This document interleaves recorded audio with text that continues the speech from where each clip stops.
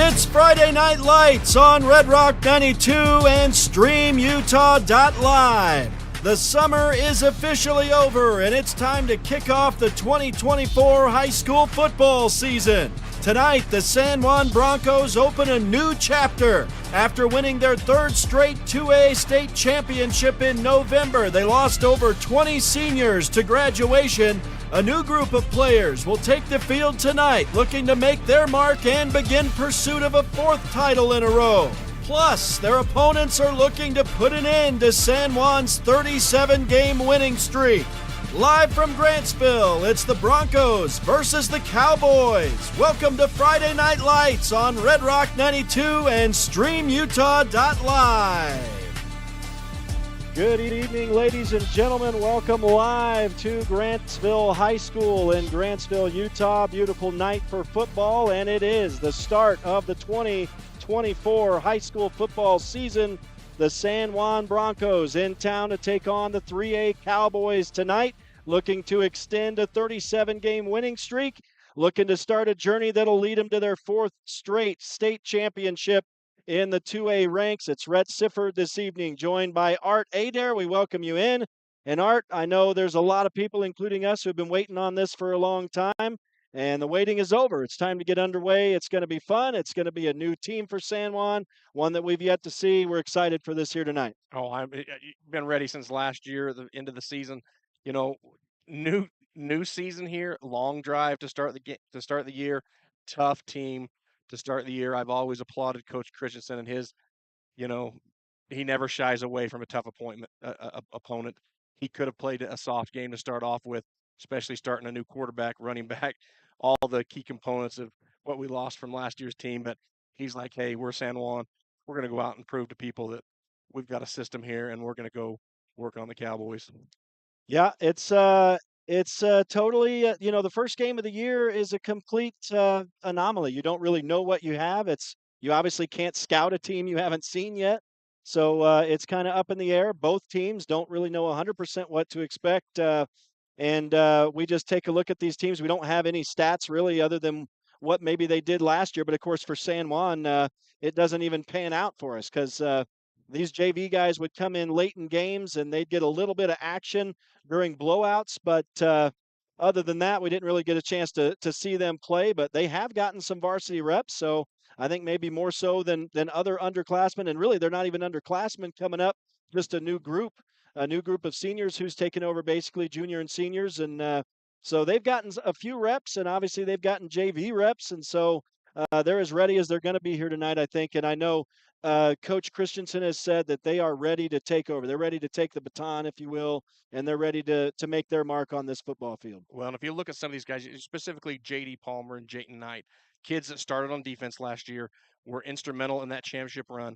And now they got some cleanup time on offense here and there, but now they're on both sides of the ball. You're going to see them be able to be productive. And so that's the question is, how's that going to look for them coming out offensively?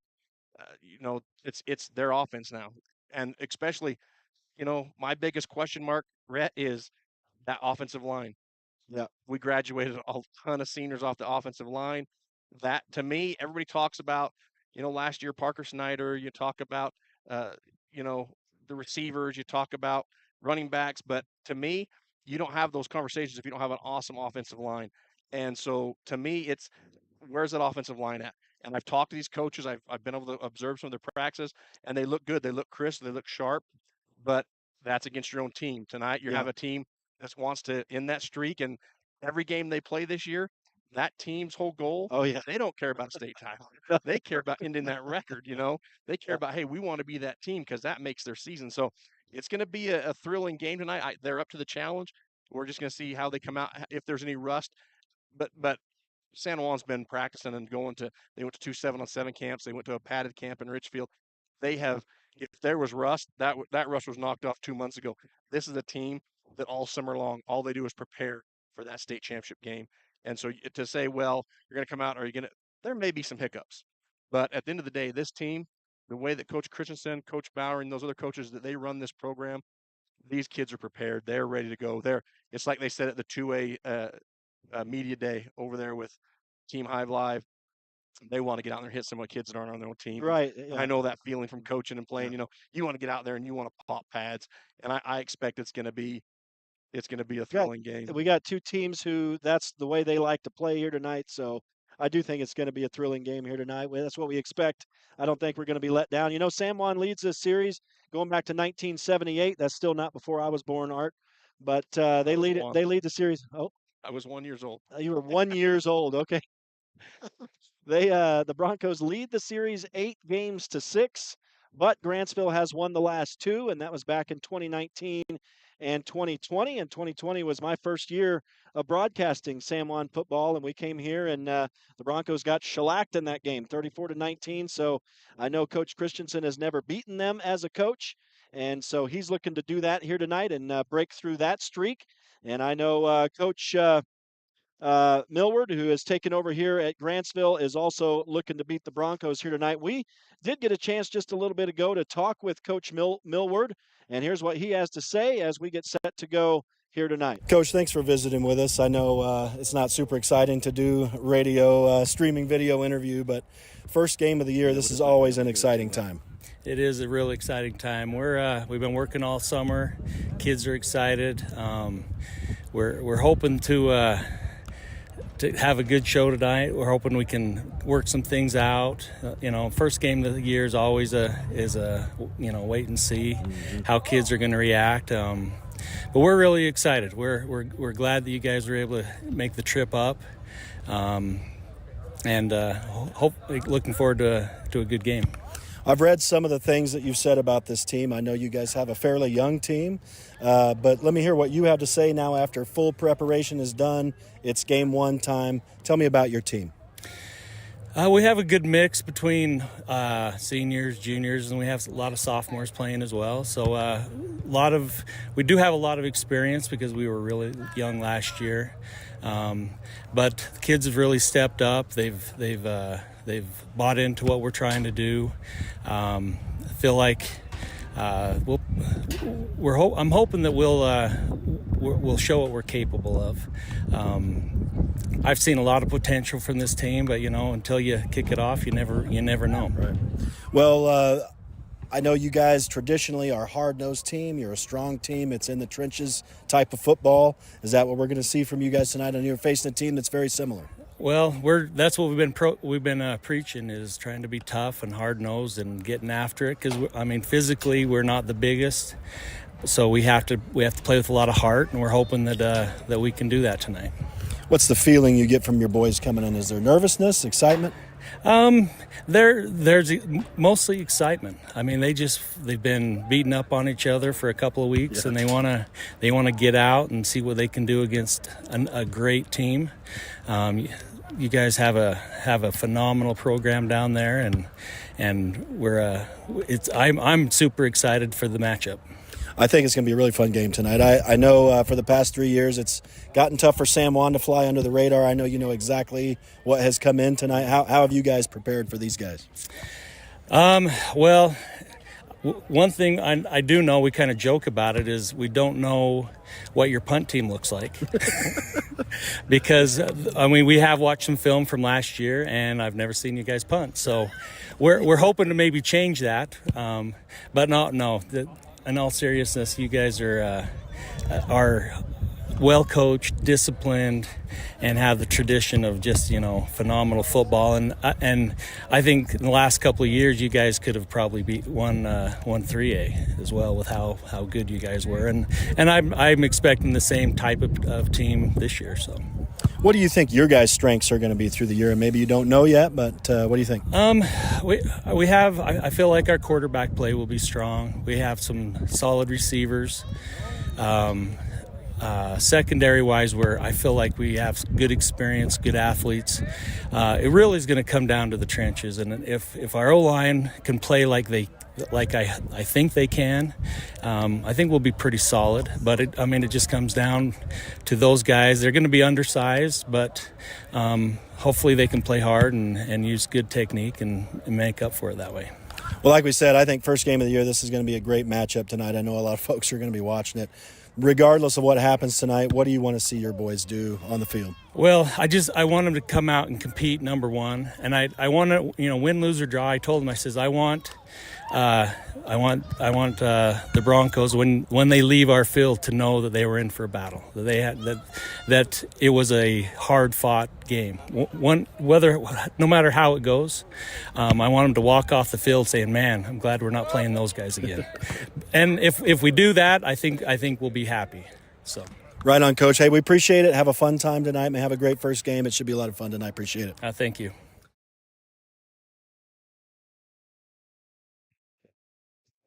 And we want to say thanks to Coach Millward for chatting with us. Of course, Grantsville alum and has taken over after a number of years assisting here with this team, and I think he's ready to go. I think you can hear, Art, just the dauntingness that is the San Juan Broncos. I think I may have invented a word there. I don't know, but just the fact that San Juan saunters into places now, even though we're thinking this is a brand new team. You don't know what to expect here tonight.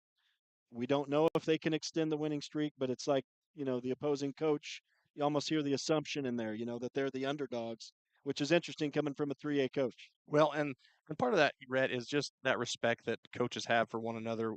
Whether you're 2A, 3A, 4A, greatness, and that teams that have worked hard, putting a good product on the field. And I think that comes just respect from him to San Juan and their coaching staff and their kids. And true, if I'm facing a team that's coming in on 37-game win streak, 3 state championships in a row, I'm going to feel like, hey, are we prepared? What do we got to do to beat this team? Because no one else has been successful at it, and they've played some really good teams over those last 3 years. So I think, I think a lot of it has to do with a lot of respect from coach to coach. Yeah, I think it's a testament to what San Juan has built here and what we've seen, what we've come to see from this team, what we expect from this team, and I think the way this team operates. And we said this 2 years ago. Can they succeed again? And they took the baton a whole lot better than Team USA did in the Olympics this year, and smooth transition. And obviously, they tend to pick up where they leave off. They just keep moving on. The train just keeps rolling with these guys. Well, Grantsville's no slouch. Back in 2022, they were 10-2. They only lost to Morgan twice in that season, once in the regular season, once in the playoffs. And then last year, they were at 6-6. They were a 500 ball club, went 3-2 in region. But this year, like you mentioned, they're picked to finish third in the 3A. So they've got some good kids coming back. I'm sure you're going to talk about a few of those. One of those is their stud sophomore quarterback, Van Vliet, who I watched some film over this last week on him from his freshman season out here when they went 6-6. And I'll tell you, that kid is a gamer. He's got a big arm. He's 6'3", 6'4", and he is built good. He's not one of these tall, lanky, skinny quarterbacks. He has got some muscle, got some meat on his bones, and he's a good-looking quarterback, and he runs a lot. He was their second leading rusher last year, and just a good kid. So I'm excited to see how San Juan puts pressure on him, and then also when they do put that pressure, how they defend him with their linebacking core when he gets out and runs it, because he's a mobile quarterback. Yeah, and anytime you have that multi-form attack from a quarterback, that sometimes can give you fits if you got a guy who can get out and run. And unless you got a spy on that guy, sometimes your quarterback can make big plays for you, as we've seen for the last 2 years for San Juan. We're going to take a quick break and continue the Friday Night Lights pregame show when we return to Grantsville, and we will talk about the San Juan Broncos. We're starting to run out of time. They're getting ready to do the pregame ceremonies and then, of course, the opening kick here momentarily, but we'll try to get it jammed in. We do have a conversation with Coach Christensen coming up, so stay with us. It is Friday Night Lights on Red Rock 92 and StreamUtah.Live. Blue Mountain Foods is Monticello's hometown grocer and a proud supporter of our schools and sports teams. Blue Mountain Foods offers a full-service meat department, fresh deli, bakery, curbside pickup, and more. Check BlueMTNFoods.com for weekly specials and online shopping. Blue Mountain Foods is open from 7 a.m. to 9 p.m. Monday through Saturday at 64 West Center Street. Blue Mountain Foods, Monticello's hometown grocer. Since 2009, Blue Mountain Hospital has set the standard for rural healthcare, bringing excellence in healing, quality care, and inspired staff to San Juan County. We offer the county's only accredited sleep center, compassionate labor and delivery, top-tier emergency care, and flexible dialysis options. At BMH, our comprehensive services are delivered by a passionate team. Visit bmhutah.org to learn more. We can't wait to meet you. Utah is our home, unique in its strengths and struggles.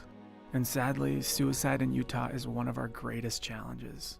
So people across the state are coming together to answer the call, to change our culture around suicide and mental health, to give hope and provide genuine help. Together, we can get through, lift up, look ahead, and live on. Learn how you can reach out at liveonutah.org.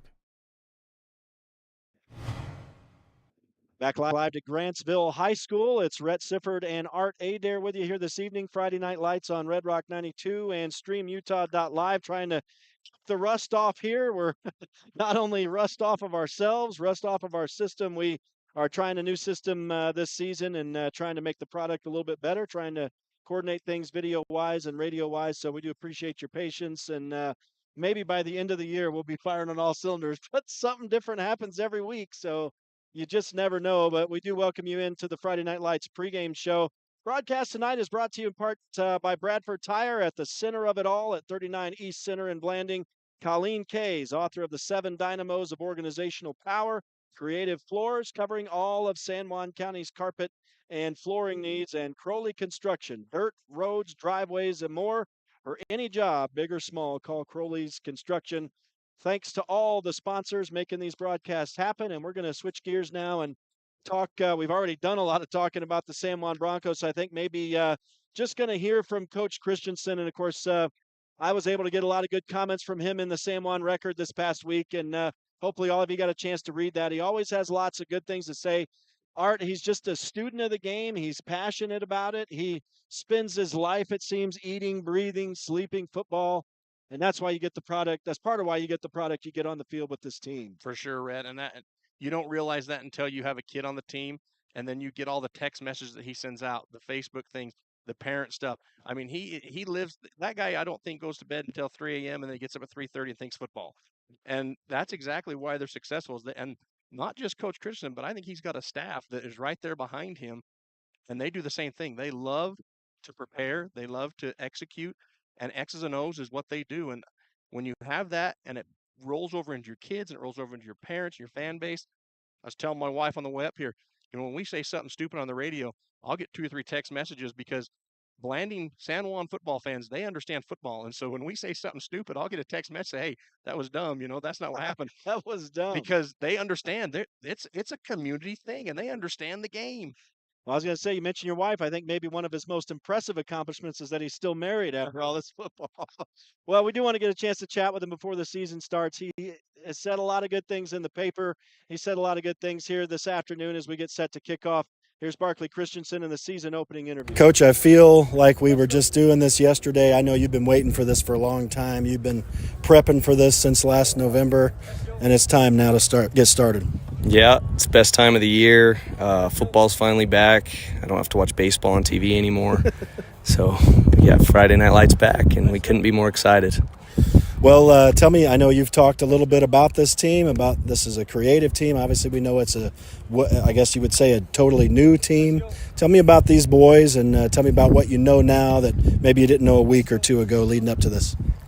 Yeah, I mean, it is a brand new team. From what I've seen from them all summer is they're a different team, right? They're not last year's team. It's going to be a little bit different style.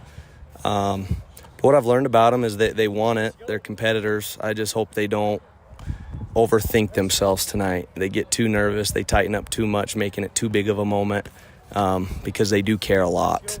And they're great. They're great athletes. They always have been. And when they look good, they look good. So we're hoping we're on today. You've talked about that swagger for the last 3 years, and do you think that's something these boys have when you say they might overthink it? Is that a confidence thing, or are they fully confident and just it's something else?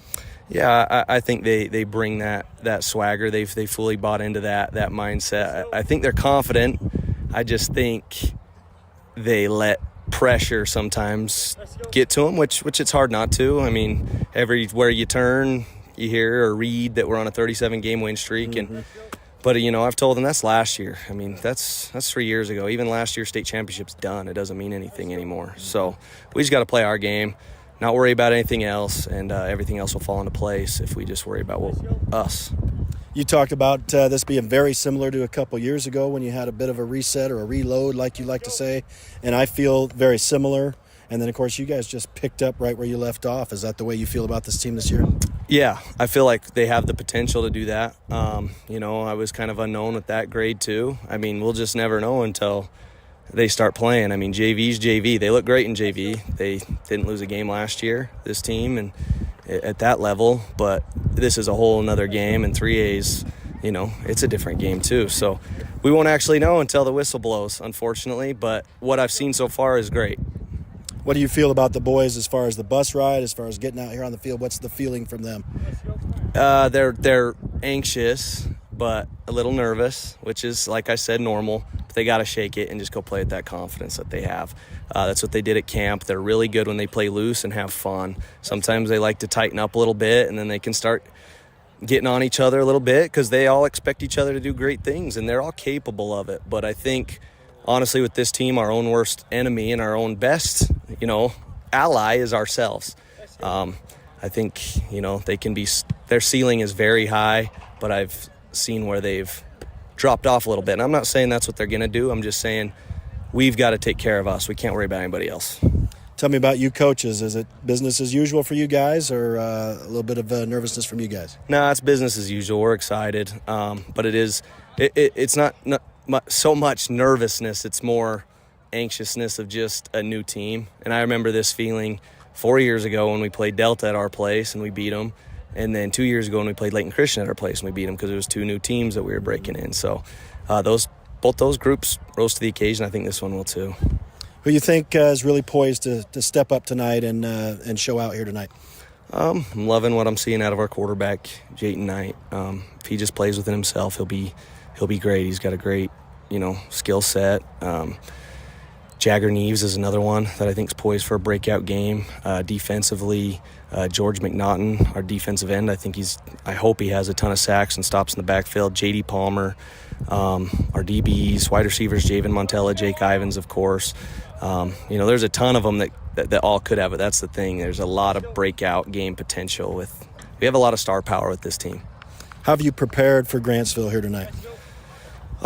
We actually started preparing for them 2 weeks ago, running their stuff. I mean, all summer long we had to obviously just get better on our offense and our defense, but we started preparing for them 2 weeks ago. 3A football's 3A football. We've played it before. We've won a lot of games in 3A, but it's a little bit different speed, and they play a little bit different defense that we've seen. Their offense is very similar to ours, so it might be a pretty high-flying game. I don't know. I think our defense is going to step up in a big way. And I think these kids are ready. They're prepared. They know what they're doing, and they're pretty studied up. Regardless of what happens here on the field tonight, what do you want to see your boys accomplish? I want to see them play hard. I told them in the pregame before we came out, I said, let's play so hard. Let's play to win, not to not lose. Let's play to make mistakes, not to play a perfect game. Because when you start wanting to play a perfect game, you tense up a little bit, and you're not really doing anything out there. You're not making mistakes, but you're not necessarily doing anything for us. Play to make mistakes. It's going to happen. I'm going to make bad play calls. You guys are going to screw up, and we just learn from them, and let's just keep going. I just want to see us play hard. I don't want to see us so worried about messing up we're just not playing football anymore. So let's just be scrappy. That's what this group is. They've waited their turn, and they're hungry. Awesome, Coach. It's going to be fun. We're pumped. You're pumped, I know. It's time to get started. Appreciate it, man. Okay, thank you guys. Finally here. And a big thanks to Coach Christensen for that long chat here preseason as we get set to go. And as you heard him say there, a lot of kids are poised to make a big dent on this football field here tonight.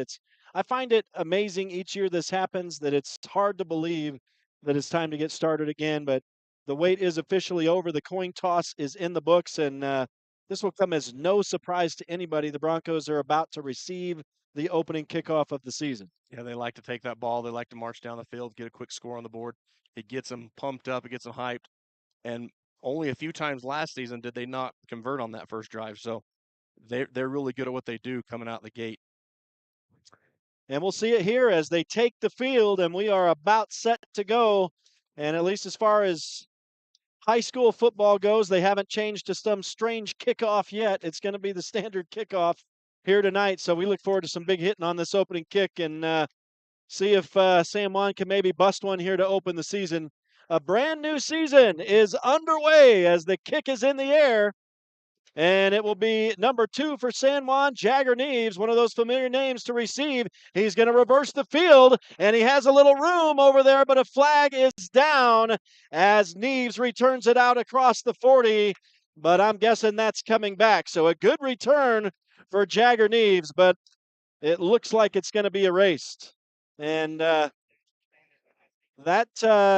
hurt. That'll make a coach pull his hair out if that was over here so far away from the play where the flag was. But we'll see what the call was. It's going to be on San Juan. So it was a block in the back over here on the yeah. on the other return man coming this way to fake it out. And yeah, exactly. And that drives a coach crazy right there when it's so far away from the play. It has no bearing on it, and that kind of stuff happens.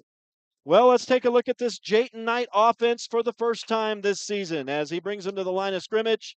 It'll be Jagger Neves to start in the backfield to open the season. We've got he and J.D. Palmer listed as the 2 running backs this season. Might try to trade off some time, but of course we know that was in the plan last year as well, and that kind of changed, or maybe 2 years ago. It's all starting to melt together in my brain now, but we'll see. A lot of things change as the season goes, and this being the opening game, we're going to get our first look at it here tonight. And a little bit of a delay as they exchange balls here. They need to get the right football into the field, it appears. So that is in the works. 11 seconds off the clock to get us started. And we are underway in 2024 as Jayton Knight will work from the shotgun in the spread. And a play action, he bobbled the football. His pass was deflected, but it still made it to the intended receiver. And that is number 16 for San Juan, Owen Adams, the senior, with the first catch of the night. And a big one for San Juan out near the 30-yard line in a 1st and 10.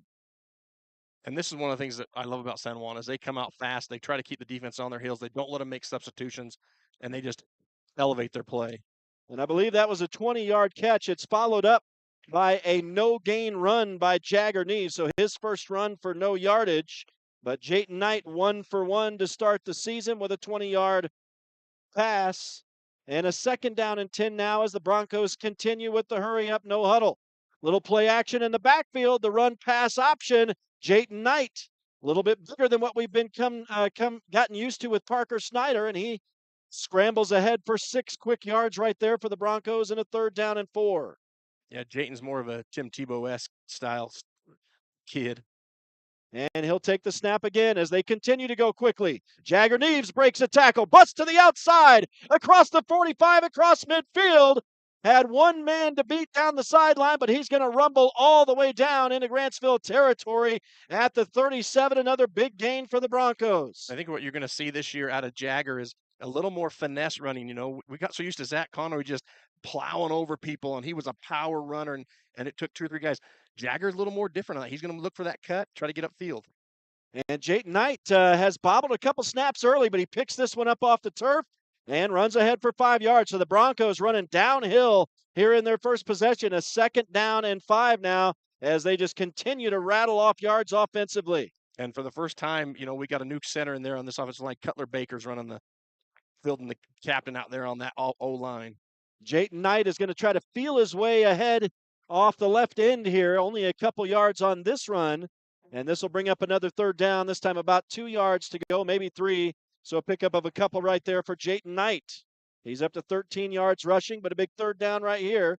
Broncos inside the Grantsville 30. Knight will keep it himself to the outside, fighting for yardage. He's going to get enough to move the chains as he picks up 3 on the far sideline. That'll be a 1st and 10 for the Broncos, I believe. Let's see where they spot it. They're a little short, I think.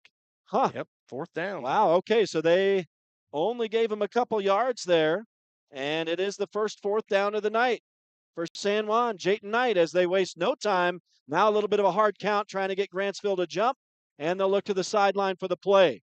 Right here, that left side's primed to go. They got 3 blockers over there. Knight, and they do go to the left. Jagger Neves leading, but Grantsville into the backfield, and they'll pull Jayton Knight down for a loss of a couple, and the Broncos drive stalls inside Grantsville's 30. What a huge stop for the Cowboy defense. Yeah, and that was set up there. It was set up pretty good, actually, with the 3 slot receivers over there. Then they moved the running back to that side. And I just don't think Jayton hit that hole hard enough. He No. needs to give that more effort right there. A yard to go, you got to just 100% out, and he tried to pick his way through. Right. And right there, you just got to put your head down and get that first down. So, boy, the Broncos were moving the ball with ease, but Grantsville comes up large inside their own 30, and now their offense will take the field after the turnover on downs, and we get our first look at big sophomore Dallin Van Vliet. Oh, boy, he grabbed that snap with one hand as that almost went past him.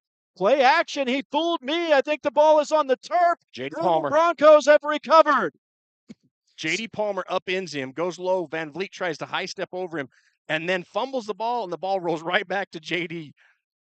Wow, so the first turnover of the game, and this is huge right after Grantsville gets a stop. And San Juan, a huge defensive play of their own, and they'll get the ball right back where they gave it up. Inside the 30 of Grantsville, they spotted at the 28, so it's just like San Juan got that first down.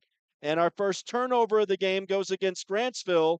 We'll see if the Broncos can capitalize. Empty set here. And I can't see the clock. I think there's 7 minutes left, and there's a pass complete to the near side, and a pickup of 3 as that one was complete to number 22. Javen Montella, pardon me. And they'll give him 4 yards, it looks like, on the completion. So Jayton Knight is 2 of 2 to start the season. 24 yards passing. Jagger Neves still in the backfield. We haven't seen J.D. Palmer back there yet. Knight sends a man in motion.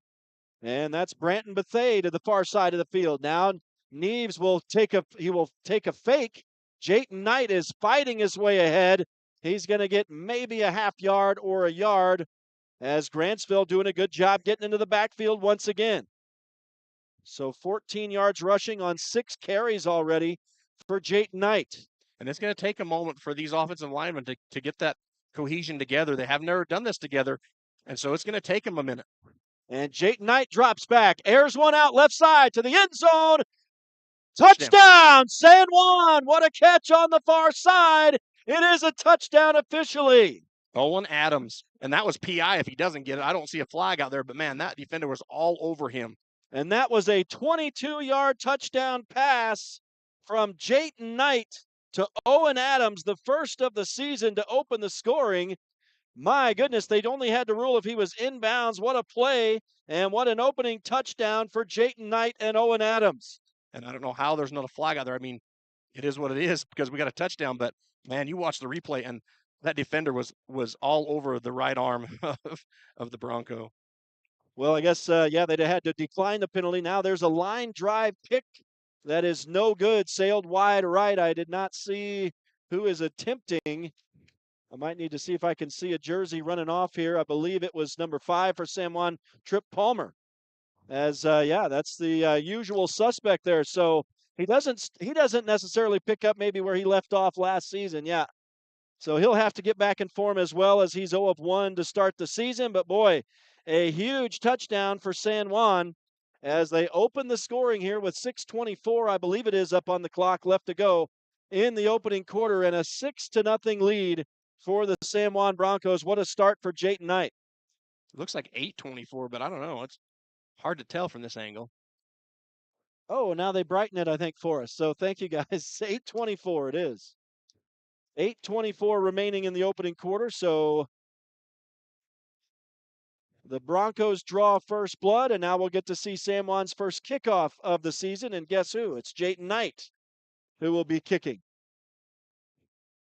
So San Juan leading 6-0 after the opening touchdown of the season, a 22-yard touchdown pass from Jayton Knight to Owen Adams. And now he will kick the ball away. It's going to go near the sideline and picked up over there. Nice little juke on the sideline and a good return by Grantsville's number 17. Grayson Warren on the return and all the way out across his own 30, near the 35-yard line where they will start on their second possession. Wrigley Lagilia there to push him out of bounds, and Grantsville coaches, they want a little bit of extra contact there, but you get engaged on that side of the white line, you're driving that guy out. They're not going to call that. So we're going to see this Grantsville offense once again as sophomore quarterback Dallin Van Vliet brings him out onto the field. He'll continue to work from the shotgun. Play action in the backfield. Now he airs a wobbly one out, and it's going to be nearly picked off. I'm surprised there's no interference on that as well. Boy, there was a lot of early contact there as San Juan's Josiah LaPalmer was up trying to pick that one off. He definitely had position and was, I think, nearly tackled before the ball got there. You can see the jersey pull from the Grantsville Cowboy. I mean, and obviously the flags are deep in the pocket tonight at the start of this game. So 2nd down and 10 on the incompletion for Grantsville. Clock stops with 8:13 to go in the opening quarter. 6-0 lead for San Juan. And the ball on the Grantsville 27, and now flags as they snap the ball. So encroachment on the D. So that's going to go against San Juan. That'll make it 2nd down and 5. The first penalty of the ball game. I'm sorry, that's not true. Broncos have both penalties, one on the opening kick. And so San Juan leads 6-0. Grantsville has the football, though, for the second time tonight. Their first possession ended in a fumble by quarterback Van Vliet. And now a little hard count. He'll look to the sideline for the play. He does finally take the snap, throws to the flat on the far side. It's caught, and it'll be a couple-yard gain. I believe number 8 on the catch over there. Jake Ivins out there on the tackle. I talked to Coach Bauer before the game, and he said the one thing he loves about this defense is they fly to the ball, and he has loved their preseason work all through the summer. These guys want to be there. They want to make a tackle. They want to help each other out. He says they fly to the ball. They have not lost anything from last year. And here's their chance now on a big 3rd down. 3rd down and 4 for Grantsville. They'll go up the middle on the ground, and not much as the Broncos seal it up inside. So the running back, number 32, on his first carry of the night, Jaden Atkinson. I'm sorry, maybe that's Brigham Moritson. No, that's a freshman. So it's got to be Atkinson, the senior. Jagger and Cutler Baker, big cut bake. He's right in the middle of that thing as nose to guard. Cut bake, I like it. And boy, they're not in a punt formation. Of course, you can do the quarterback punt play, but a 4th down and 4 here, they might be trying. Now they are shifting. And so Van Vliet drops back. He's going to send a man in motion. Snap is high, and the punt was nearly blocked by Trip Palmer there, but he does get it away. Nobody back deep for San Juan. It'll roll to a stop at the 21, and the Broncos will take over with now under 7 minutes to go in this opening quarter. 6:54 left, and a 6-0 lead for the Broncos, who are bringing the offense back out on the field. So I think that was a 2-yard run then for number 32. I've got to get these names right. It's tough.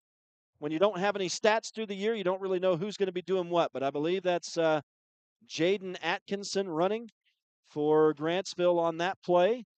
And I'll see if I can get this written down quick enough to see the offense come out for San Juan. That's another difficulty that the Broncos throw at us as they move so fast on offense. It's really hard to record any stats while you're trying to broadcast. But now it is J.D. Palmer. His first touch of the night, other than the fumble recovery. And, man, you talk about the bus as he rumbles ahead on the far side for 15 yards off left end. And I didn't see where their flags. No, they're just moving it ahead as J.D. Palmer's first run of the season is a 15-yard run and moves the chains for the Broncos. 1st and 10 across the 35 to the 37. And now another handoff, this time same play right side, and this time it's swallowed up at the line of scrimmage, no gain. Yeah, and what we're seeing here is 2 different running styles from JD and from Jagger. And, of course, we're still trying to get that offensive line. We're missing some key blocks here, and that offensive blocking scheme is so intricate, they've got to get to those gaps. San Juan goes quick again. Jayton Knight has a lot of time back there to throw, but he missed his man on the far side. Intended was Jake Ivins, the senior, but out of his reach from our angle. I couldn't tell where that flew, if Jake just didn't locate it or what happened over there, but incomplete. 3rd down and 10. And outside of what Coach talked about going against the JV all summer, this is this group's first time being a unit, and so you're going to see some hiccups. Knight will drop back once again. He's pressured this time. Flushed out, throws on a line to the sideline. It's complete, but it won't be near enough for 1st down yardage. It was complete to number 0, Branton Bethea. And I'm not sure why I didn't have him in the receiver corps, but I do now.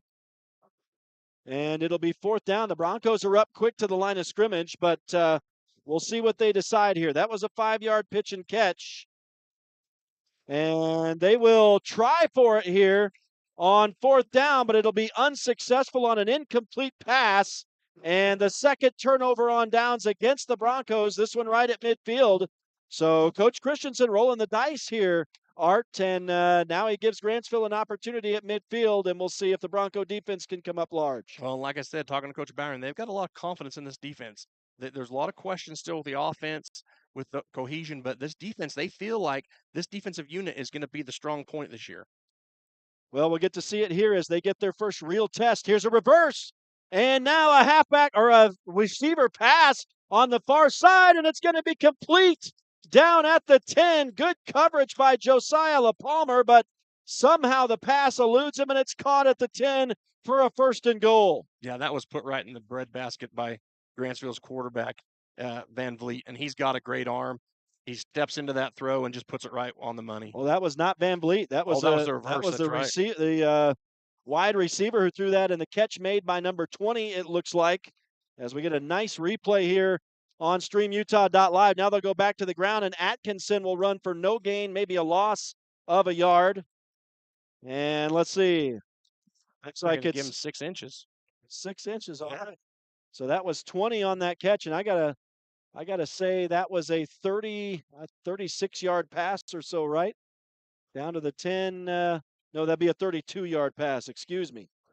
So thereabouts. My stats, of course, are completely unofficial, but definitely the longest pass of the night for Van Vliet. He's up to somewhere around 34 yards passing, 2 of 3 now, and he's got his team in business. It's a 2nd down, and I guess it's not goal to go as they go to the ground for the 2nd time in a row, and a nice tackle near the line of scrimmage for San Juan. Atkinson again on the run. This time they will give him about 3.5 yards, maybe 4, we'll say 3. And so it'll be 3rd down now. Big 3rd down and a short 7, long 6. And they'll look to the air. Van Vliet to the goal line. It's a touchdown on a 2nd effort play by number 8, Jordan Fawson, as he spins his way into the end zone. It is a 7-yard touchdown pass from Dallin Van Vliet, and we are tied with 4:26 to go in the opening quarter. So both quarterbacks have thrown to the end zone complete as Van Vliet really started to get some momentum there, get into a rhythm, and that big pass set him up. Then he completes the touchdown pass to Fawson, and the extra point is going to be no good again. So both teams scoring a touchdown through the air and then missing the extra point. And I think for Grantsville, it's number 10, Coulter Dong on the kick. And he's 0 of 1 to start the night. So 4:26 to go in the opening quarter. We're all tied at 6 here tonight at Grantsville High School. And Art, now we're kind of getting what we expected, a little bit of a battle. Now both teams have made their mark. They can start to settle in here a little bit. San Juan, after the turnover on downs, got to try to gather it back up on offense here, I think. And, of course, the first thing you got to do is secure the ball on the kick here. Well, and you come out, you do a couple of drives, you get to see the other team, what they're doing on defense, what they're doing on offense, and then your coach is up here on top of the booth. They're talking to those coaches on the side and saying, hey, this is where I think we're going to be successful. And I'm quite surprised that Grantsville pulled out the trickeration right there so quick in the game, because usually that's something you wait till the 3rd, 4th quarter when you're trying to get back in the game or a game-winning drive. But obviously they saw something. And San Juan's defense, they close fast, and that point, great coverage by LaPalmer. That was just a great pass by a running back on a reverse. Yeah, and and I'm sorry, I misspoke. It wasn't a 32-yard pass from Van Vliet. That was number 5, Jackson Jensen. So you got to give credit where credit's due, and it wasn't Van Vliet. Van Vliet gets the touchdown pass as this kick goes out of bounds. That'll be a legal procedure, and the Broncos are going to get the football at the 35 here. So in a year when the NFL is just doing everything they can to change the rules, in Utah high school football, they didn't really change much this year, Art. So I think the gist is that they just want the refs to focus on sportsmanship, formations, things like that, and so that's the deal. We don't have a whole lot going on as far as rule changes this year. Yeah, a lot of it was just the 3 things they came out with, the 2 things you said, and then uniform was just points of emphasis for the officials to make sure we're calling the game correctly. We're calling it across the state uniformly, no pun intended. But because last year I made comments that Well, that kid's back plate's hanging out. That kid's not wearing knee pads. And those are some things that you have to call, and it's a penalty, and so they need to call it consistently throughout the state. Yeah, and talking with Coach Millward over here for Grantsville, they've gone, speaking of uniforms, back to a bit of a throwback. The uniforms they wore when he played, they don't have the big Georgia-looking G on that helmet, as the Broncos have fumbled the football, and they give it to Grantsville. And so a big turnover here against San Juan.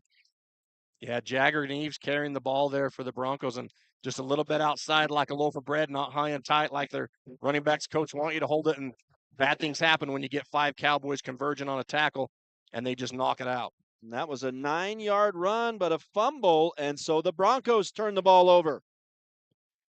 And Grantsville in business right where they started last time at the San Juan 42, and so the defense is called on immediately once again.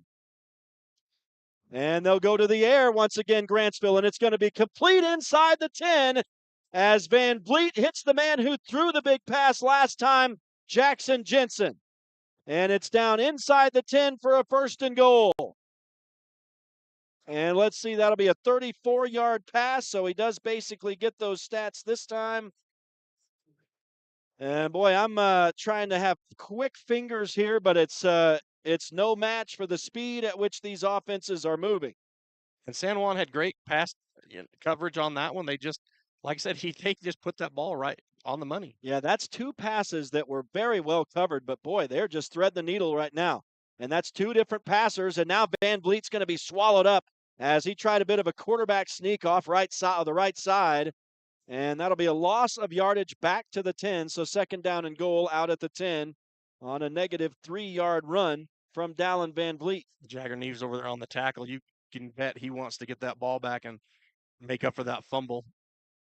And so we'll see if the Broncos can come up big here. Grantsville's going to try to do something that nobody did all last year, and that's put the Broncos in a deficit. I guess that's not true. They probably were behind maybe 1 touchdown early at some point. I can't remember if they trailed last year, but it was definitely very rare. J.D. Palmer and Jagger Neves over there on that little option play. And Van Vliet was running again there? Yep, he ran that little option, decided to keep it, and ran right into J.D. Palmer. So 1 yard that time for Van Vliet, but not a whole lot doing right now on the running game for Grantsville, which is no surprise from what we've seen in the Bronco defense in the past, and now so far here to start tonight. We're down into the final 3 minutes of this opening quarter. Grantsville's trying to take the first lead of the night. They go to the air, and it's going to be caught in the end zone. Touchdown, Grantsville.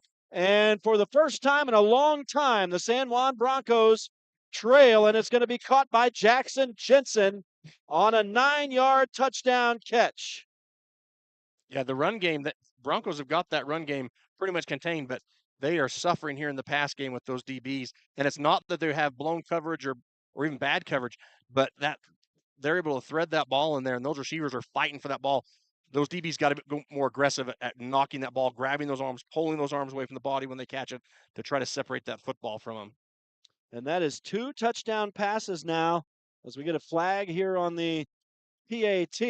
Encroachment on the defense. And so that'll move a little closer. And now what does the matrix say when that happens? Go for it. You're going for 2 here. So there's some new personnel coming out on the field to try to make this a 14-6 lead. We'll see if the Broncos can hold.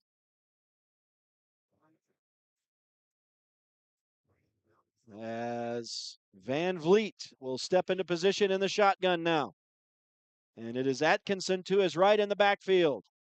Ball is inside the 2-yard line. Snap is on the ground, and I'm not sure why, but Van Vliet just fell on it. And so that ceases the 2-point try immediately. So it'll remain 12-6 with 2:49 left. And now the Broncos have got to find a way to battle back after a turnover on downs, followed by an actual turnover. And that is 2 turnovers here tonight, 1 for Grantsville, 1 for San Juan, and both have now turned into touchdowns for the respective teams. Friday Night Lights on Red Rock 92 and StreamUtah.Live, brought to you in part tonight by Dependable Auto Repair. Brad Stoddard and crew get the job done. Flights Gymnastics, a proud supporter of local sports and a great start for your kids. Four Corners Regional Care Center, a skilled nursing and rehab facility in a caring setting, and Jones and DeMille Engineering, shaping the quality of life in the Intermountain West. Big thanks to all the sponsors making the broadcast happen for us as we get the kickoff after the second touchdown for Grantsville. And it's going to be Brody Bilbo trying to return, trying to get the football. It is still loose. And, of course, Grantsville saying they have it.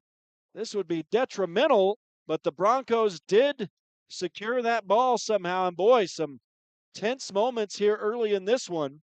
Only 2 seconds go off the clock, but the Broncos having trouble right there securing the football, but they get a break right there at the 20-yard line. Just some uncharacteristic things that we haven't seen in the last couple of years. But this set of Broncos, this crew, they've got to make their own name out there. They've got to come out and they've got to correct those things quickly here. Figure out what they're doing wrong. The coaches, I'm sure, over there coaching them up, telling them, hey, this is what we're missing our blocks here, missing these assignments. We got to close these gaps, and we got to just do a better job at defensive backs of fighting for that football. And now flags as the Broncos come up to the line. I'm not sure if this would be some sort of a formation foul or what's going on here. That was before they even made it to the ball. Illegal substitution, that's what I was thinking would have been it. So the Broncos right now reeling a little bit here, back on their heels.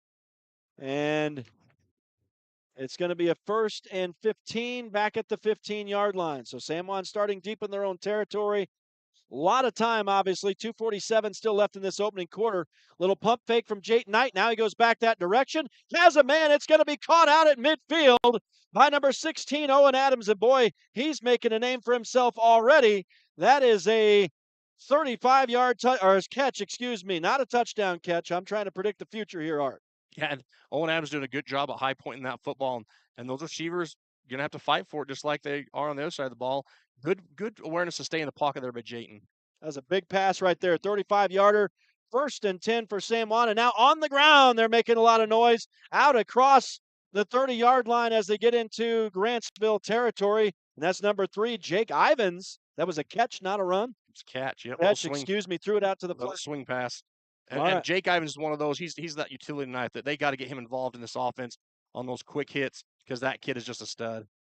And I think that was another 15-yard gain for San Juan. Now to the ground they go. And it's Neves on the carry this time. Short gain for the Broncos, maybe 2 yards. And so Neves back in action after suffering the fumble on that last possession. This time he hangs on to the football. 2nd down and 8 for the Broncos. And Jake Ivins, by the way, with his first catch. Another one right on there. That play. Now he's going to get another, his second. That's going to go close to a 1st down yardage, but not quite. That's a pickup of, boy, that's 8 yards, almost on the nose. It's going to depend on the spot here. They're going to move the chains. Yeah, that's a 1st down. So that's 2 catches. He had the 15-yarder, and then he has the 8-yarder here to move the chain. So he's up to 23 yards receiving. And that's the thing San Juan does, and this is what this group has to accomplish here is move the chains, 5, 10 yards, 15 yards, and keep the pace going. And Jayton Knight will hand off again to Neves here, but flags on the field here. We're going to get a holding. So that's going to come. That play won't count, but I was just about to tally up. Jayton Knight has gone over 100 yards passing, up to 103 now.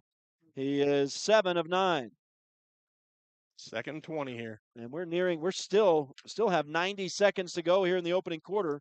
Broncos are down 12-6, and the hold here is going to move them back 10 yards. It's going to be 2nd and 19 maybe, depending on where the spot of the hold was. I think it was a yard in front of the line of scrimmage maybe.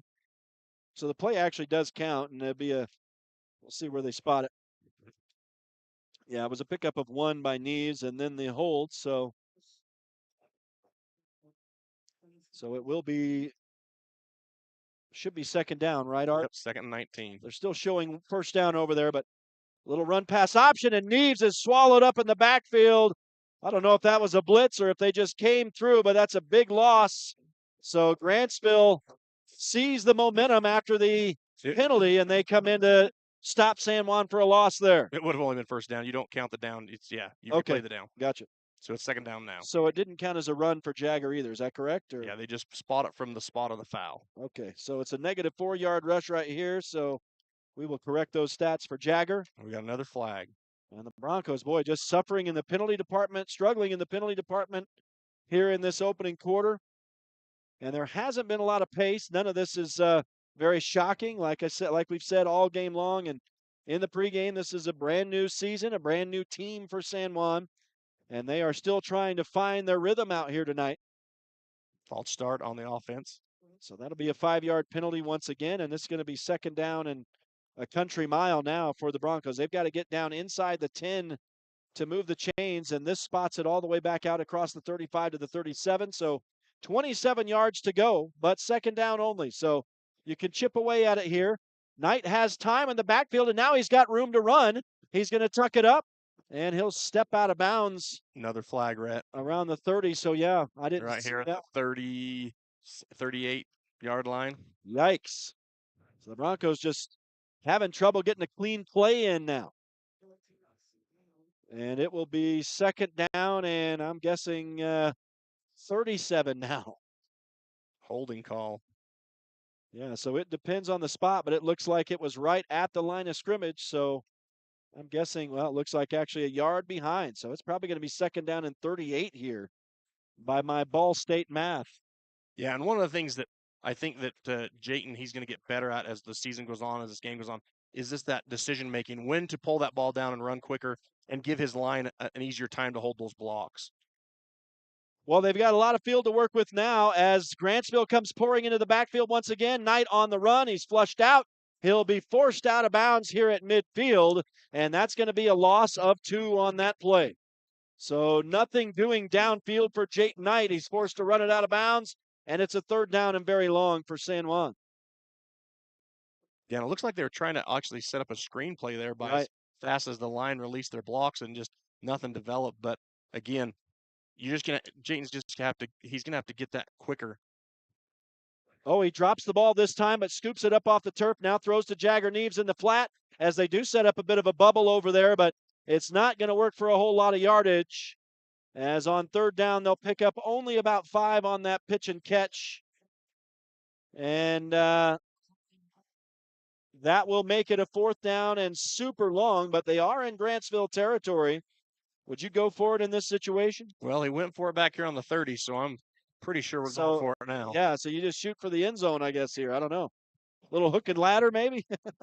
Well, if you got a trick play, not that you want to show everybody on film, but right here you want to do it. We're going to end the quarter here, and so little time for coaching staff to talk about it. But this is the things that drive coaches crazy. These little mistakes and penalties that you shouldn't make, and just these mistakes that are drive killers or self-inflicting wounds that drive you back 20, 30 yards. And one holding, one offside, you can deal with that as a coach. You know, you've got playbook stuff for that. But 4th and 35, really not much in the playbook for that other than the Hail Mary. Not a lot in the playbook for 4th and 25. I don't think there's a run play. I think this is if they do go for it here, this is an empty set, trips to doubles. Right. And maybe, maybe a little trick play, but yeah, this is a hard one. But at the same time, you could punt it here. Yeah. Flip the field a little bit, but typically the matrix says when you punt it, usually the team gets it back to the 30. So you're only giving them 12 yards, basically. So I'm a fan of going for it.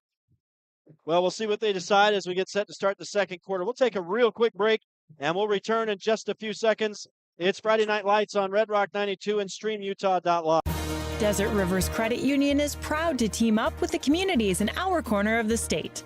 A nationwide network of ATMs and branches, full line of mortgage products, local decision-making, low fees, and great rates for every credit score are just a few of the things we bring to the team. And to top it off, we are for people, not profit. Come by and meet our team at one of our 4 branch locations or visit desertriverscu.com. We love our communities and are proud to support our youth.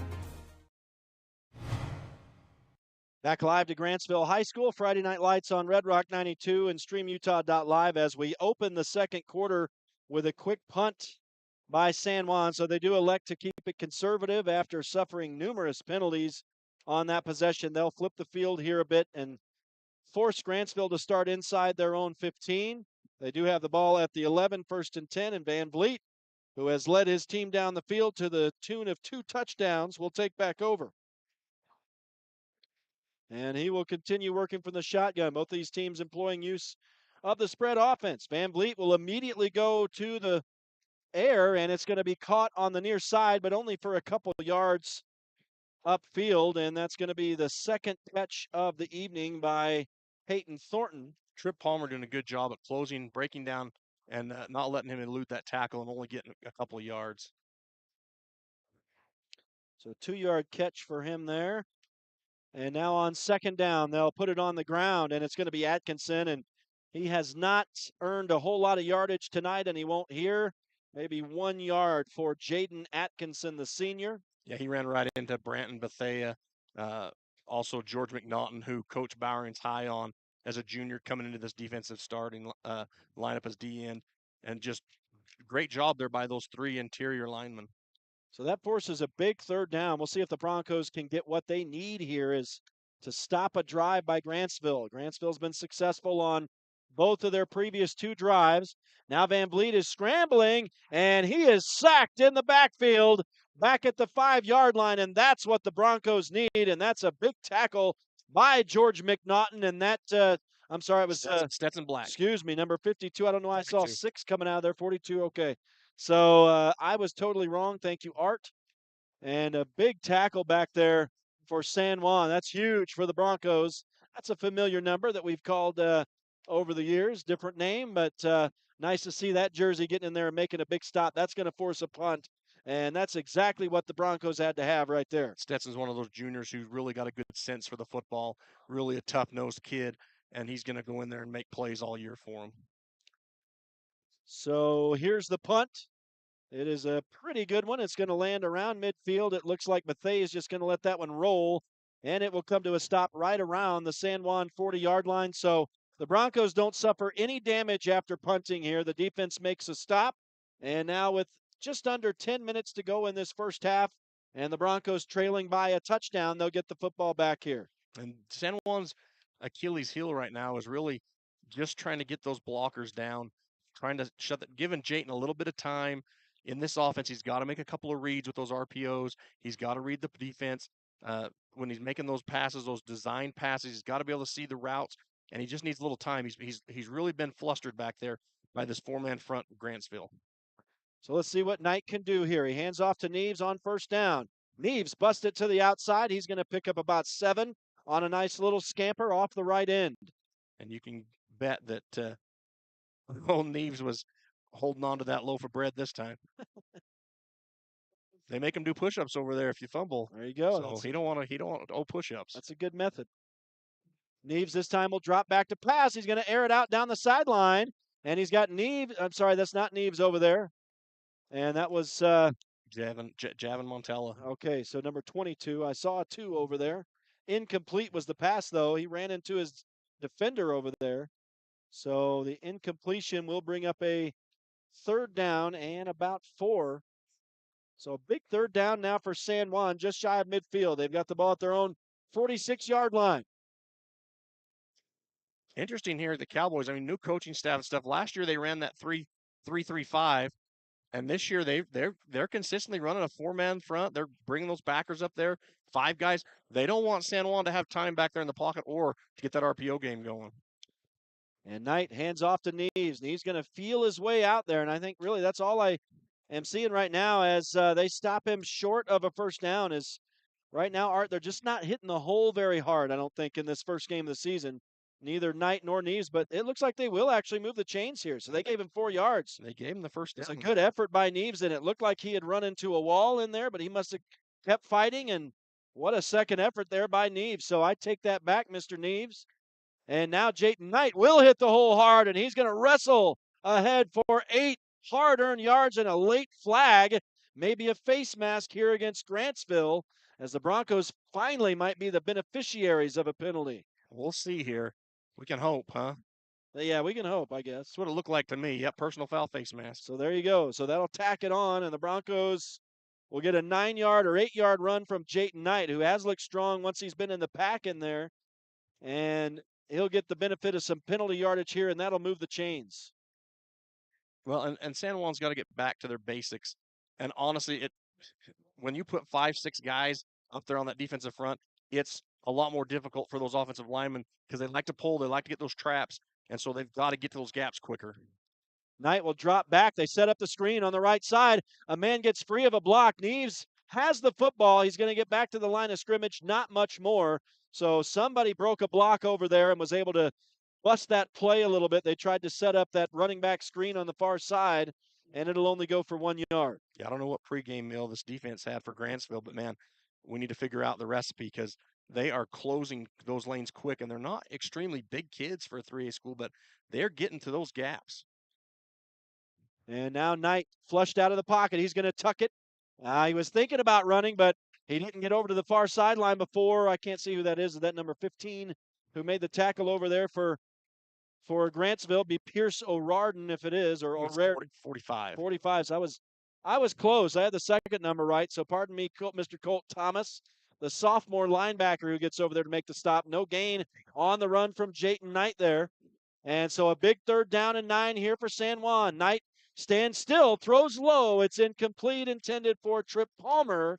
And the incompletion will bring up a 4th down, but this is 4-down territory consistently for San Juan. So there will be no surprise if they go for it here. And so 4th down and 9 for San Juan. They've got the ball at the Grantsville 26. We'll see if they can convert 4th down here. 7:50 to go in the opening quarter. Broncos are down by a touchdown, 12-6 here in Grantsville.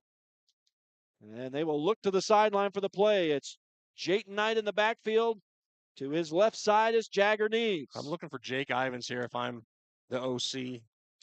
Knight drops back, has time, throws over the left side. He was looking for that man, but he overthrew him, and it's intercepted, and it's like a punt. It'll be down at the 10-yard line for Grantsville. It's a turnover, and the Cowboys will take over, and it is the first interception of the season thrown by Jayton Knight. It's unfortunate. He had his man, but overthrew Jake Ivins, and that'll give the ball back to Grantsville at the 10. You know, Coach talked about in his pregame a little bit that these guys were successful in the JV game, and a lot of them are coming out here seniors that, you know, they played maybe on one side of the ball or the other, but the game is a lot faster in the varsity game, and you're seeing some of those little hiccups here that they got happy feet. They're not making those decisions quick enough. They'll work it out. Here's Van Vliet scrambling. Talk about happy feet here. He's not able to get free as the Broncos bust that into the backfield, and that'll be no gain for Van Vliet. And a 2nd down and 10, and they've got the ball. There's a flag on the far side of the field as well. He does avoid 2 tacklers there. He did a good job at, you know, getting around those first 2, but lucky for the Broncos, there was a 3rd tackler there, and we're going to get a holding call. They're only the 2nd penalty of the night on the Cowboys. And that's a big one because they are on their own 10, so that'll be half the distance and back to the 5, and they'll replay 1st down. So 1st and 15 now for – actually, it's closer to 1st and 14. Looks like they actually had it at the 9. So I'm starting to think that, you know, when Coach talked about over the summer about how this defense was going to be the leader on the team, that we're kind of seeing that right now. This defense is going to step up, get some big takeaways, some defensive scores. They're going to go up the middle on the ground here. Atkinson with a short gain. Back close to the, well, no, he's a couple 3 yards shy of the original line of scrimmage, so he gets a couple here. Atkinson is, well, I've said this so much last year, and it's just uphill running against this San Juan D. You got Big Cash Palmer in the middle here. That kid's definitely 6'2", 6'3", probably pushing 230. Right now, 0 yards rushing, according to my unofficial stats for Grantsville. It's been all through the air, and there's a beautiful ball, but just a step ahead of the intended receiver over on the far side of the field. Help me with that number. Is that 3? That's going to be 5. Sorry, that's Jackson Jensen. That's been his go-to man, but this time he overthrew him by a yard. And he had a step on Bilbo out there. He did. He would have been gone, I think, if he'd have caught him in stride there. And so the incompletion is a big break for San Juan. That's just the 2nd incompletion for Dallin Van Vliet today, and it brings up a 3rd down and 13 inside the 10. Grantsville in their own side of midfield here with exactly 7 minutes to go now in the first half, and Grantsville enjoying a 12-6 lead on the San Juan Broncos. Play action. Van Vliet is hammered as he throws, and now the pass is knocked away over here by La Palmer, but there is a flag at the point of the ball. That's a terrible call. I didn't want to start this year off on the officials' red. I thought about all the way up, but he turned around, he located the ball, he had position, he goes up. That's a free ball at that time. Once you turn your head and you locate the ball, that's anybody's ball. Now, if he would have played the man and got into his chest, that's a penalty. That is a terrible call. We saw 2 of those against the Broncos that weren't called, and now it's called here. It just makes me I'm not beside clear. I'm myself. not clear on how you feel, but That's just that's a call that you don't make. That kid turned around. He locates the he ball nearly before. intercepted the football. Yeah, Exactly. That's a terrible call. So, and you can see it on the replay here on StreamUtah.Live. Now they're coming back here. I guess it's they're going to mark it off. So that's a free first down for Grantsville that was handed out. And so 1st and 10. The only good thing is it's not a spot foul. It's from the line of scrimmage, so you don't get it. You don't get 15 all the yardage.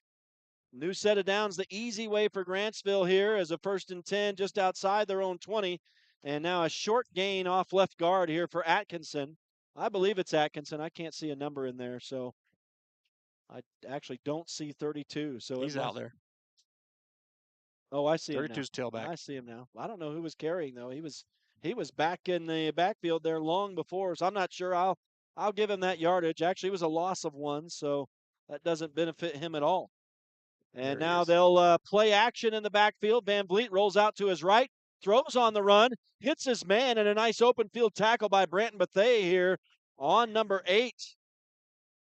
Jordan Fossa. Now we hear additional whistles, and there are flags on the field. One on the far side. Boy, there have been a lot of flags. I thought you said early on they had the whistle in their pocket there, but it seemed to be when the Broncos were not getting those calls. Those flags were really deep, and now they're on the top of the tree. But it looks like it's going to go against Grantsville, against the home team. Maybe a little bit of a makeup call here, but the damage has been done. It was a new set of downs for Grantsville. And now they're going to mark it off on a hold. Ineligible receiver. Okay, so that's a 5-yard penalty. So that will be 2nd down and 15 or thereabouts. Back near the 15. Looks like it's at the 16, maybe 17. And Van Vliet working from the shotgun. He'll throw left side. And it's going to be incomplete. Overthrown again, this time over the head of Jordan Fossen. And so the incompletion brings up a 3rd down and long. That's back-to-back incompletions after the dust settles. So Van Vliet falls to 5 of 8 on the night, 52 yards, but he does have the 2 touchdown passes. We're down to just over 6 minutes to go in the first half, and something we did not really say last year. The Broncos are trailing in this one 12-6, but obviously still a long time to go and a lot of time remaining. And the Broncos can, a lot of times halftime does wonders to completely readjust the game. Van Vliet, what a pass. Dropped the run, but it's incomplete. In and out of the hands. Are they going to say he caught the ball? And he did not control that. He dropped it on the turf. And they're going to give it to him. Wow. That's another, wow. That's 2 amazing calls for Grantsville. As we take a look at the replay. Yeah, he dropped it. He never controlled the ball. So another gift for Grantsville, 2 huge gifts for them, and that's an 11-yard, we'll call it a catch, for Jackson Jensen. We're going to get a penalty flag. Yeah, I imagine, I don't know. False start. Okay, false start on Grantsville. So, boy, I tell you, the Broncos are having to fight the battle here against a number of people in this late in this first half. And they give the catch to Jackson Jensen on that play, and that's 2 big first downs that Grantsville hasn't had to earn here on this drive. And now a 1st and 15 after the penalty. So they're starting at their own 29. Snap is low, but Van Vliet fields it well. He's going to be tripped up as he gets back to the original line of scrimmage, a pickup of 5 on the left side. Yeah, running that option again and keeps the ball, and J.D. Palmer right there for the shoelace tackle. 2nd down and 10 after the scamper from Van Vliet. He looks to the sideline for the play. Clock is running under 5:20 now to go in this opening half. Grantsville is leading by a touchdown, 12-6. Obviously, neither team has succeeded in the PAT department today.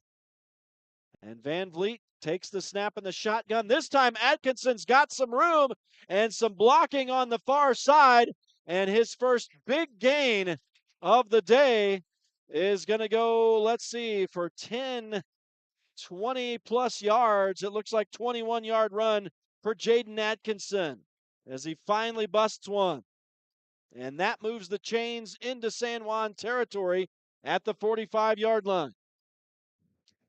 And down under 5 minutes now to go in the first half. Grantsville with the ball and a 12-6 lead. Van Vliet throws quickly. It's complete.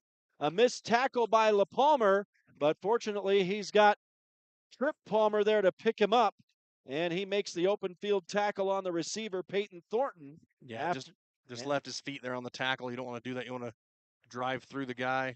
We got a flag on the far side. Yeah, I was going to say, I mean, I guess we can basically say that every play, and False it's start. going to come back. So the play doesn't count.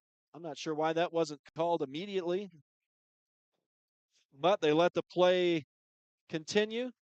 So that play will be erased from the stat sheet, and it'll be first down and 15 now, back at midfield for Grantsville. Yeah, I don't know what happened, but the flags have come to fly today from having nothing to now. It's a madhouse of flags. Those officials can't keep them in their pants now.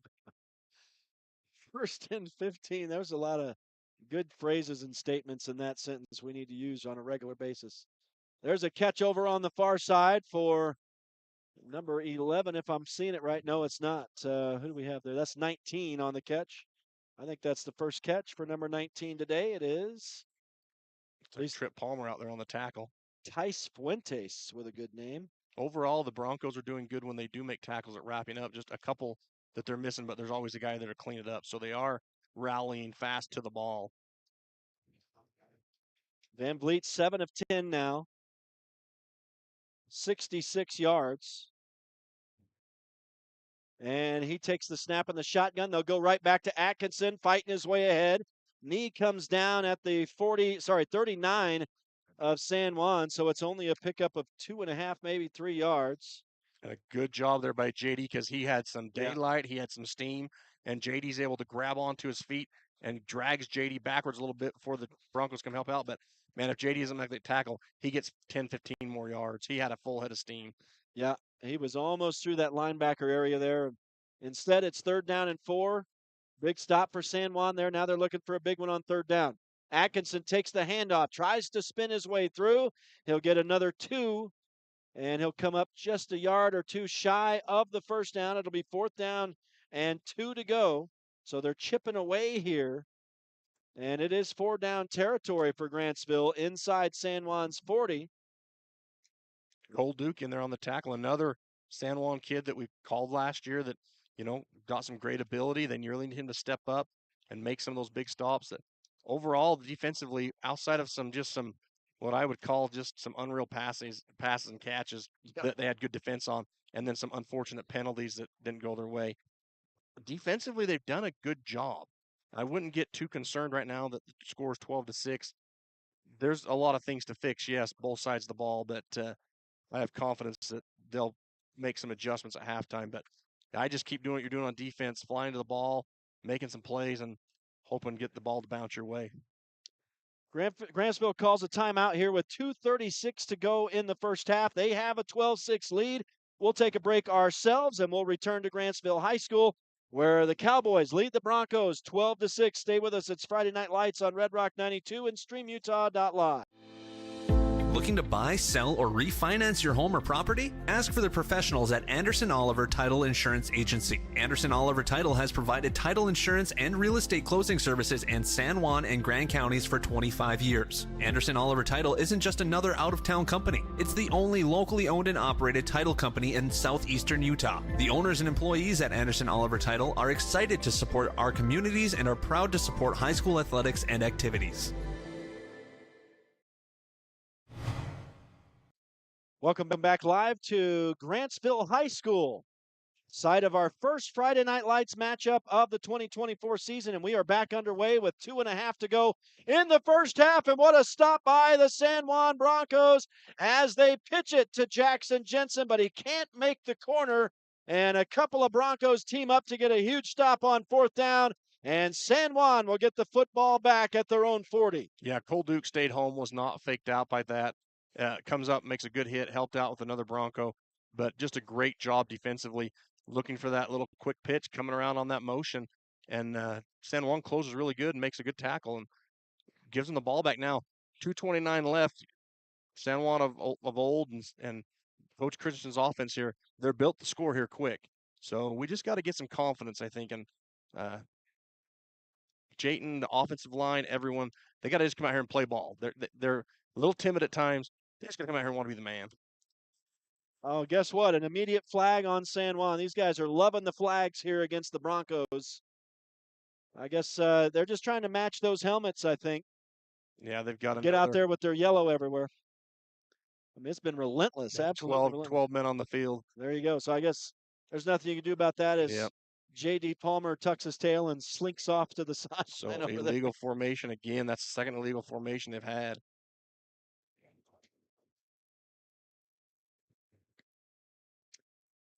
And here is Jayton Knight back in the shotgun now on 1st and 15. Still time, 2.5 minutes to go in this first half to see if the Broncos can put the ball back in the end zone. A pass complete and a beauty over on the far side as Jagger Neves puts a big hit on the secondary over there and picks up 12 on a nice pitch and catch. And just those quick we talked about it all season last year, and this is where they got to get Jayton comfortable. Just quick motion reads where it's just a timing pattern.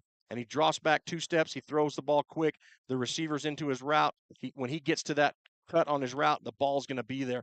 And that it makes it hard on a defense to adapt to that because you're still backpedaling when he makes his cut. And if that ball is there right when he makes the cut, defenses can't send that. And so that's the timing that we've seen with San Juan over the last few years. And that's the timing that these guys, they'll get it down. It's going to come. I know that 12-6, it's not usual, but patience here. I didn't know where you were going there for a minute, brother. I almost out-talked myself. Talked yourself into a corner. I do that all the time, don't I? Hey, it's the first game of the year for us too. I'm not like you. I don't get to be on the radio all basketball season. Come in and do. Hey, that was a long time ago. I've slept since then, my man. You're gonna come in and do those awesome morning shows that I hear you on. Here I am. I'm still tongue-tied. I think it's amazing that I can even remember how to do this first game of the year. So I don't know. It's already fun, man. We're already having fun up here. What are we doing? San Juan 1st and 10 after a Grantsville timeout. So interesting that they obviously didn't like something they had on defense. Well, now Jayton Knight's got time, but we're going to get a flag here. This is probably going to be a hold. They may as well blow the whistle. Now the ball is on the ground. I think San Juan recovered, but if there's a flag, we're not going to have a. Doesn't matter where the ball was at. I think it was a hold, not a false start. I could be wrong. I think we had some guy holding on the near side here. This sideline judge called it, so it probably is a hold. Which in that case, the fumble would have counted. Am I right? Yes. So yeah. But the San Juan got it back. So that's 2 linemen over there. Yeah, that's a break. So I guess it was just Jayton was carrying it over there. Am I right? So he picked up a yard, but this is going to come back. They're discussing this here. I don't know. They may have run out of laundry to throw on the field. They may be trying to replenish their supply. This has been an unreal first half as far as penalties go. What is Sam? Have you stopped counting their yardage? No, I still got it. I can't even keep track. I may have missed one, but I've got most of them. I think we're up to 71.5. That's not what you want. I don't think in the first half. Yeah, that's not good. No. And they're still discussing this, so I'm not sure what's going on. I'm pretty sure that the Broncos recovered the fumble. So now they're just trying to figure out if they're going where they're spotting the ball, I guess. We're going to see the replay now for those of you on Stream Utah. And he wasn't down. The Broncos were there to 66 recovered it. 50 is that 66? Yeah, 66. It was. Yeah, it's going to come back. It's a good thing that the center. That goes to the back side of the sheet there. Cutler Baker recovered that fumble. I'm gonna have to remember that. You guys have got the nicknames going. Here's Jayton Knight taking a low snap on 1st and 20. Has a man, Jagger Neves, who lays out, and it goes off the fingertips. Incomplete. What an effort. That would have been a first down. That is a tough break for San Juan. That was actually a good pass. It was in a spot only Jagger could get to, but it doesn't pan out. Yeah, one more step, Jagger would have had that ball. That was a good effort. Some would say if it hits you in the hands, you need to pull that in, son, but I got to give him a little benefit of the doubt there. As Knight, once again, on second, this time in 20, will air it out. He's going to throw it downfield. They overload over there, and unfortunately, Trip Palmer tipped that away from his own man. They had two guys in the same spot there going for that ball. And that is a bad break again. So yeah, back-to-back incompletion. Corbin Middleton, he might have had that if Tripp Yeah. wouldn't have tipped that out. But Grantsville playing deep cover 4 defense here, almost a prevent style, dropping 4 back at the snap, and they know they don't want them to go deep here. So if I'm San Juan, I'm looking for those short yardage ones. Yeah. You know, get Jake Ivins involved here and pick up the first down. Yeah, third down. You don't have to go for it all at once here, but now you are starting to run out of downs. It's third down and 20. Knight steps into the pocket, throws far side, incomplete through the hands of the intended receiver. I still can't see a number over there. He's completely sideways to me. I think it's Javen Montello. We got a flag clear out there.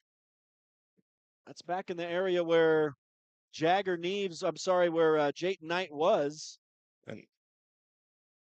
And I don't know what it was because the coaches over here were very animated in the sideline official's ear, and he turned around and had some words with him, so going to wave it off. So that'll be a fourth down and 20 now. So now you got a decision back in your own territory. They quick punted it last time. If I'm San Juan, quick punt it here, you don't want them to go in up 2 scores. Right. Yeah, so we'll see if they run a little trickeration or what they do. Grantsville's going to play it safe, and Jayton Knight will step into one on the quick punt, and it's going to go out of bounds around the 20. So no opportunity on a return over there. It's at the 22. And so Grantsville will take it back after the Broncos suffer a penalty and can't overcome it. So with 108 seconds remaining in the first half, and Grantsville up 12-6, the Cowboys regain possession. They'll start at their own 22. And again, the Broncos call on the defense here. Need a big stop going into halftime here as they will be kicking to start the third quarter. So Grantsville going to try to add to the lead. Van Vliet drops back, has pressure, throws near side complete. And again, slipping a tackle over here on the near side is number 20, Peyton Thornton, but he's brought down again, I think, by LaPalmer here on a second effort tackle. Jagger. It is going to be a pickup of 6 on the play. So Peyton Thornton starting to show up on the stat sheet. And now flags fly as Grantsville runs off left guard here. Beautiful footage on StreamUtah.Live. For those, we're going to start getting amazing shots of yellow flags laying on the field that you should post these on your website as promo shots or something. Just pictures of flags. Hey, if people want to go back and watch all the flags and count them up on their YouTube channel, they're trying to get to 1,000 subscribers. And so subscribe to YouTube here, Pitcher at Palmer on YouTube, and watch all the games that you're watching now, some other live stuff. But they're trying to get to 1,000 subscribers, so help them out, and you can go back and count all the flags in this game in the first half. Maybe that'll be a trivia question at the end of the year. And I know throughout the year for the subscribers, they are going to be giving away prizes. They are going to be giving things away, so be sure to tune in for that. And we may just be giving away flags. I think maybe what we give away. At least during this game, it's all we have to give away. So after the dust settles, it's going to be second down, and it looks like about 14 for Grantsville. And Van Vliet working for the shotgun. He's back at his own 10, throws it left side. Boy, he has a beautiful ball. That one overthrown, though, by a couple yards. And, man, I tell you, Brody Bilbo was about to lay the wood down there if that ball had been caught, man. But it's incomplete, third down and 14. Yeah, you look at that offensive line for Grantsville, and they've got 2 or 3 boys down there that put me to shame. There's some big kids down there in the trenches for the Cowboys, and they're giving Van Vliet just enough time to make some dime passes. I mean, that ball comes out, perfect spiral out there. It looks beautiful. He's overthrown his guys on his last couple attempts, though. Now he'll roll to his left as they hand off on a counter. Atkinson right up the gut. He's going to get about 5 yards. back inside the original line of scrimmage. It's going to be 4th down and about 8 on a pickup of 5 for Atkinson. Man, let's see what they do here. Looks like San Juan is going to call a timeout. They want to stop this clock. They believe they're going to get a punt here and maybe have an opportunity to get that ball back in the end zone here before they have to kick it away to start the 3rd quarter. So a little bit of chess happening now. A little bit of strategy. And a lot of things here go into Coach Critzen's offense. It's not just a 3 or 4 play offense. There's a ton of stuff that goes into the San Juan offense here, like a lot of other teams. But man, it's just an offense that has so many possibilities. And as a quarterback stepping into that, you've got to. But your line has to help you. You have to have receivers run crisp, solid routes. They have to be there on the timing, and it just it hasn't melded for the most part offensively and decision making, split-second decisions. So Jayton's going to get there. He's working through it. If I'm the coach who's going to halftime, I'm positive with him. Hey, let's go. Hey, let's make these things we need to fix right now. We don't have to fix the whole season right now. We need to fix a couple of things right now. Well, we'll see. This is going to be a standard punt, it looks like. And now, late, Bethea is going to streak into the backfield here to maybe get a kick return. They're going to kick it away from him. Now he's going to have to scoop it on the run, running backwards. Gets it about the 25. He'll tuck it up and protect that football. And he's going to earn a flag here unless that's a blocking foul on San Juan. We're going to see it's either on J.D. Palmer or number 5 for the Cowboys. So this could be a benefit for San Juan, trying to get one last possession to end this half and maybe tie this game up. The Broncos down 12-6 with under a minute to go in the half. They'll get the ball here, and we have to wait and see what this penalty is. I think they're going to call a face mask right here. Still no signal from the officials. No, it's on San Juan, and I don't even know what that signal is. Blindside block on JD. My goodness. That's going to happen right here in your corner, right there. Okay. Blindside block. So you can see it on the replay on StreamUtah.Live. That's a 15-yarder. That's going to be tough. The Broncos now will start inside their own 15. It'll be 1st and 10 from the 14. Sorry, Art. Last year, they'd fill up the stat sheet with penalties, San Juan. We'd talk to Coach about that, but it didn't matter because they were scoring 40 points a game. So it matters when you're not able to move that ball down the field. And that's just frustration right there, I'm sure. Just frustration penalties. Well, we'll see if they can overcome here. They'll have to put together something special starting from their own 14 with under a minute to go. There it is. Nice, easy pitch and catch as Jayton Knight spots Bethea over the middle for a 15-yard catch. And that's what you need. Just find the soft spot in the zone because Grantsville's dropping back 4 deep. Find those soft spots and nickel and dime them down the field here. That's Bethea's 2nd catch. Knight's got some time. Little comeback pattern over here, but unable to pull that down is Owen Adams. And it'll be 2nd down and 10. Clock will stop with 34 seconds left in the half. I don't think that one was on Jayton Knight that time. He threw to that tall man over here, just couldn't bring it down. Trying to get it on that comeback route, trying to get him so he could get out and stop the clock. And I think just Owen he knew what he had to do, catch the ball, get out of bounds, and he just Didn't catch it. Overthought it. That's right. 2nd down and 10 for San Juan from their own 30. Knight is flushed out to the right, throws a bullet, and it's caught by Trip Palmer. That's a pickup of 17. So that's what you got to do there. 27.5 seconds to go now. Trip Palmer with his first catch of the night, according to my stat sheet. That clock's going to run because he was going backwards, going out of bounds. Okay. So I was unaware of that. And so now they've got to call a timeout, does San Juan. And Coach Christensen is wondering why the clock is running. Well, the side judges stopped it. He's questioning.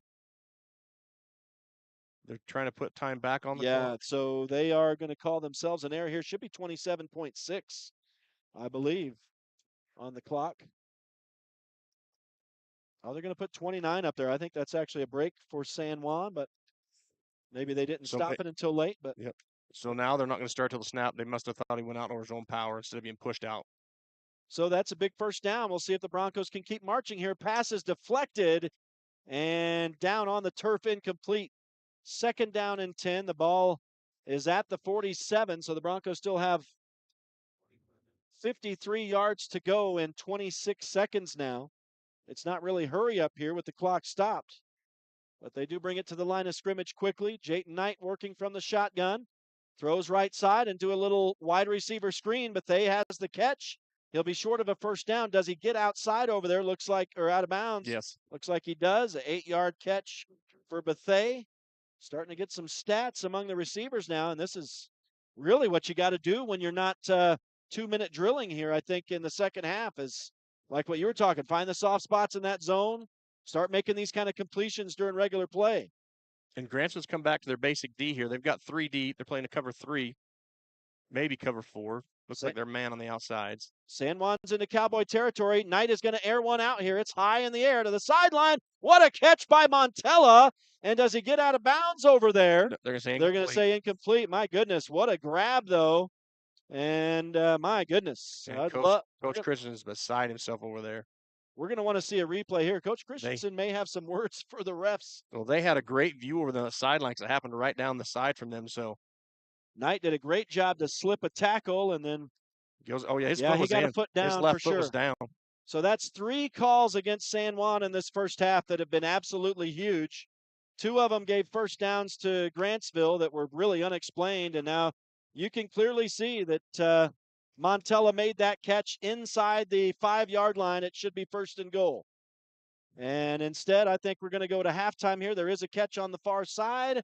Down to 4 seconds to go. If he's inbounds, that's probably going to be it. It's rough. It's rough, Art. I don't really know what else to say. But, yeah, there's definitely been some huge, sizable missed calls against San Juan in this first half. Well, that, and there's some growing pains here for sure. Anybody that thought they were going to come out here and not have some, some little hiccups that didn't understand what San Juan's working here. But these kids, they're going to learn. They're going to get there. And this is exactly why you play this game against a 3A tough team, so you can find those things out early in the season. You go out and play a team that you can just run over and push through. You don't learn nothing. And so we're into the first half here, almost 3 seconds. We'll see if San Juan can put something in the end zone here to knot this thing up at 12 or even go ahead. But even if they don't, going on at halftime, this is a perfect drive to end on, score or no score, because you've had some success, little things. And the one thing that if I talk to Jayton at halftime, I'm going to say, hey, listen, you don't always have to look for that long ball down the field. We don't have to have that home run time. You look at what we did at that last drive. 5, 8, 9, 10-yard passes. Look for that second, third read. Look for the check down guy. Look for the guy in space, and let's just move that ball.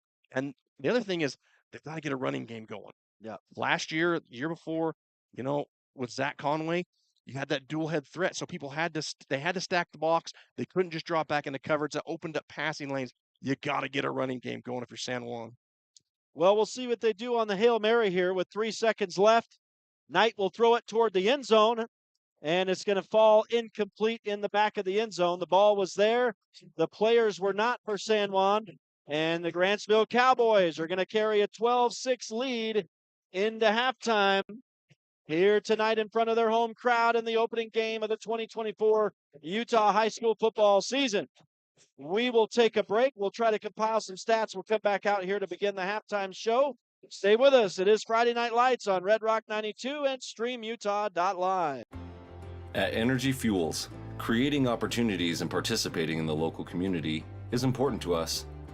Thanks to our dedicated employees, we're safely producing critical materials that support cleaner energy sources and a better planet for future generations. Knowing that the youth of today will make great contributions tomorrow, we're proud to sponsor San Juan High School athletics.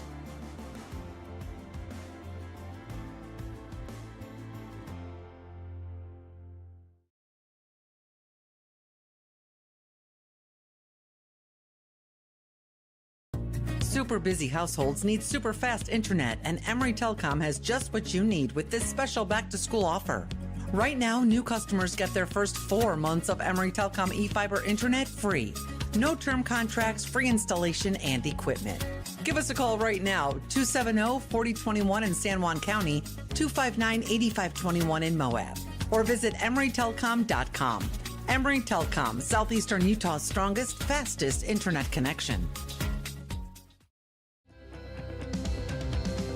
Here at Utah Naval Health System, our mission statement is we exist to improve your quality of life through comprehensive, self-empowered, culturally sensitive, and amazing customer service. Holiday Construction is your one-stop source for gravel, concrete, excavation services, and custom hauling.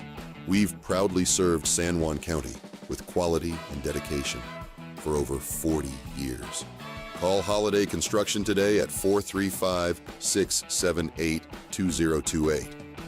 We're proud supporters of high school sports and our community. Life is a series of cherished moments, filled with milestones that define our journey.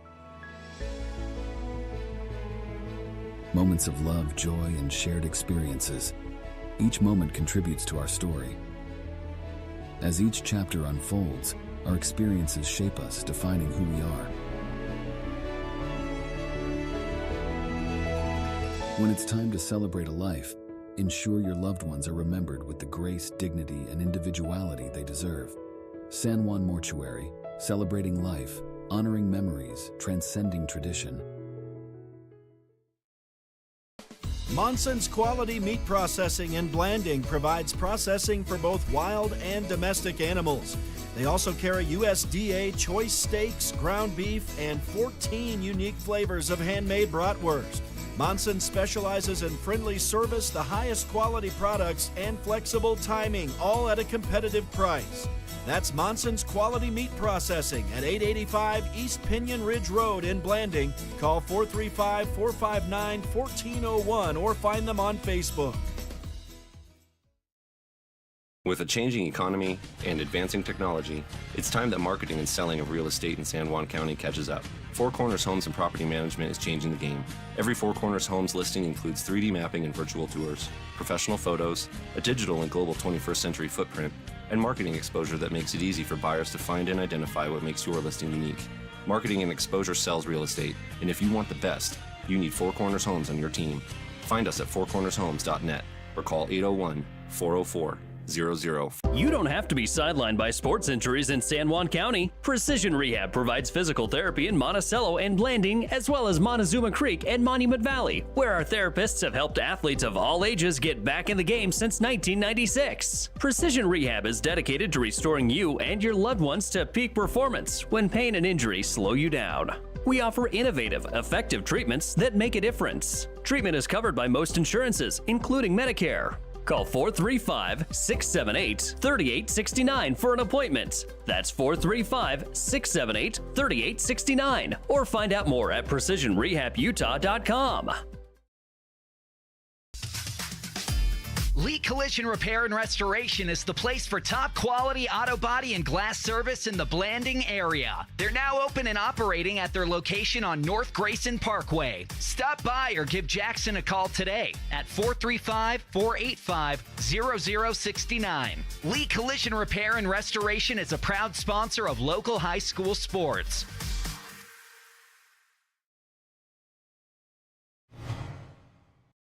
Live to Grantsville High School, Friday Night Lights on Red Rock 92 and StreamUtah.Live as we welcome you into the high school, Friday Night Lights, I'm trying to say halftime show. It's Rhett Sifford and Art Adair with you. And an eventful first half. These two teams kind of trying to find their way and some interesting calls, some interesting occurrences. And the Broncos find themselves down 12-6 at halftime. They'll be kicking the ball away to start the second half. We do have some halftime stats, and we'll start it off with Grantsville. And sophomore quarterback Dallin Van Vliet having a pretty decent night. He's 9 of 13 for 70 yards. Jackson Jensen helped him out. He threw a 32-yard pass on a slot receiver pass of kind of end around reverse.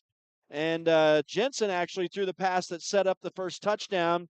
Van Vliet then completed a 7-yard pass let's see, I don't see who that was, unfortunately.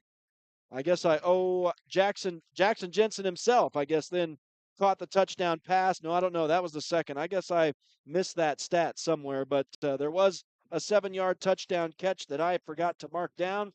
So I'm not sure who that was, but that set it up. Then Van Vliet completed another pass to Jackson Jensen that went into the end zone a little bit later on, and that gives Grantsville the 12-6 lead. San Juan scored a touchdown on a pass early in that first quarter. We think that may have been Jordan Fawson on the catch there for the touchdown, so I need to mark that down, I suppose. But Fawson has paid pretty big dividends here today. I guess I should just mark down his. Yeah, I thought he had made more catches. I don't know. I may have marked some things wrong. My stats, of course, are completely unofficial, but at any rate, 70 yards or thereabout for Dallin Van Vliet, 9 of 13. Rushing yards for Grantsville, not a whole lot going on. 34 on 15 carries, it looks like, between Van Vliet and Jaden Atkinson.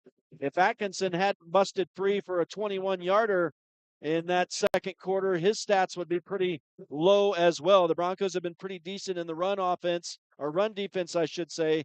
It's been the passing when Van Vliet has been hitting his men that has done the most damage.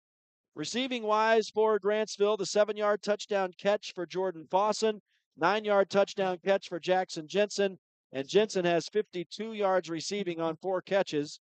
Peyton Thornton has 40 yards on 3 catches. Tice Fuentes has 1 catch for 3 yards. And again, these stats completely unofficial. And now we'll move it over to San Juan, the visiting squad here tonight, looking to make some adjustments in the halftime, of course, find themselves down by a touchdown for the first time in a long time as they start this 2024 season. But Jayton Knight in his first game as a varsity quarterback, 5 of 20. I'm sorry, that's incorrect. 14 of 22, excuse me, for 173 yards. And he does have the touchdown pass. And that was to Owen Adams, a 22-yarder back in the first quarter. Speaking of Owen Adams, he has 77 yards receiving on 3 catches. Branton Bethea, 28 yards on 3 catches as well. Trip Palmer has 2 catches for 29 yards. Jake Ivins, a couple grabs for 23 yards. Javen Montella has 1 catch for 4 yards. And Jagger Neves out of the backfield. And Neves has been the main running back as well today. Has 3 catches, 18 yards. So on the ground, Neves, 7 runs, 43 yards. And Jayton Knight has 9 carries for 20 yards. So 63 yards rushing. I'm sorry, I missed J.D. Palmer. My apologies, Mr. Palmer. He has 2 carries for 15 yards for the Broncos. So it's 78 yards rushing in that first half to go along with the 173 yards passing. So not a huge amount of stats, and Art, it's definitely not the offensive outpouring that we've come to be used to with this Bronco team, but obviously first game, new team, semi-inexperienced team, and I think you're seeing the jitters. I think you're seeing the lack of rhythm, unfortunately, but like you've said a couple times in that first half, they're going to make adjustments. They're going to get there. This is against a tough team. You can't sell Grantsville short. They've been pretty impressive at times here in this first half. Well, and for San Juan, you can't get down on yourselves. You can't live off the identity of the past 2 years and those teams. You have to find your own identity. You have to find what your strengths are and overcome your weaknesses. And for this group, I think we saw it a little bit on that final drive, that little short drop down passes. I would like to see Jayton get Jake Ivins a little more involved in the game. That kid's a gamer, and you don't have to go down the field every time. And I think it's just something that as a quarterback, I say young quarterback, he's a senior. But he hasn't got a lot of time at quarterback in a varsity action. And in the first halves of games, that's when all the money's made. And I think he just needs to settle down. He needs to, that decision-making process has got to speed up for him. And it'll come with these games and with more practice and those things. But just learning when to, hey, the coverage is too good. I got to pull this down and I got to run. And not just run, but run like your tail's on fire. And that's what we saw last year. But this team has to find an identity. They can't. And I hate to say this because I know there's people who are going to give me flack for it, but they can't worry about that record. It's not their record. They haven't won a game in that record as this group. So technically, record's not theirs. So they may be able to add to that record if they can get a win tonight, but they can't worry about that. They got to worry about figuring out how to play as a group, how to move the ball, and just have fun out there. Because when San Juan's winning, they're having fun. And right now they're having some struggles and setbacks, a lot of penalties. But like we said earlier, we've seen a lot of penalties in the past. It's just when you go down and score in 3 quick plays. But this team, I don't think that's their identity right now, tonight. They need to find their identity in the second half. And I think that identity, I'd like to see J.D. Palmer run the ball a little more. I'd like to see some quick passes to Jake Ivins. I'd like to see some quick slants, some comeback routes that they tried to get to, but just give some confidence and just build. And then when you get in the red zone, don't go for it broke. Keep with what's working for you. And but I'm not down there on the field coaching. It's easy to say that up here in the booth where we're, sheltered from everything. But I really think they've got some gamers on that team. They just got to figure out how to get them involved in this offensive scheme. Defensively, I think they're okay. They've had some bad breaks and some balls that honestly just fell into the hole and just got there. Those are just lucky. Yeah. I mean, that was some great passes, some great catches, and maybe a little, gift here and there. But you can't.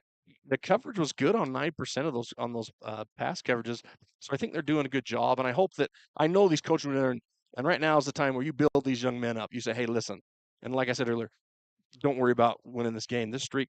Don't worry about the streak. Worry about what's in front of us. Worry about this play, and then the next play, and the next. Don't worry about the end of the game. We're worried about what are we doing play after play after play, and that's where we're at right now with this team. Yeah, I think a good note is one thing I haven't seen from this team so far is frustration. And even despite some things that have happened, obviously there have been some bad penalties. There have been some mistakes, like you mentioned. But I don't see the Broncos out there infighting. I don't see them being frustrated. I see them still battling. And so that's good to see. And amidst that adversity, and I think, obviously I think you're battling the team and some of the elements here tonight, it seems like. So, well, Rhett, you're also, if you're these kids on the San Juan team, you're also fighting yourself and you're fighting the record. Right. You're playing against last year's team because that's what the people expect. And so hopefully people at home understand however this game turns out, a miraculous win, or the other. I'm not going to say it, so I don't want to jinx them because I think they can come back and get this win. But no matter what happens, these kids, they're out there playing football and they're doing the best they can. And that's what we got to keep in perspective here, that this group is learning as they go right here. They haven't had the benefit of coming out and playing a soft preseason schedule. This is a hard game. This is one of the top games. When this schedule came out, this game and the Hurricane game were two of the games I thought, if that streak ends, those two teams are going to, and I give credit to coaches for scheduling this team because they didn't have to. Yep. Yeah, the Broncos have never shied away from a tough schedule. They've got 3 teams that they'll be playing up classifications this season. So that's something that they believe benefits them, and I believe it does too. And so that's something that we've come to expect from this Bronco team. These teams are both out on the field warming up, getting set for the second half. It's a 12-6 lead for Grantsville. They'll be getting the football to start the third quarter. We'll take another quick break. We'll return for the start of the second half. Stay with us. It's Friday Night Lights on Red Rock 92 and StreamUtah.Live.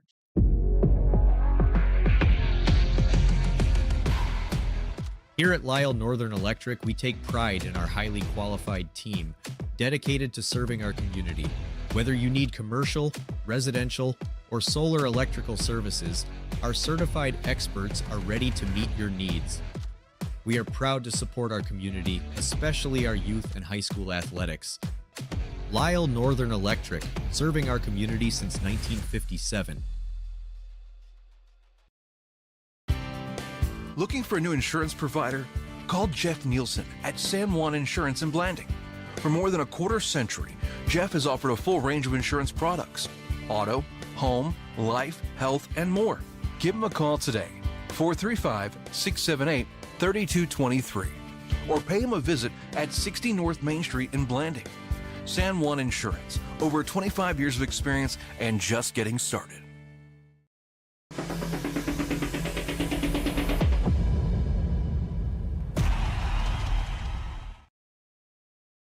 Let's talk cancer. Monticello, Utah. If you lived, worked, or attended school in Monticello, Utah from 1941 to 2002 for at least 3 years, you might have a higher cancer risk from uranium tailing exposure. Apply to get a free cancer screening today. One screening could bring peace of mind to you, your friends, and family members. Help spread the word and save a life. Screenings are available for a limited time through San Juan Public Health. Call today, 435-587-3838, or visit sanjuanpublichealth.org to apply. Hi everyone, I'm Lieutenant John Young with the San Juan County Sheriff's Office. Our job is to protect and serve those who live in this great county we call home. Youth are a very important part of our communities. It is normal for children to become more independent and mature as they get older, but parental involvement drops by half between the 6th and 12th grade when our kids need us the most. To help stay involved and connected with your children, just ask the 5 W's. Where are you going? What are you doing? Who will you be with? When will you be home? And will there be drugs or alcohol? It's not being nosy, it's being a good parent. So come on, San Juan County, let's do this.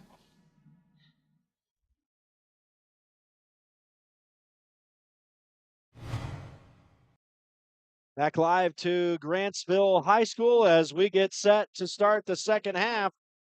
Friday Night Lights on Red Rock 92 and StreamUtah.Live. Welcome in, everybody. It's Rhett Sifford alongside Art Adair, Lane Palmer, and Caleb Carr on the StreamUtah.Live site tonight as we open the second half. The Broncos kicking the ball away for the second time tonight, and a nice return on the right side, but a late flag on this might be coming back. This will be coming back as Grantsville returns it out across their own 35, but it's either going to be a blindside block because that was away from the play.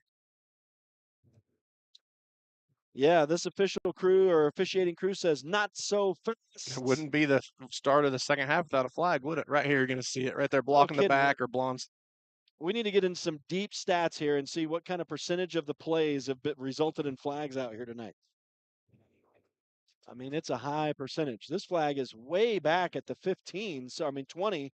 So this is going to drop Grantsville all the way back to the 10. That is a 25-yard loss on that penalty. And so that's a break for San Juan to start this half. Maybe the officials reviewed their first half as well and have turned over a new leaf here. 3 and out's what we need here. Atkinson on the handoff on first down, and he's going to break free. It's not going to be a 3 and out. Atkinson across midfield has one man to beat. And it's an open field tackle, but not before he gets all the way down to the San Juan 32. But guess what? There's a flag. And it looks like Josiah LaPalmer saying, hey, that's on Grantsville. Going to have a block in the back maybe down the field. That was a huge run. That's lots of missed tackles here just because we're not trying to angle and we're not trying to wrap up down here at the line of scrimmage and just trying to bounce off people, trying to knock them to the ground without trying to wrap up. And you can't do that. Yeah, that's a 56-yard run or 57-yard run, but chop block coming back. Yep, chop block. Block below the waist, yep. So that's going to be a spot foul, so 15-yarder. So it will be a first down, but it's going to cut ultimately, let's see, 5, 10, 15, 20. It's going to cut almost 25 yards off that play. So that's back-to-back 25-yard penalties ultimately. But Atkinson with a big run right there is going to be a 35-yard run, and now he gets it again. And boy, for a guy who wasn't making a huge splash early on, he's really started to pay dividends here for Grantsville. So he gets a 35-yard run, follow it up with a 6-yard run here. And now it's second down and about 4. As they've got it across midfield officially now, Grantsville. And Van Vliet working from the shotgun. Drops back, has plenty of time, throws complete left side. And another big gain down near the 30-yard line. That's going to go for 5, 10, 15, 20 yards. Just another great pass. Put it out there on the outside shoulder where only the receiver could get to it. And it's a nice pass by Van Vliet. And for Jordan Fawson, I probably am selling him short. That's on my stat sheet his second catch, but I think he's had more than that. And it is a 1st and 10 at the 31 of San Juan now for Grantsville as they are marching here in their first drive of the second half. Atkinson gets the handoff, and he bounces off San Juan tacklers, runs a man over, and he'll be close to first down yardage inside the San Juan 20, and it does move the chains, an 11-yard run, and a hard run that time for Jaden Atkinson as he's starting to pick up steam. Yeah, Trip Palmer there to stop, but again, just not the front line of San Juan and those linebackers are not wrapping up, letting them get to that second, third level. Van Vliet Hard count. Now looks to the sideline. We are almost a minute and a half into this second half, and Grantsville is threatening. Up a touchdown already. Now into the San Juan red zone. Here's Van Vliet. Hands off to Atkinson. This time the Broncos get into the backfield to stop him for a loss. Maybe there is some laundry on the field. Right right where holding's going to be called. So with the, yeah, it's going to be a 10-yarder on Grantsville. So we'll replay first down. That'll be first down and 20. That was right at the line of scrimmage on the flag. So that marks it back to the 29-yard line, 28-yard line. So Grantsville's come out with a lot of intensity this second half, and San Juan's just not making tackles like they were that first half on defense in the trenches here in between the tackles. So first down and long for Grantsville, but they've been on the move here to start this third quarter, like you just said, Art. Van Vliet has a lot of time rolling out to his left, throwing on the run, and this time it falls short, incomplete. He had a man over there. Yeah, hard pass for any quarterback to make right there, going against your body, having to square your hips up to the line of scrimmage as you're running opposite of where your hips want to go. Just a hard throw to make and a break for San Juan here. So this will be second down and 20. Clock stops on the incompletion. Just above 10 minutes to go in the third quarter now. So we're just now getting to 2 minutes into the second half. Grantsville has had the ball for the first couple minutes here so far, and they've been on the move. Now a pitch to Atkinson on the short side of the field, and I can never make sense of why you run the ball to the short side of the field, but they do here, and there's just not a whole lot of room over here for Atkinson. Maybe picks up 3 on that carry. Yeah, little option there. Quick option, too. We've seen with the option play here, Van Vliet, he's held that ball a lot longer, stretched that field out, but obviously with the short side of the field, you don't have a long time, and that was a design pitch. He's not going to keep that. We've seen him the other 2 or 3 times he's run that option. He's kept it every time. Third down and 18 for Grantsville. The ball on the San Juan 26. And so a big third down for both teams. It is 4-down territory, though. Van Vliet throws. It's intercepted by Javen Montella at the 5, and he'll return it. Oh, that's a flag. And he gets hammered as he goes out of bounds. I don't know how that's not. He must have been right on that sideline not to get a flag there because he was nailed. I thought he was out of bounds. It looks like the return came out across the 20 to the 25. That is a huge takeaway for the San Juan D as Javen Montella gets the first interception of the season for the Broncos, who can now get down to business here. Yeah, that is right definitely there. I don't know how that's not a late hit. That is definitely a late hit out of bounds on the replay. Unbelievable. Right in front of the ref. But the interception. The interception counts. The Broncos have the ball. They spotted at the 24. 9:08 to go in this third quarter. And the Broncos down by a touchdown. Look to get in gear here on offense. And guess what, Art? They listen to you. They hand the ball to J.D. Palmer. Oh, my gosh. And he rumbles ahead for 5 yards, but it's probably going to come back another flag. So the first interception of the season thrown by Dallin Van Vliet.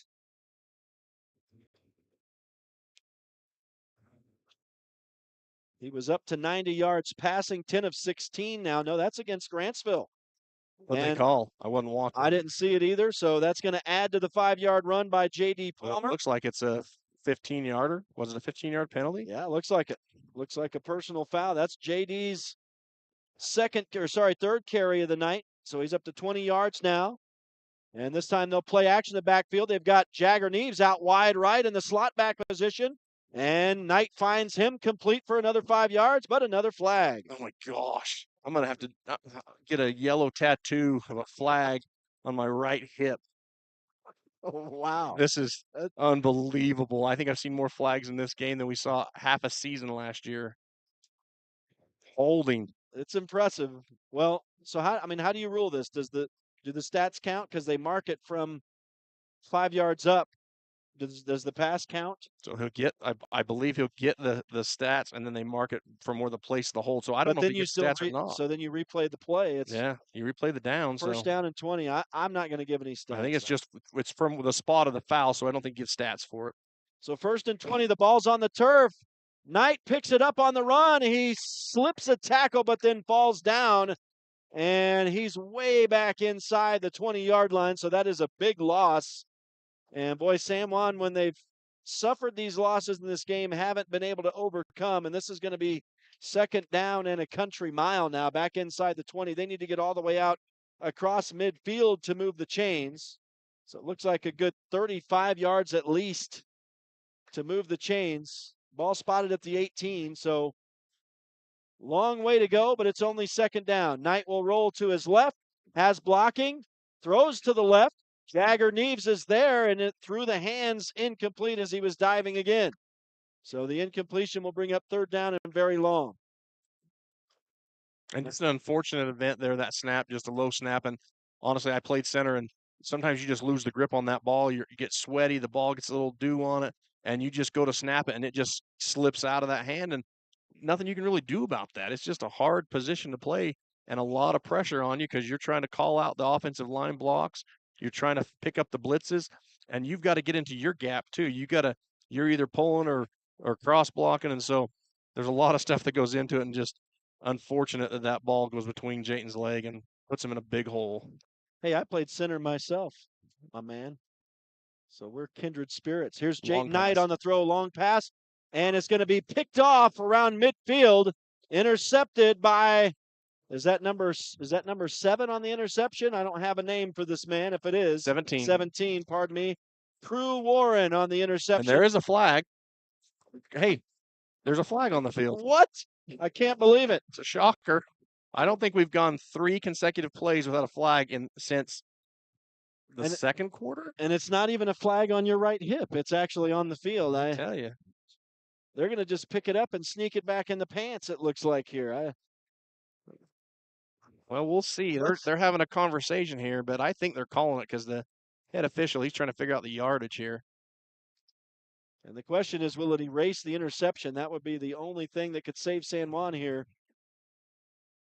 But if it stands, it's an interception, the 2nd of the game thrown by Jayton Knight. And the ball would operate kind of like a punt. It was on the he signaled the defense, but I wasn't watching the call. And it could have been on the return. We'll see. I don't know. So the interception would count, and it could have been on the interception return.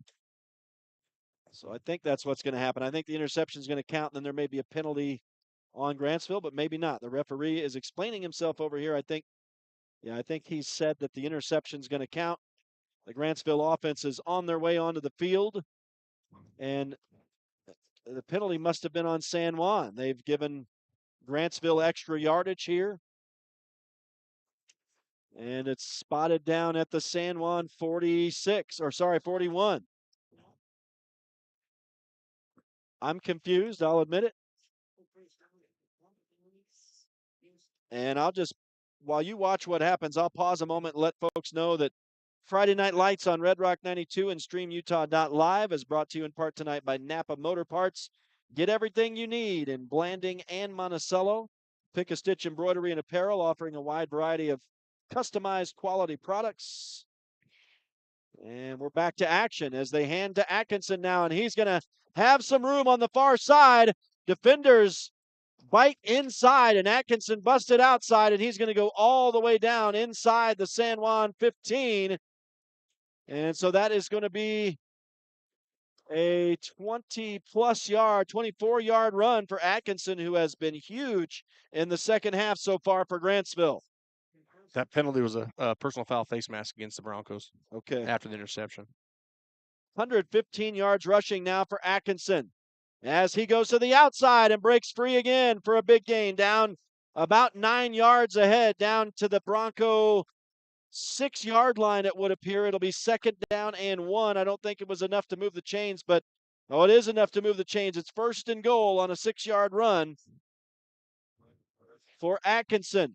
And so knocking on the door now, Grantsville with 7.5 to go in the third quarter. A 12-6 lead, and the Cowboys trying to add to it right here. Last drive ended in an interception for San Juan, but the Cowboys going to try to punch it in here. They're going to go keep it on the ground. Atkinson ahead for a couple. 2nd down and goal. Neves in on the tackle, also in on that tackle, Trip Palmer. 17 carries now for Atkinson, 123 yards. They've really been going to him here in this 3rd quarter. Just under 7 minutes now to go in the frame. And the Cowboys coming back to the line of scrimmage, looking at the matrix on their hands, everybody, or on their wrists. And Van Vliet will take the snap in the shotgun, goes to Atkinson again. If it ain't broke, don't fix it. He gets down to the goal line. It's going to be 3rd and goal at the 1. Yeah, they're doing a good job here at blocking that, pulling that offside guard and tackle, and just manhandling the defensive front of San Juan and getting a big push. So the Cowboys are inches away now on 3rd and goal.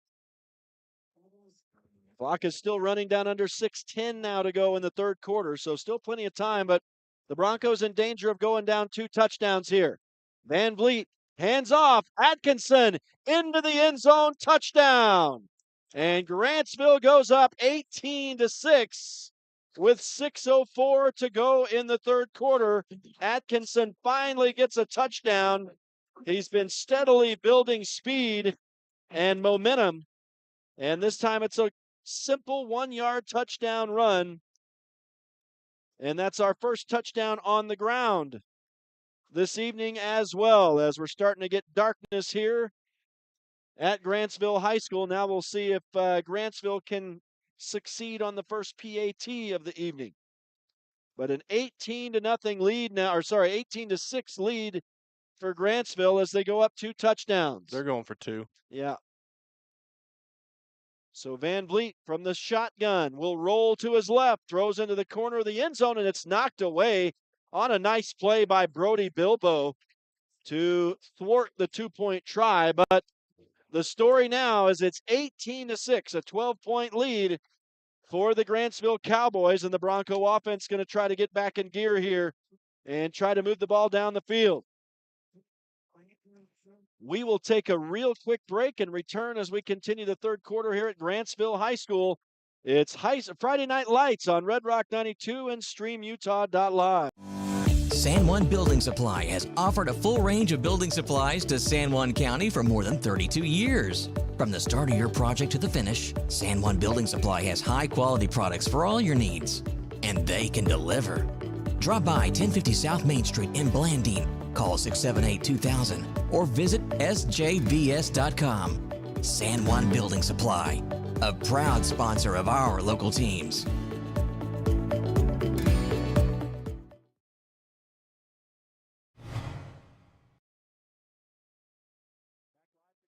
High School Friday Night Lights on Red Rock 92 and StreamUtah.Live as the kick coming now from Grantsville after they scored their 3rd touchdown of the night and go up 18-6 on San Juan. So the Broncos have their work cut out for them as the returner on the far side steps out of bounds.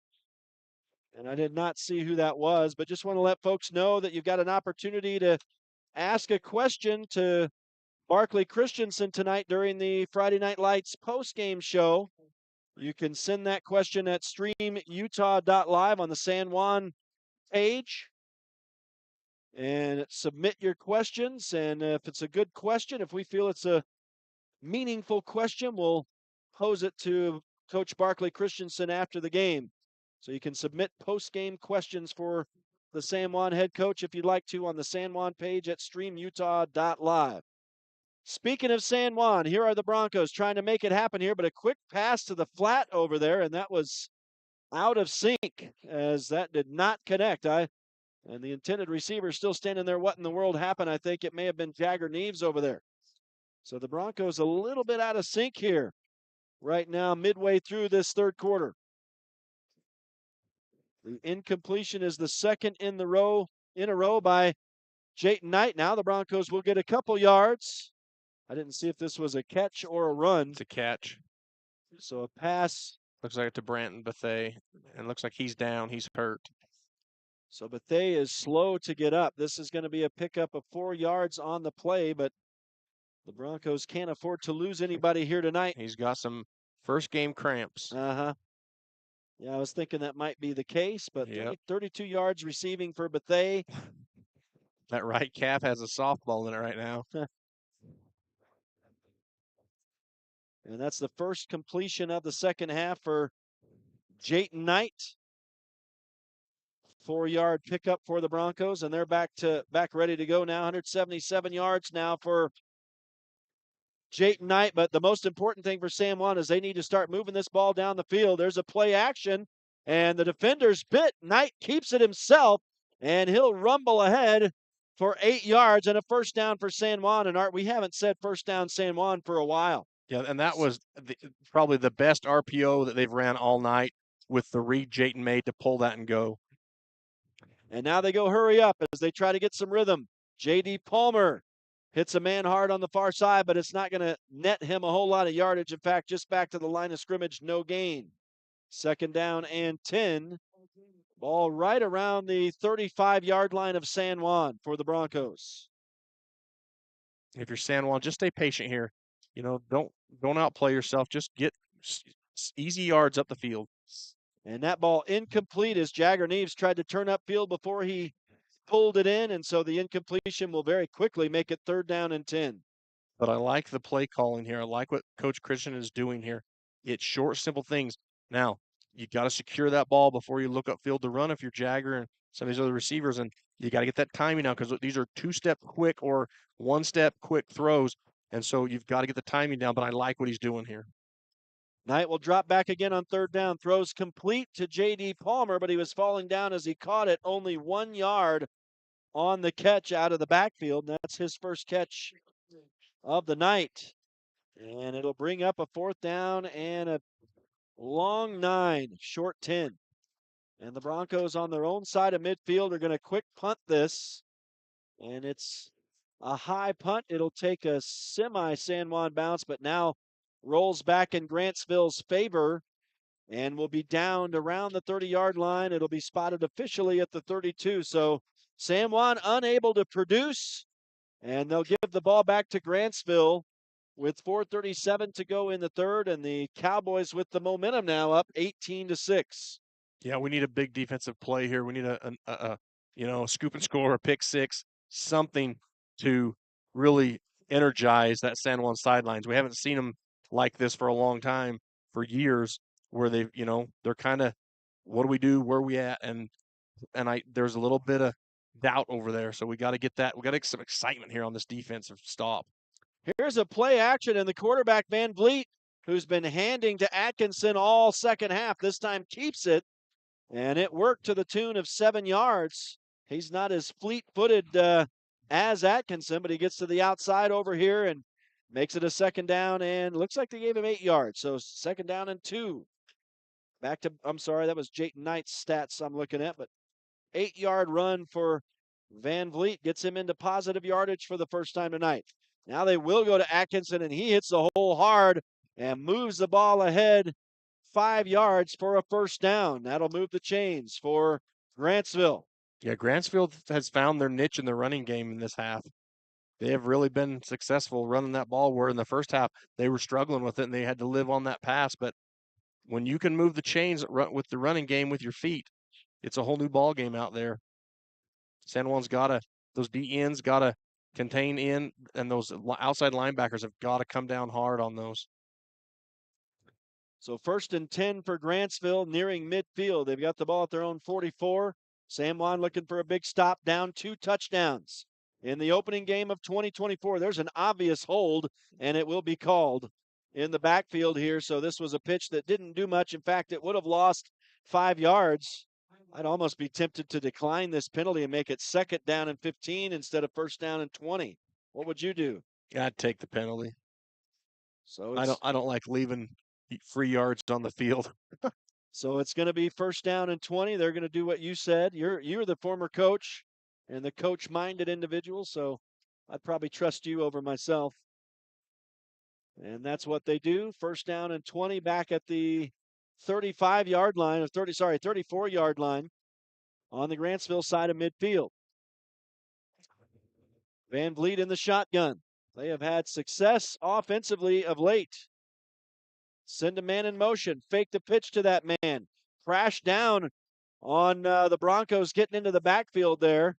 That was some hard hitting in the backfield to give Van Vliet a few extra seconds. He threw the ball downfield way out of the reach of anybody, so incomplete, and brings up a 2nd down and 20.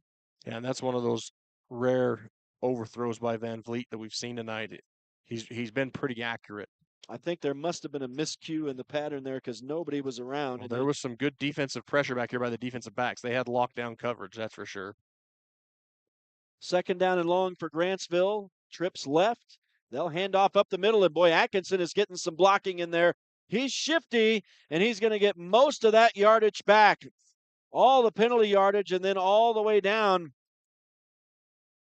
Looks like about 2.5 yards shy of the 1st down. So we'll call that an 18-yard run for Atkinson, who's just been continually building momentum in this 2nd half. And he's cramping now too. But yeah. The thing you notice on that run is the lead blockers, they were staying downfield. They were picking up those 2nd, 3rd level guys, and he still had a blocker in front of him when he got caught. And that's the key right there to how come they're having success here in this running game late in this game is those linemen are able to secure and fend off those tacklers and make big running lanes for this little guy, and he's able to just scoot through there. So the timeout with the injury as Atkinson is down on the turf. Now he'll have to come out for a play. That benefits San Juan. He's been the man they haven't been able to shut down as we have 3:30 left in the 3rd quarter. Grantsville will come out on a big 3rd down and 2 here. Friday Night Lights on Red Rock 92 and StreamUtah.Live, brought to you in part by Primary Residential Mortgage. With 30 years of know-how, they'll structure the best deal for you. San Juan Pharmacy, serving San Juan County and supporting local teams for decades. So 3rd down and 2, set to go after this injury timeout. Grantsville up by 2 touchdowns. They get guys on the San Juan line to move, but nobody encroaches. And so Van Vliet will now work from the shotgun, takes the snap, airs it left side. It's going to be complete and easily a 1st down all the way down to the San Juan 22. So that is a 25-yard pass. And just like that, it looked easy. A little flick of the wrist for Van Vliet. I didn't see who made the catch down there. Was that Fawson, number 8? I'm not sure. Number 5 is over on that side, so maybe it was actually Jackson Jensen. Either way, big pitch and catch, big 1st down to San Juan's 20. Now he throws on the move, and a man is absolutely uncovered and into the end zone for a touchdown on a 20-yard touchdown pass. I believe is Jackson Jensen. You mean number 8? Nope, it was Fawson then. Jordan Fawson.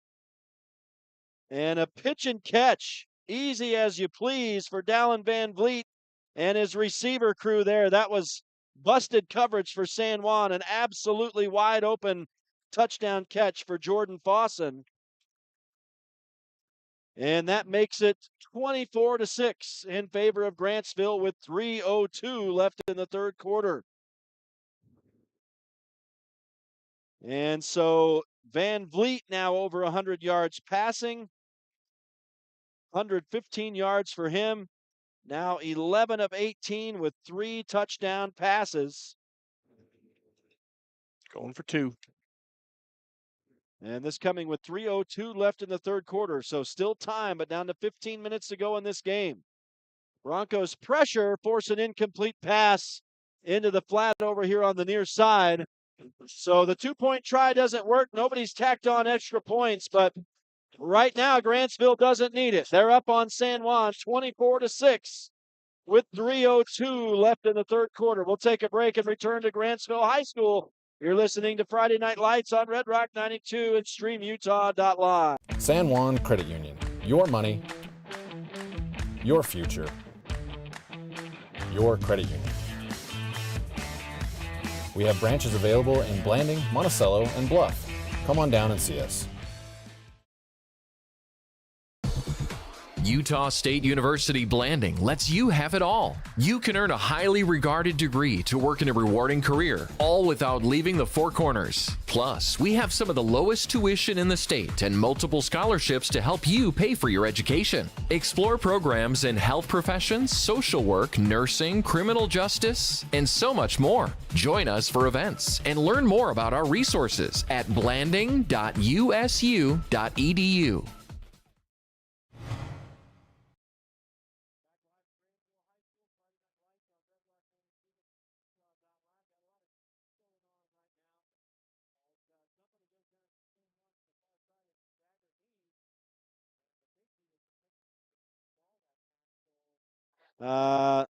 So Jagger Neves goes down with a cramp on the far side on the return. And the Broncos going to be trying to start here on their own 15. Down now by 18 points, 24-6, with just under 3 minutes to go in the third quarter. And so San Juan, with their backs to it here, got to get to work on offense. Haven't had a whole lot of production since the first quarter. And Jayton Knight will continue working from the shotgun. Hands off to J.D. Palmer, who will fight his way forward for a yard, not much more. And now late whistles here. We got another man down. Guys are starting to fall now late in this game with cramps, it looks like. First game of the season, 1-yard run for J.D. Palmer. Clock has stopped with 2:47 to go in the third. It looks like we're going to have an injury timeout. Yeah, we got a Cowboy down, number 5. And that is Jackson Jensen. So we've got a timeout on the field. 2:47 to go in the third. It's a 24-6 lead for the hometown Grantsville Cowboys. We'll take a quick break and return to Grantsville. It's Friday Night Lights on Red Rock 92 and StreamUtah.Live. Tailor-Made Wooden Heritage is the four-corner source for high-quality custom residential and commercial cabinetry for over 50 years. They specialize in designing beautiful, long-lasting cabinetry and countertops tailored to your specific need, and they offer competitive pricing. Tailor-Made Wooden Heritage is family-owned and operated. Call them today for a free quote, 435-678-2523. Tailor-Made Wooden Heritage is a proud sponsor of San Juan High School sports. No matter what you've got planned for the weekend, a home makeover, a landscaping project, a backyard barbecue, your neighbors at Red's Ace Hardware in Blanding have what you need. You'll find great buys on paint, tools, and yard and garden supplies, not to mention grills, patio furniture, and pool care essentials. We carry top brands like Clark & Kensington, Craftsman, Scotts & Weber, and our helpful associates can answer all your questions. For national brands and local expertise, you can always count on Red's Ace Hardware. Ace is the place with the helpful hardware, folks. For over 75 years, San Juan Health has strived to be the best place to receive medical care in southeastern Utah. With clinics in Blanding, Monticello, and Spanish Valley, San Juan Health offers a wide variety of services and world-class care close to home. Visit sanjuanhealth.org today to find out more. San Juan Health, chasing perfection since 1947.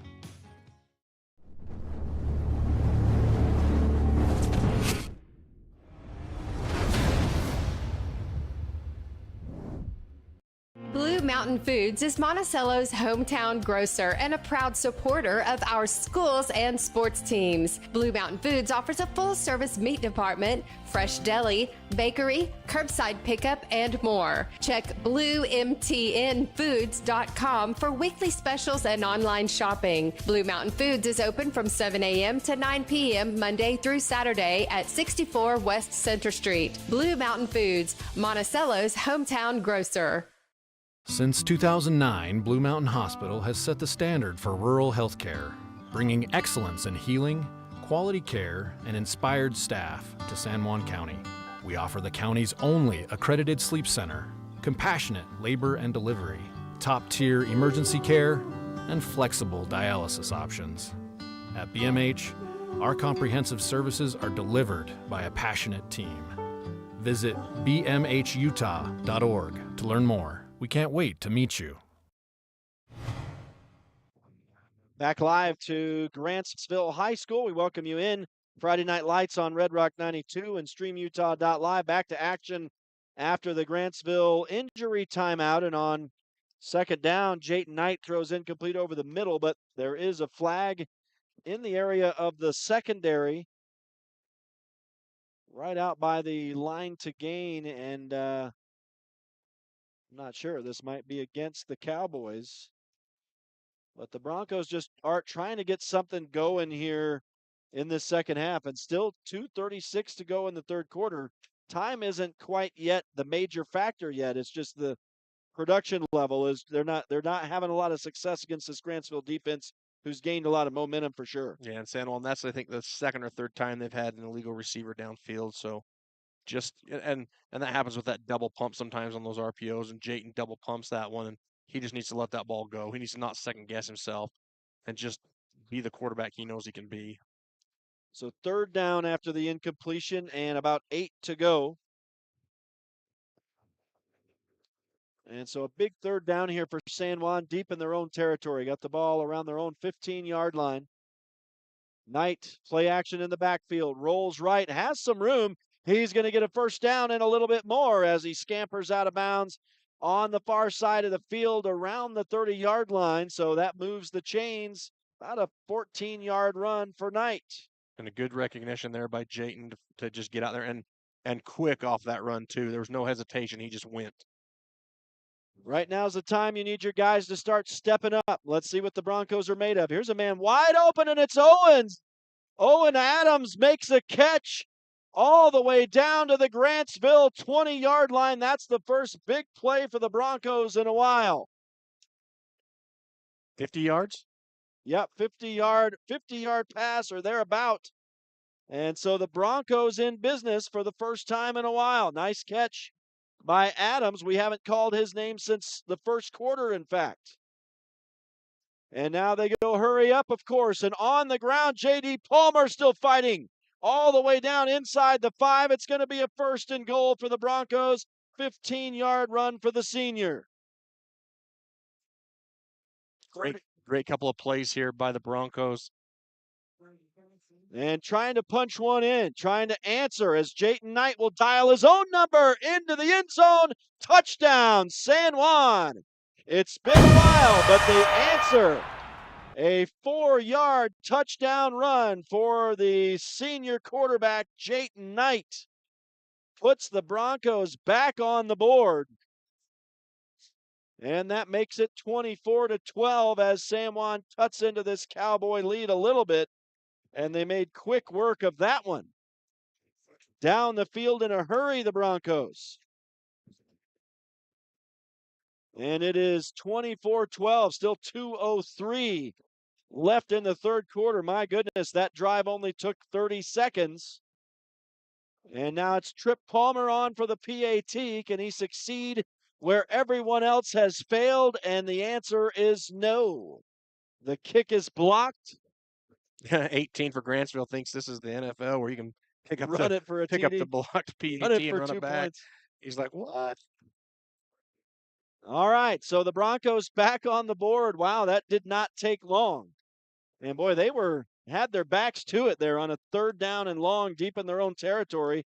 Jayton Knight ran for 15 yards to get them started, and from there on, Jayton Knight took control right there. Beautiful 50-yard pass, a wide open Owen Adams. Well, you saw a lot of quicker decision-making out of that drive out of Jayton, which is, in this offense, it's got to be quick. You can't make a second or third.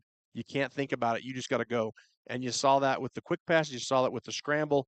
You saw it with the RPO and blocking up front with JD. And then you saw it with him pulling that, seeing the daylight and getting in the end zone. So, and that's always been what San Juan does, is they go quick and they make you make the mistakes. And tonight they've kind of just been out of sync with the group that obviously is first time together. And you're going to have that. We've talked about that a ton. And we've seen it. But great drive right there. And hopefully momentum here. Now defensively, they need to stop. If they can get this stop after that drive and the confidence they now have on that offensive unit, you'll see another drive like that. And the kick is a short one, kind of a little squib. It's going to be caught on the run. Oh, and breaking free. I thought he was down, but busting it to the outside, getting across Midfield on the return is number 28, Talon Butler for the Cowboys. I don't know if that was a I don't planned know. kick like that. Yeah, I don't know if that was on purpose, but it did not pan out for San Juan. Grantsville, it looks like he actually must have stepped out of bounds, I'm sorry, on the Grantsville side of midfield. They spot the ball shy of the 50. So it's Grantsville will start on their own 48. I thought it was going to be a little bit farther downfield, but that's not the case. So the Broncos catch a break there. And now, like you said, Art, looking for a defensive stop on this series.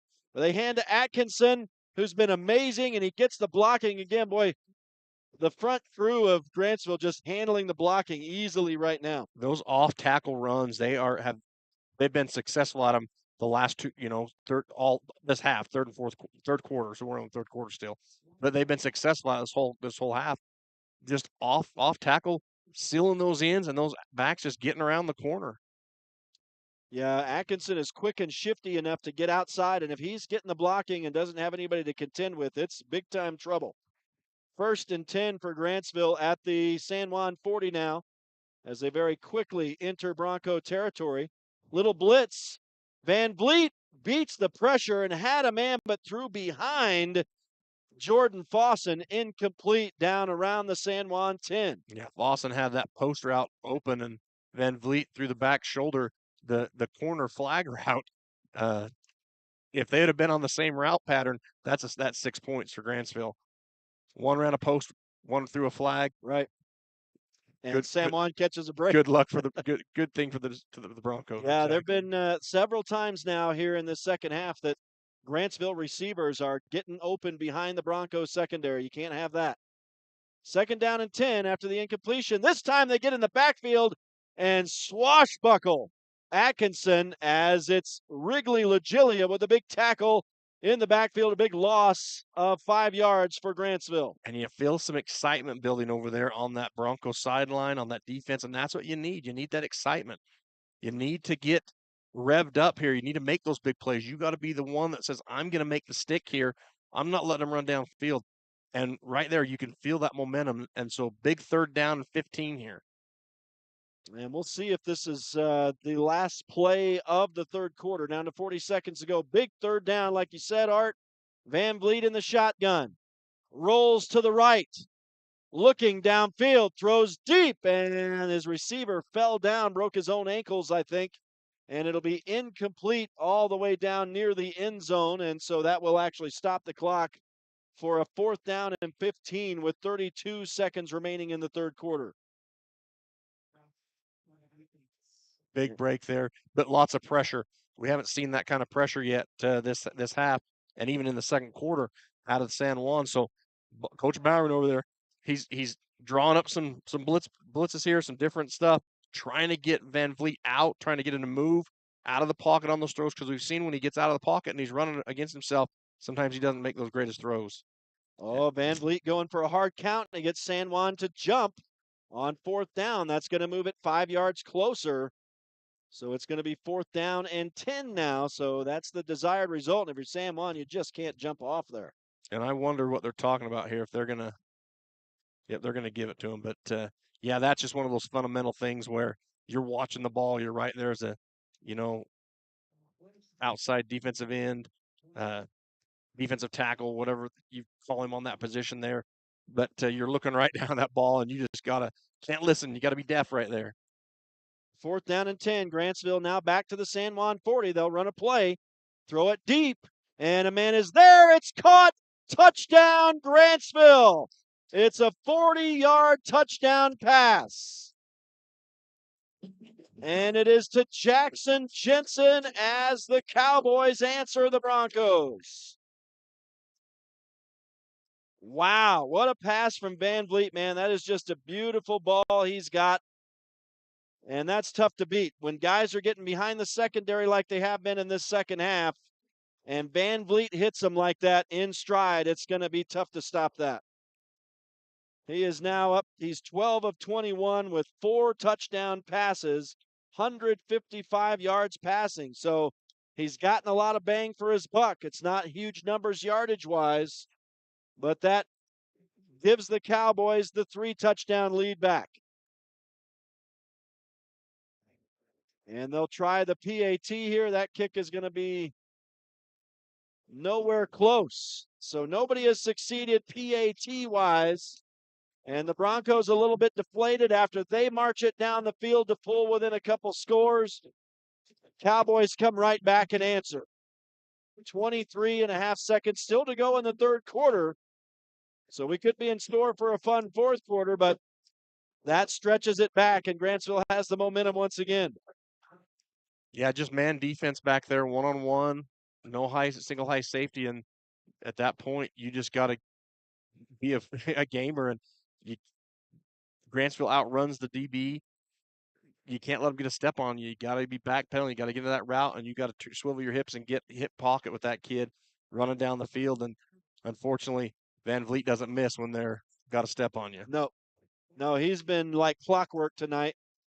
I know Jackson Jensen was the first player tonight to throw an impressively accurate long ball, but Dallin Van Vliet has picked up where Jensen left off. In fact, targeting Jensen a whole lot tonight. Jackson Jensen up to 117 yards receiving now after that catch. Now the Broncos are going to get a big return. I believe it's Montella. He's going to make a cut. Now he'll cut back. We're going to get a flag. It's a terrible flag. In the return, and it'll be a touchdown, but it's going to be coming back. That would be a kick return touchdown, but more laundry on the field, and I'd love to see this on the replay. The Broncos have been on the very short end of the flags tonight. If that's great position. They're locked up. They're engaged. So if he turns around while you're engaged, you can't call that. Let's see the replay here. It was Montella on the reverse return. We're right here. And it's going to be a... Yeah, I don't know how Yeah, I don't know. It's tough, man. It is tough. And they're talking it over, but... They were chest to chest. There was no... You can't even say that it was a block in the back or a hold because they're facing... 14's facing... They're chest to chest here, waving off the flag. Good call. Unbelievable. So it's a kick return touchdown for Javen Montella. The return was bobbled and then handed off to Montella somewhere around the 10. So that is approximately a 90-yard kick return touchdown for Javen Montella. And the Broncos finally catch a break in the penalty department. And a good no call that time by the refs. And we're going to see a PAT try as the Broncos immediately answer. And still 7.5 seconds to go in the third quarter.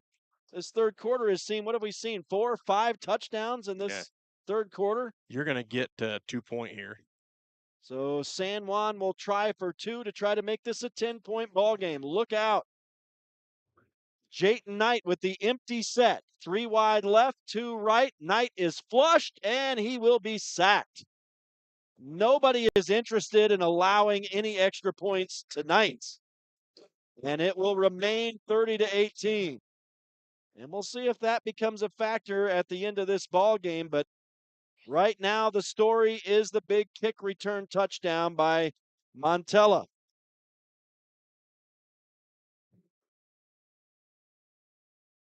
I'm going to write this down so I don't forget this. Yeah, I think we've scored 1, 2, 3, 4, 5 touchdowns in this quarter alone. Impressive. And a good run that time. I didn't think Javen, once he faked the cut, then cut back to the sideline, I didn't think he was going to make it, but he did get that block right there that originally was called, but then waved off, and good no call. It was like you said, there was no holding there. There was no illegal block. Yeah, I don't know how you have the benefit of replay, but yeah. But even the benefit of replay, when you watched it as it happened in real time with your blind eye here, and I'm clear up here in the booth, that official's right on top of it. You can see their face masks. They're engaged with each other. There's no block in the back. There's nothing, happening there that you could even question. I don't know how. You don't even need replay to see that. I don't know why you throw the flag anyways. If all else fails, keep it in your pocket. I think it's become a nervous jerk, nervous twitch tonight. There have been games like this where all we've seen is flags, but this one definitely stands out in the memory. There's a big return now coming for Grantsville, and a big open field tackle over here by number 37, Taryn Bayless, the senior for San Juan. Otherwise, Fossen may go the distance. My goodness. It's getting ugly out here it's for starting for to the be tacklers, like man. a heavyweight matchup, like the game we thought it was. The score, a little lopsided for Grantsville, but big plays on both sides here. And a necessity now for San Juan with just 0.4 of a second left in this quarter is a defensive stop. So we're going to see one play here to finish out this third quarter. And I'm not sure why we're having another conversation with the officials, but maybe they sure like to talk. They might just be discussing the fact, hey, you didn't throw a flag on that play. That's abnormal. So they didn't have a pregame dinner together or something. So they're like, hey, we haven't caught up with each other all summer. We're going to get in trouble, man. We got to try to keep our jobs here, I guess. All right, one play to finish the third quarter. They'll hand off to Atkinson, and this time San Juan's going to get to him. And 1 yard on the pickup. That will close the third quarter. And that ball, the replay, but they had him stop. His forward progression stop, so good call, no call, but 37 for San Juan. Who is that? Comes out we with just the ball. called. Yeah, we just called his name, Taryn Bayless, Taryn. the open field tackle on the return over here. So, yeah, he thought he had it on the fumble, but no dice. Third quarter in the books. It was a good one. The teams trade blows. It's 30-18 in favor of the hometown Grantsville Cowboys. As we head to the final frame, we'll take a break and return to Grantsville High School. It's Friday Night Lights on Red Rock 92 and StreamUtah.Live. Utah is our home, unique in its strengths and struggles. And sadly, suicide in Utah is one of our greatest challenges. So people across the state are coming together to answer the call, to change our culture around suicide and mental health, to give hope and provide genuine help. Together, we can get through, lift up, look ahead, and live on. Learn how you can reach out at liveonutah.org. Desert Rivers Credit Union is proud to team up with the communities in our corner of the state. A nationwide network of ATMs and branches, full line of mortgage products, local decision-making, low fees, and great rates for every credit score are just a few of the things we bring to the team. And to top it off, we are for people, not profit. Come by and meet our team at one of our 4 branch locations or visit desertriverscu.com. We love our communities and are proud to support our youth. Back live to Grantsville High School as we are already in action, and a nice pitch and catch for Van Vliet for Grantsville as they move the chains here. I think that was about a 10-yard pass from Van Vliet to Jackson Jensen. And boy, the offense and just the yardage starting to come together here for these two teams right now. And I've got to switch my colors here on my pin as we get underway, but a 10-yard pass to Jensen to start us off here in this fourth quarter. And the Broncos desperately needing a defensive stop here to stay in this game with now 11.5 left, and Grantsville starting to use the clock now. As they shift up the formation, false start. They were not set, so timeout first by Grantsville. Well, they caught a break on that. So timeout called and time to thwart the penalty there. And so the Cowboys call the timeout with 11:16 to go in the ball game now, up 30-18. The Broncos feeling it a little bit. They've gotten close. They scored a touchdown to pull within 12, but Grantsville answered almost immediately on a long touchdown pass from sophomore quarterback Van Vliet to Jackson Jensen. And then the Broncos answered on the ensuing kickoff. So the teams have traded blows here in these past 3 possessions. And San Juan now looking for a big stop. You're not going to obviously win this game unless you get a stop right here. Yeah, and if you're Grantsville, you're just taking what they give you. You're not looking to go all the way for 6 on each play. You're just taking the soft zone. If they're in a zone, if they're in a man, you're looking to run the ball, and you're just taking the short yardage you get just to keep the clock moving. Following the timeout, we're back to action now. Van Vliet on the pitch. The ball is on the turf, and it's recovered by San Juan. It's a backwards lateral, and the Broncos' J.D. Palmer comes off the turf with the football. That is exactly what San Juan needed, and now can the offense take advantage? The fumble on the pitch gives the ball back to San Juan at their own 42-yard line. What a break for the Bronco D. What a play. And San Juan will start right there, 1st and 10. My goodness. Yeah, just a little option play there, and it just popped. They were able to pop the ball out. And like you said, they needed a big break here now. They need to capitalize quick. And Jayton Knight has time, a lot of protection, throws one high in the air. That's PI. And it's a pass interference as Owen Adams is interfered with on the far sideline. 2 flags down, and that will move the chains ahead for San Juan into Grantsville territory. Wow. All of a sudden, you get the sense the Broncos have gathered a little momentum. And you look at that route right there. Owen Adams had him beat, and if Grantsville doesn't get that PI, doesn't grab him, turn around, that might be That's 6. that's one of those that you might save a touchdown with that penalty. But I think you've got that matchup now you want out there with Owen Adams and the defender. If they line him up there, I'm telling Jayton, you look for that matchup. If we're going single high, he's doing that that quick go route. We're looking for that route every time because he's obviously got the speed on him. And the ball will be spotted at the Grantsville 48. 1st and 10 for San Juan. 11 minutes to go in this ball game now. The Broncos are down 30-18. Grantsville plays a safety over the top over on that side. They don't want the same thing to happen. Knight hands off to J.D. Palmer now, who goes off left guard for a quick 5 yards and down to the Grantsville 40. 2nd and 5 as J.D. Palmer has been the go-to guy on the ground in the second half. And you see Grantsville dropping back into that high 3 cover zone. And so that's exactly what you need out of your running back in your line. You need to run the ball here.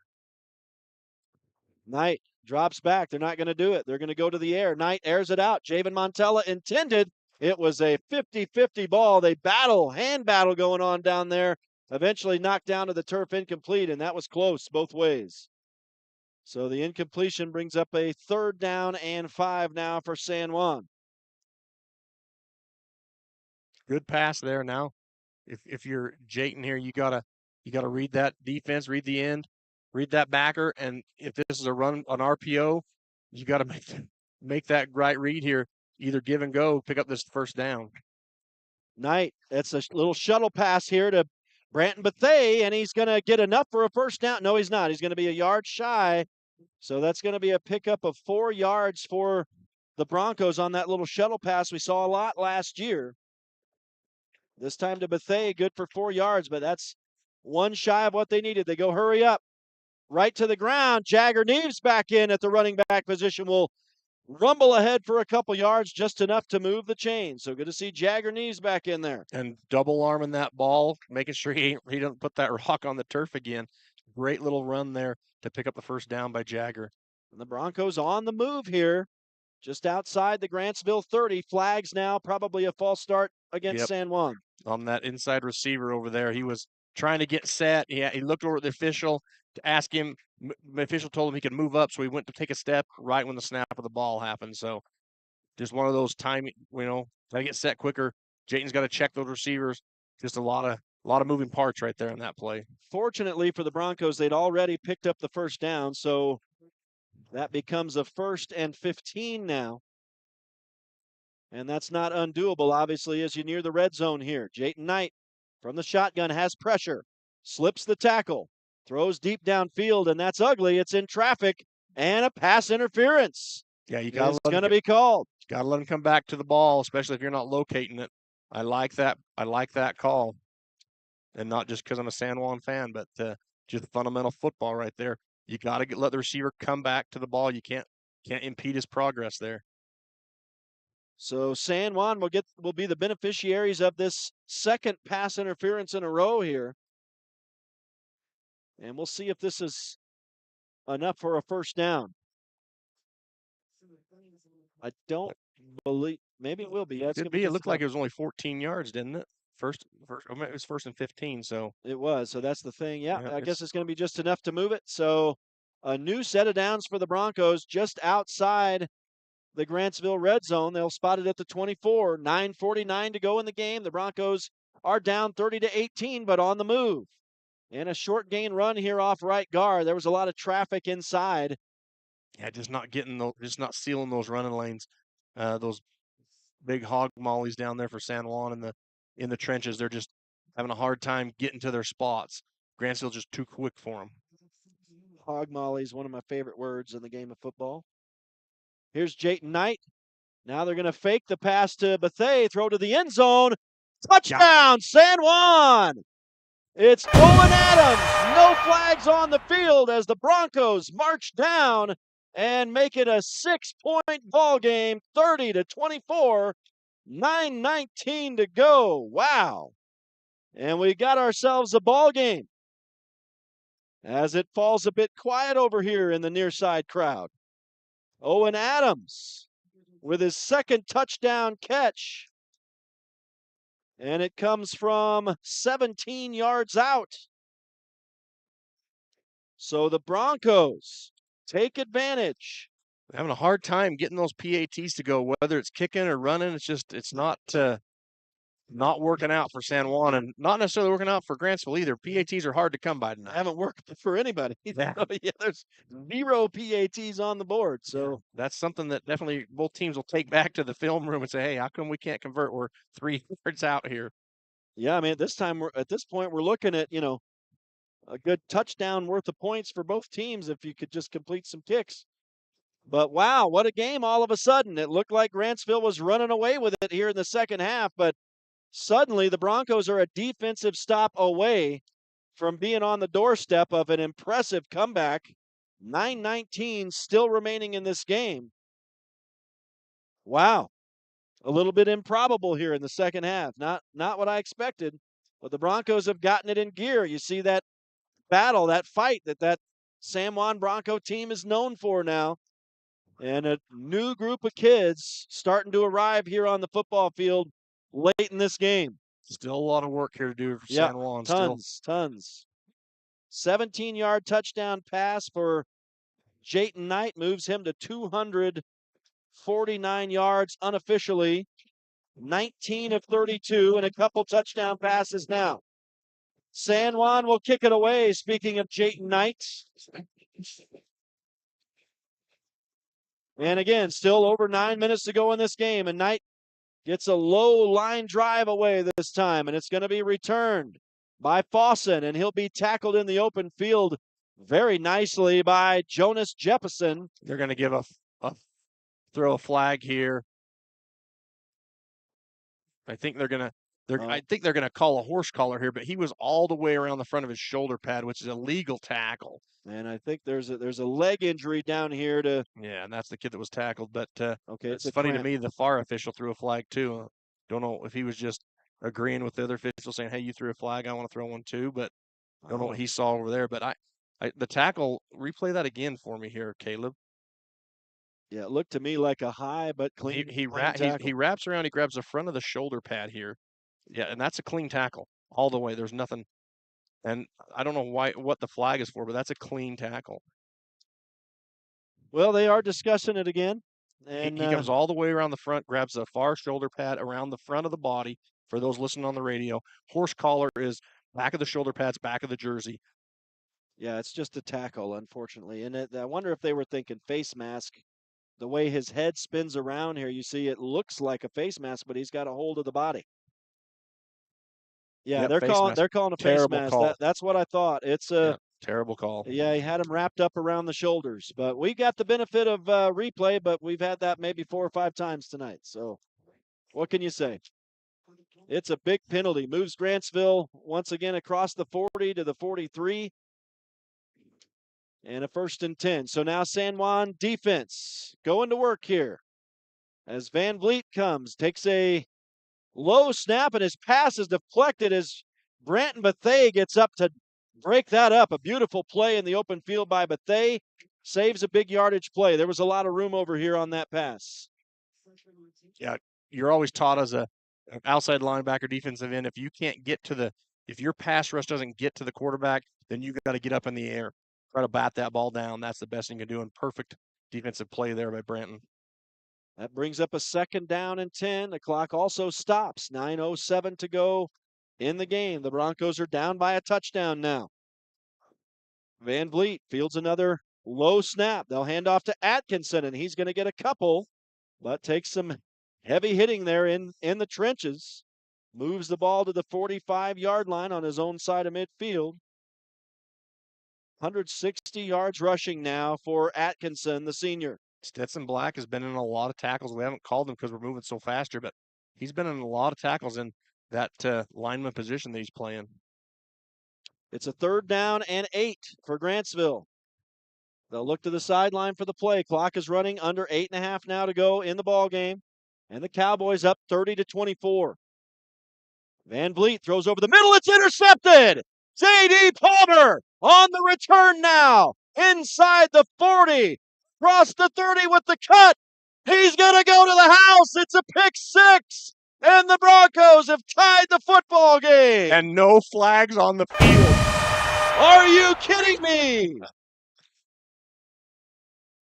I'm speechless. It's 30-all with 8:13 to go. And the San Juan crowd is going nuts on the far side of the field. I mean, J.D. climbed the ladder and slung it out of the air and ran it back like a beast. Oh, that run back was impressive. And the blocking downfield and keeping it clean. That's the thing you hate as a coach, the transition on a pick 6. Who's going to get the block in the back? But they just outrun them, outwork them, and J.D. Palmer does the rest. Unreal. And now the Broncos could take the lead with a 2-point conversion. And Knight will fake the handoff, keeps it himself, and it's not shocking that he doesn't score. And we're all tied at 30. Holy cow.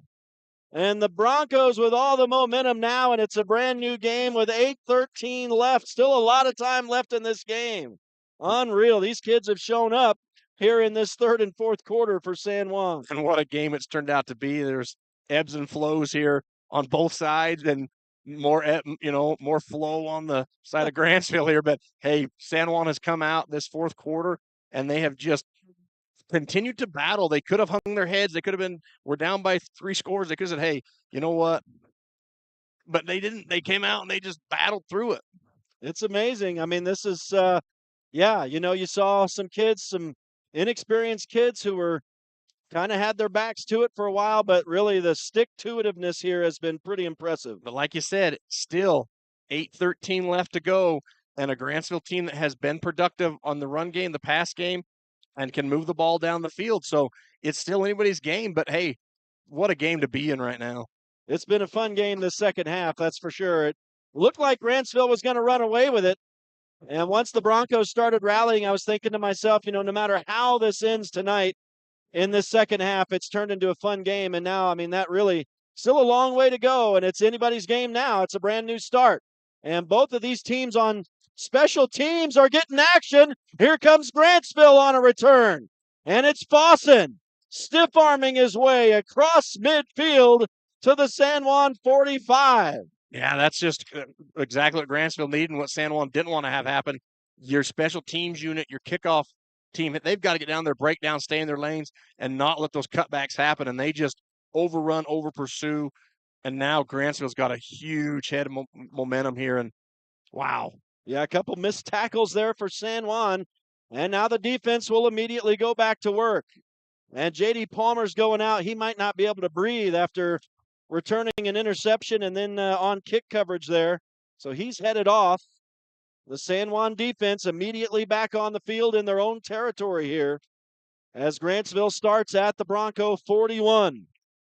Van Vliet hands off to Atkinson. He'll bust it up off right guard and picks up a quick 7 yards for the Cowboys. Yeah, defense here's got to dig deep. Coach Bowering, Coach Grins have talked about their defense, how what a good preseason, what a good workout they had this spring.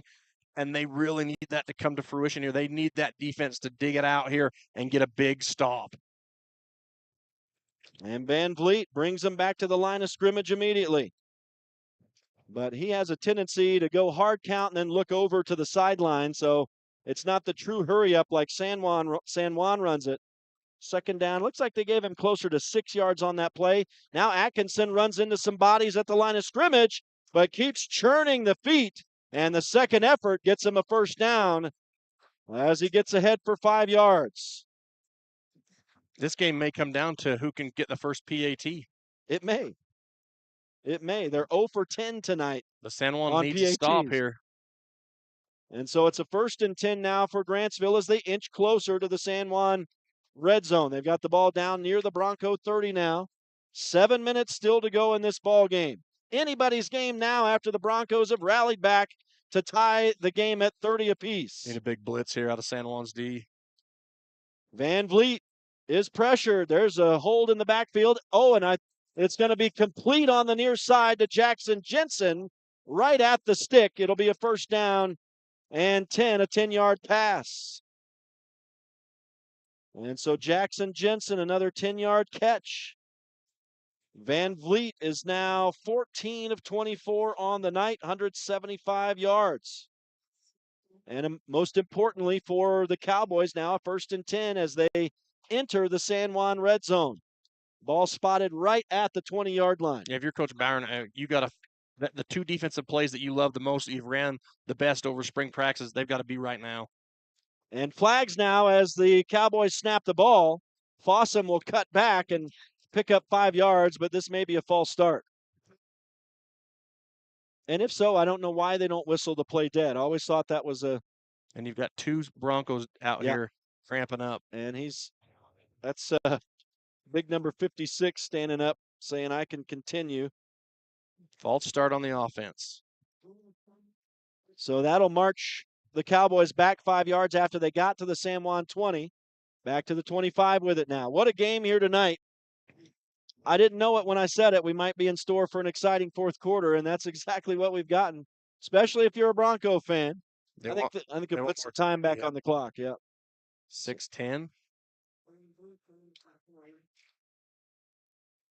I'm looking into the eyes of the clock operator here as he I think it's 6:10. Tries to glean the info, and that's what he put up there. So 6:10 remaining in the ball game. It's a first down and 15 for Grantsville from the San Juan 25. They started this drive at the Bronco 42.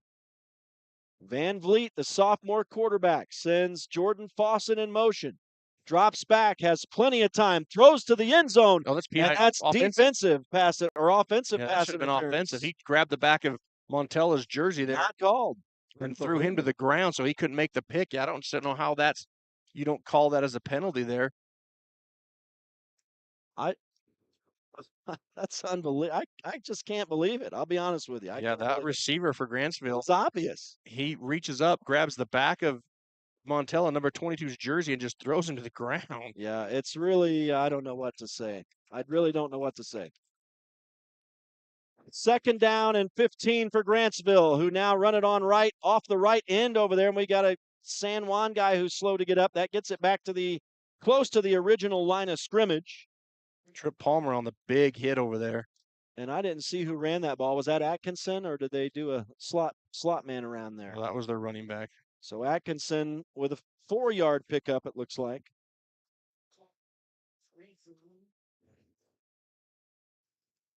Right here, big third down, big as they come, and Coach Christian wants a timeout. So he'll get it here with 5:24 to go in the game, 30-30.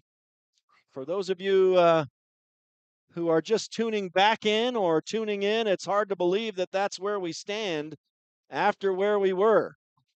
The Broncos were down by 3 touchdowns in this game, not once but twice, and have stormed back in this fourth quarter to tie it up 30 apiece. Definitely 2-down territory here, because we've seen that. I guarantee if they don't have a PAT kicker, they don't have a field goal kicker on this team. But, if you can get a big stop here, a 4th and 10 is a lot harder than a 4th and 2, 4th and 5, or even a 1st and goal. So big down right here. Definitely want to make sure everything's right out there with your team, and good timeout. Coach Christian obviously saw something that he didn't like, wanted to talk about, maybe a trickeration play that they know is in their playbook that they haven't run already, and wants to, hey, make sure we stay on that backside, make sure we don't bite on this coverage. We'll see what happens here, but huge down. Third down and a long 10, short 11 for Grantsville at the San Juan 30-yard line. There's a throw, complete, and it's going to be down inside the 5-yard line for Grantsville, still fighting for yardage, and all the way down to the 2. It'll be a 1st and goal. And it's number 19, I believe, on the catch. Yes, it is, and that is a huge play as Tice Fuentes makes the catch. And that is around a 20-yard catch, I think. I'll just mark it down as 20. I did not catch where that originated. Boy, he was fighting for extra yardage down there as well. And now Grantsville in business. The ball is on the turf. Yeah, he fumbled the ball and went down to a knee. Good call there by the white hat to dead ball that. And also a flag is down, so it may have been a false start. They were trying to do a quarterback sneak there, but it sure was ugly. And let's see. False start. False start on the Cowboys. So they were at the 2. That's going to push them back to the 7, and it'll be 1st and goal. So the Broncos don't get the down there. It'll be 1st and goal again, back at the 7. And so Grantsville threatening to make this a 36-30 game. 5 minutes or just under 5 minutes to go. 1st and goal for the Cowboys. Back in the shotgun is Van Vliet. Hands off to Atkinson, and he pushes the ball forward back inside the 5 to the 4, 2nd and goal. So a 3-yard run for Atkinson. He's up to 180 yards rushing now. We've got a Bronco down and a Cowboy helping stretch him out here, cramping again. So we're going to get a timeout here on the field. And I think we'll take one ourselves. It's exciting, folks. It's 30-all. Grantsville is threatening with 4.5 minutes to go in this ball game, but the Broncos have rallied from down 3 touchdowns to tie the ball game. We'll see how it's going to finish. When we return, stay with us. It's Friday Night Lights live from Grantsville High School on Red Rock 92 and StreamUtah.Live. Looking to buy, sell, or refinance your home or property? Ask for the professionals at Anderson Oliver Title Insurance Agency. Anderson Oliver Title has provided title insurance and real estate closing services in San Juan and Grand counties for 25 years. Anderson Oliver Title isn't just another out-of-town company. It's the only locally owned and operated title company in southeastern Utah. The owners and employees at Anderson Oliver Title are excited to support our communities and are proud to support high school athletics and activities. At Energy Fuels, creating opportunities and participating in the local community is important to us. Thanks to our dedicated employees, we're safely producing critical materials that support cleaner energy sources and a better planet for future generations. Knowing that the youth of today will make great contributions tomorrow, we're proud to sponsor San Juan High School athletics.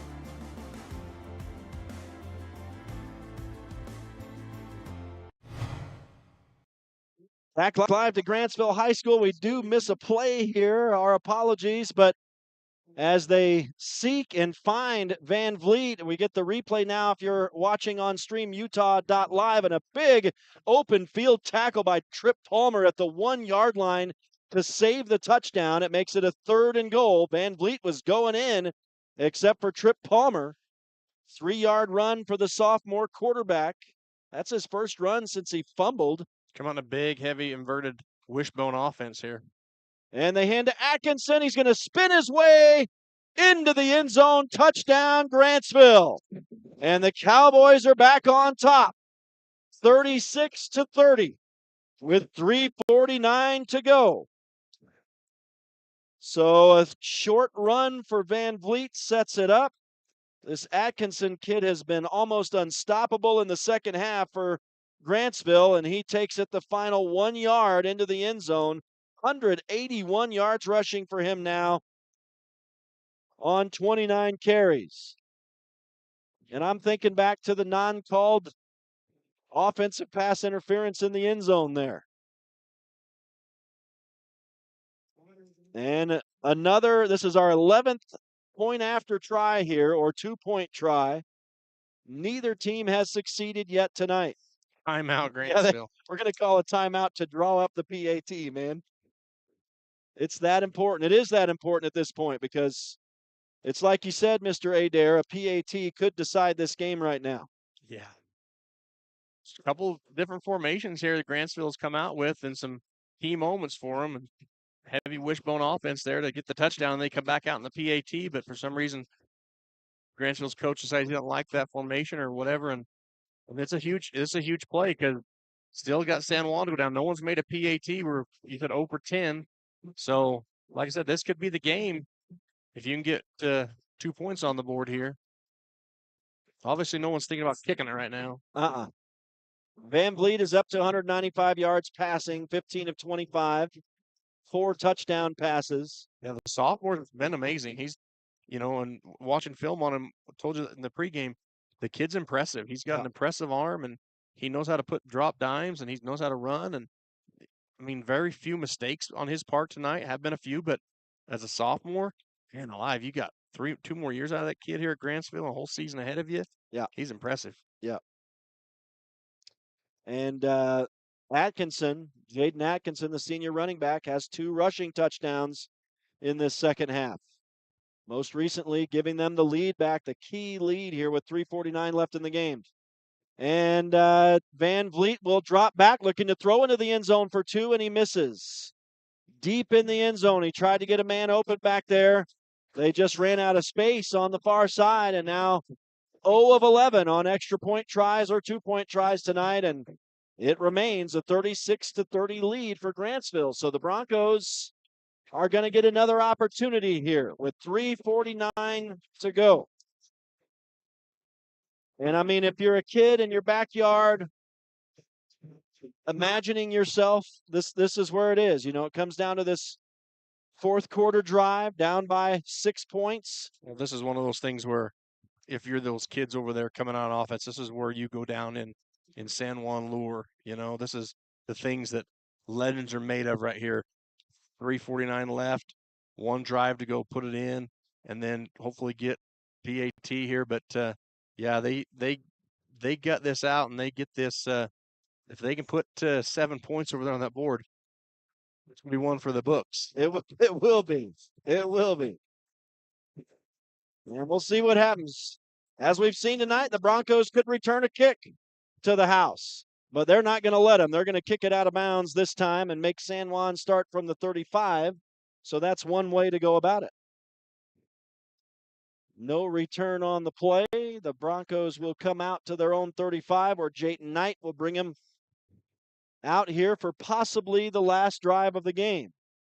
Did we have a flag? No, he just called it illegal procedure. So it was a flag. 35. That's a standard flag operations there. The white hat just took a long time to make that call out there. I wasn't sure, was he making something else? Because that was a pretty quick, easy call to make.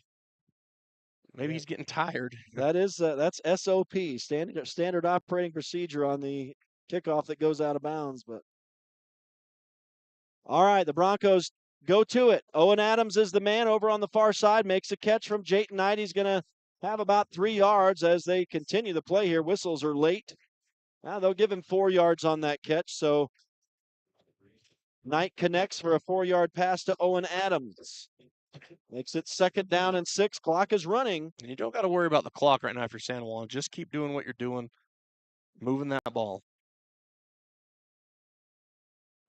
And Knight looks to pass again, throws left side, complete to Trip Palmer.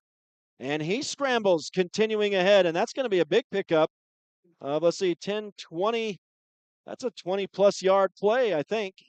Let's see where they spot it over there. Yeah, that's exactly a 20-yard pass. And Tripp just running out there, running that short route, and then just sitting down in open field, open grass, taking the defense, and Jayton just making a good pitch and catch right there. And Knight will hand off this time to Jagger Neves, and Neves very quickly will rumble ahead for 8 yards and gets out of bounds on the far side of the field. And it kind of feels like San Juan's clicking a little bit here. Yeah, for sure, as they rumble it down to near the Grantsville 30. Looks like they mark him after a 7-yard gain there for Jagger Neves. Good to see Jagger back in there. He's gone down a couple times tonight with probably just cramping, I would guess. And here's Jayton Knight now, looking to pass, throwing toward the end zone, and it's going to be picked off, and it will be returned here. As he was going for the house, he had a man in there, but the pass is intercepted. We have flags back near where Knight released the football. Now they're going to throw him toward where the linebackers were for Grantsville. Yeah, and this is probably going to be a frustration penalty if it's on San Juan. As the Broncos turn it over on the 3rd interception of the night for Jayton Knight. He was going for the touchdown on that play, and the pass was just a little short and intercepted. And if we can see a replay, we'll see who it was who got the pick. Well, it was going to be on helmet to helmet on Grantsville, personal foul. So it was a blindside block, I guess. Blindside block, or yeah, it was a blindside. That is. So that'll mark Grantsville back. The return came out. They have it spotted at the 10 right now. That would probably, I guess, be half the distance. So Grantsville will be starting at their own 5, and now the Broncos are looking for a defensive miracle. Yep, blindside blocks the call. Interception by Jordan Fawson, who's been amazing tonight. It happened right there on. Yep, right there happened. And it wasn't even necessary. As a coach, you hate that. But we'll see if it aids the Broncos. They should be marking this off, but they haven't done anything. I think they did. Oh, was it already marked off at the 10? Okay. So 3 interceptions thrown tonight by Jayton Knight. And now Grantsville obviously will keep it on the ground. I don't know how many timeouts San Juan has left. And that'll run it down. According to the scoreboard, they got 2 left. Okay. So we're going probably under 2 minutes here before Grantsville will snap the ball again. The Broncos absolutely can't allow a first down here. That was a 3-yard run for Jaden Atkinson. And just got to get the interception marked in here, unfortunately, for Jayton Knight. But nice wrap up there by the Broncos on the tackle. And it was Atkinson again for maybe a yard, and now San Juan's going to call a timeout. They have forced a 3rd down here. Yeah, Brenton Bethea there, first one to get there for the Broncos. That's a big play. That gives San Juan a chance here. They can only stop the clock one more time, so you have to have the stop right here. 1:45 left in the game. 3rd down and about 4 for the Cowboys. And if you're the Cowboys, you absolutely can't put the ball on the turf here. Yeah, if I'm the Cowboys, I run the ball whether I get the first down or not because that takes time off the clock here. So I run the ball. Hopefully you get the first down. San Juan, outside tackle runs, off tackle have been the Achilles heel tonight. So you got to make sure that your outside backers are not sucked in and not those tackles can't get outside and seal that end on those outside runs. Well, we'll see if the Broncos can get a stop here. Van Vliet drops back to throw amazingly, and it was nearly intercepted. It's incomplete, and inexplicably they throw the ball, and it's a incomplete pass. Will stop the clock, bring up a 4th down and 4 with 1:39 left on the clock. Interesting call. And now, I mean, unless you roll the dice if you're Grantsville and try for a first down here, it's a punting situation. I don't know. I mean, conservative nature here. I punt the ball here and make San Juan drive the ball on me further down the field, but they may go for it here and see if they can pick up the 4. Huge play, no matter what they do. Wow, they line up in the offense. They're probably going to be trying to get San Juan to jump here. You cannot jump if you're San Juan. Yeah, and Grantsville's going to call a timeout. That's their last timeout, too. That's right. They were trying to get San Juan to jump. That was the play. My guess is after this timeout, they'll come out here and punt it away. If I'm Grantsville's coaching staff, I call hey, we're going to try to get a hard count them. If not, we're going to punt the ball. We've already discussed that. I don't want to burn my timeout because if San Juan gets the ball back here, goes down and scores, I want that timeout in my pocket. I think that's that could turn out to be a coaching error. Now, if they end up not score, San Juan doesn't score, then it's a brilliant move. That's how it always works. Isn't That's it? how it always works. Well, one thing's for sure, it's not over yet. It is not over yet. 36-30 in favor of the hometown Grantsville Cowboys. Broncos are looking for a miracle. They already got one miracle here tonight. They rallied from down 3 touchdowns, not once, but twice, and tied it at 30. And then Grantsville most recently punched one in from a yard out to make it 36-30. And then San Juan threw an interception at the goal line. Grantsville does punt the ball, and they're going to make San Juan go 70 yards as this rolls to a stop at the 31. Smart move if you're Grantsville. You've already picked Jayton off 3 times. You've caught how many fumbles they have? 1, 2. San Juan has a couple fumbles, I believe. So you've had I think they're winning the turnover battle. Yep. And so you put on your defensive back if you're Grantsville, if you're San Juan, you got to go out there and that last time down the field, those long throws have not been there tonight other than one or two. So look for those intermediate, find that open space about 10, 12 yards down the field and hopefully get out of bounds. You've got one timeout left. A lot can happen in a minute, 29 seconds. Yeah, this is obviously the drive right here. And we misspoke. There have been no fumbles for San Juan tonight as far as I'm sorry, one. One fumble. And the Broncos, was a big hit over there on the far side and scrambling to get out of bounds as Jagger knees. Boy, he took a face full of helmet over there. And the Grantsville Cowboy took the brunt of that hit that he laid. Yeah, that was big head-to-head over there. And that Grantsville man is down. And that is going to be an injury timeout. And it was a short gain over there. Catch for Jagger knees, but it falls silent here as that man is down on the turf. But it's good to see he's actually sat himself up. So shaking, and now he's going to stand up. So, wow. That is a blessing to see as number 28. Is it 29 or 28? Talon Butler is 28, I believe, will walk himself off. Big head-to-head contact and combat. 29, right? Oh, was it? I'm sorry. I am blind, I guess. Or maybe not. Hold on. It looks, there's no 29 on the okay, roster, sir. His jersey tucked up underneath his shoulder pads. I'm going to say I was finally correct in seeing numbers. It's 28. 28. Thank you, sir. Thank you. And that was blind eye, and I was using binoculars. This is why I don't shoot big bucks. Man, well, let's get back to it. 1:22 to go. A long way to go for San Juan. 2nd down and 9. Pass over the middle is complete. And out to midfield. That'll be a 1st and 10. That's going to be a 5, 10, 15, about, 19-yard pass. I'm just marking it down willy-nilly. That was Trip Palmer, wasn't it? Yep. On the catch. Went up high for that ball, too. Big old 6'2" Trip Palmer. And the Broncos are running out of time. Nearing a minute to go in the hurry up.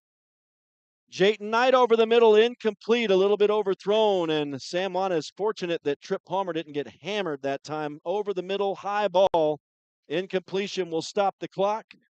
You're lucky that wasn't picked. There was 3 red jerseys right there in that area. Yeah. But that ball came in so hot and fast that none of them could get to it. So San Juan gets a break. 2nd down and 10 at midfield with a minute to go. Can the Broncos pull off a miracle and tie it up? Knight has room to run as he tucks it up, goes up the middle, takes a hit, gets a 1st down. 1st downs are, well, I guess you got to move it down the field at this point. We're under a minute to go. That's an 11-yard run for Jayton Knight. Jayton needs to just run. He just needs to unhook. I had a coach say, hey, unhook the plow. He just needs to run. Just go get it. Go get the 6. He'll snap it from the shotgun. Looking downfield, he's going to tuck it up himself and run. He's got to protect that football, trying to get outside now. And he does. A 5-yard gain to stop the clock with 42 seconds to go. So back-to-back runs for Jayton Knight as the Broncos inching closer. They're inside the 35 now. Again, Grantsville dropping deep, man. They don't want that deep ball over the top. Jayton, when he sees there's nobody in that 15-yard vicinity, he just got to take the ball and run right here. You still got one timeout, kid. 42 seconds ago, clock is stopped. 2nd down and about 5 for San Juan. Knight this time will tuck it up and run, and he's tripped up after only a yard gain, and the Broncos have to call their timeout with 37 seconds to go. So Jayton was trying to bust some yardage right there, but got tripped up. Only a 1-yard gain. And it will be a 3rd down and 5. And it was right from this point that Jayton took a shot at the end zone last time and threw the interception. They got the ball down to the 25 here of Grantsville. 37.5 seconds to go in the ball game. So the Broncos are getting one final shot at it here. Where's Jake Ivins been? Haven't seen him in the game for a while. I don't know. La Palmer. Yeah. I wonder where those Josiah La Palmer. You're right. Where are those two? Those two, in my mind, are gamers here. Yeah, and you're right. We haven't seen them. And, I mean, here you don't have to get it all right here. 3rd down, you can get a 1st down right here. Then you might start looking toward the end zone. But right there, that play right there with Jayton, he needs to be more decisive. He needs to just run. Yeah. Just stop thinking about it and run. They open up the middle of the field. There's green grass, 10, 15 yards. Get upfield, run the ball. And that's that first-time quarterback. And we're underway again. Jayton Knight throwing to the left side. It's incomplete, and that's a 4th down now and 5. And so it comes down to this. The Broncos need a first down or a touchdown to extend the game. Clock is stopped with 33 seconds to go. No timeouts for either team.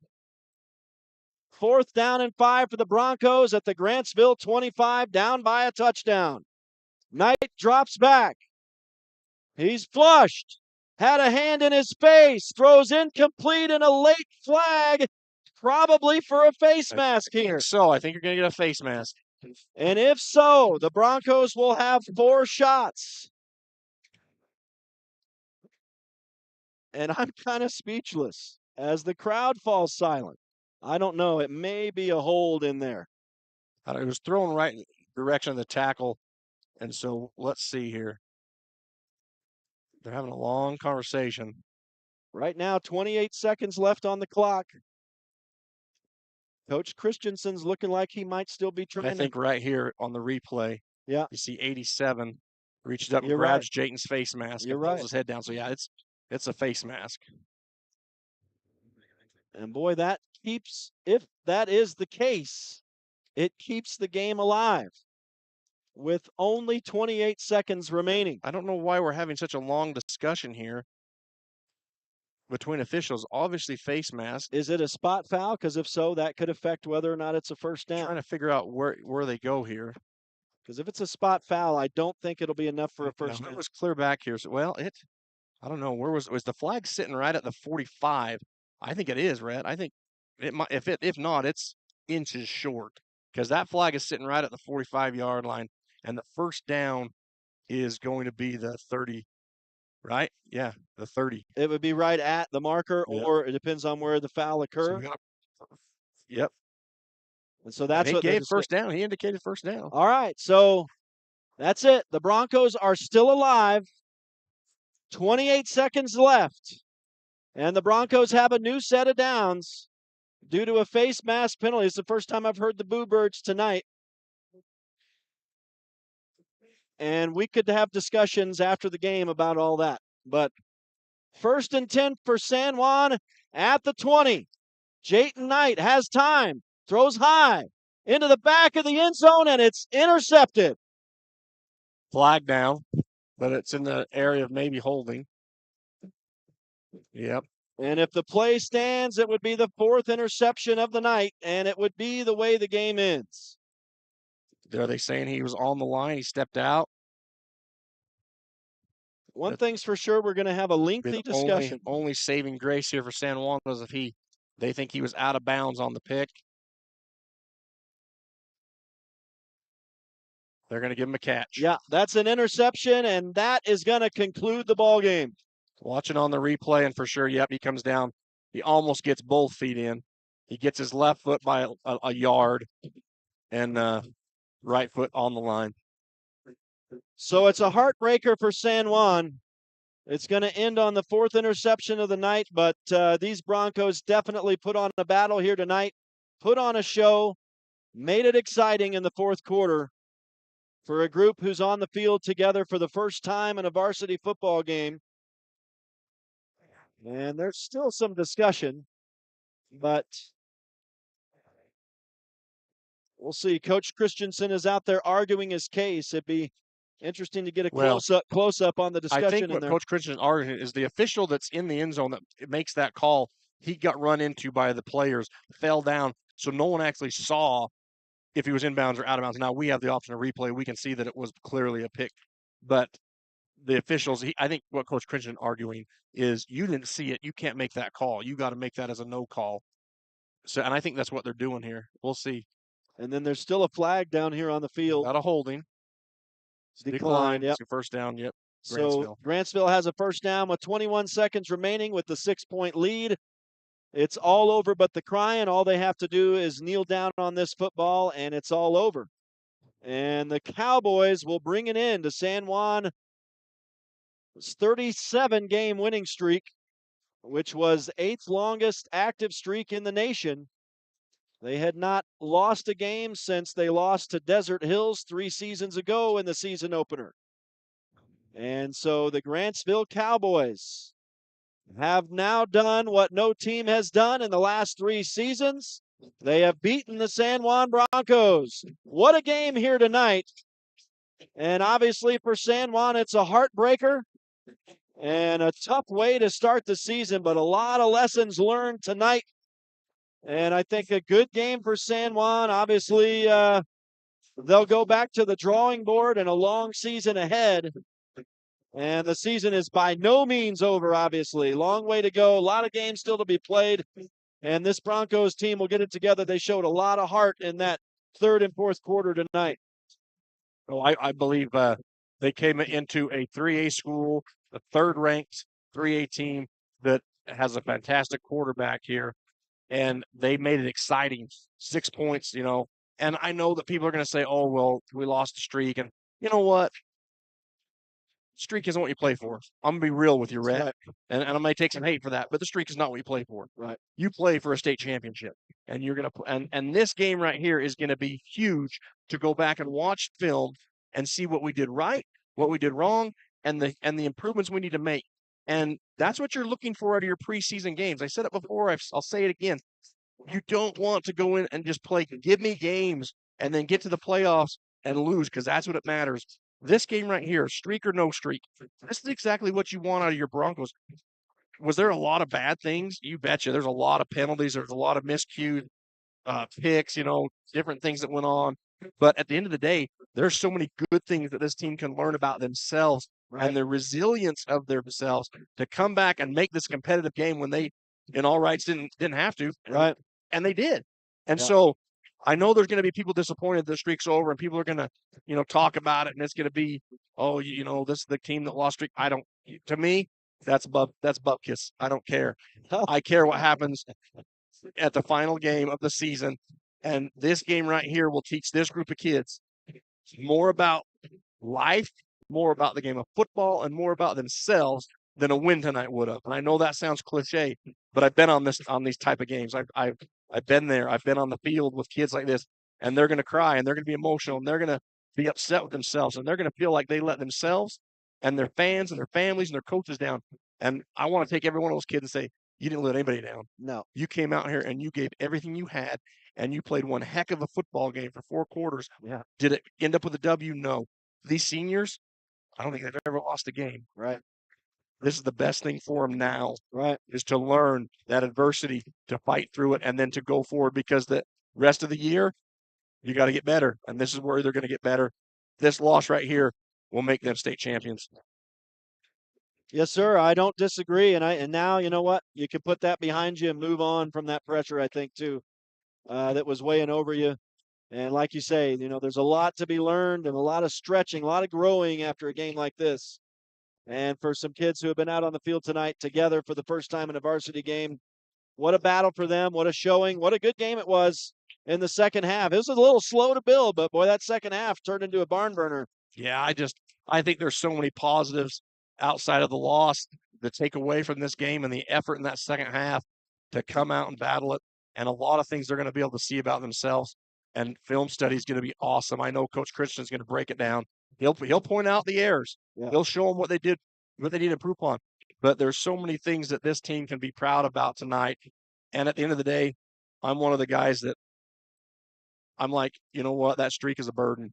Get it off their back. And now let's just go play football for who we are. Let's be who we are, because we're not last year's team.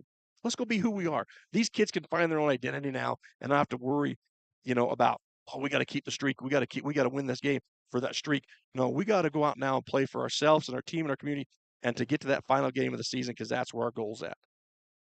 Yes, sir.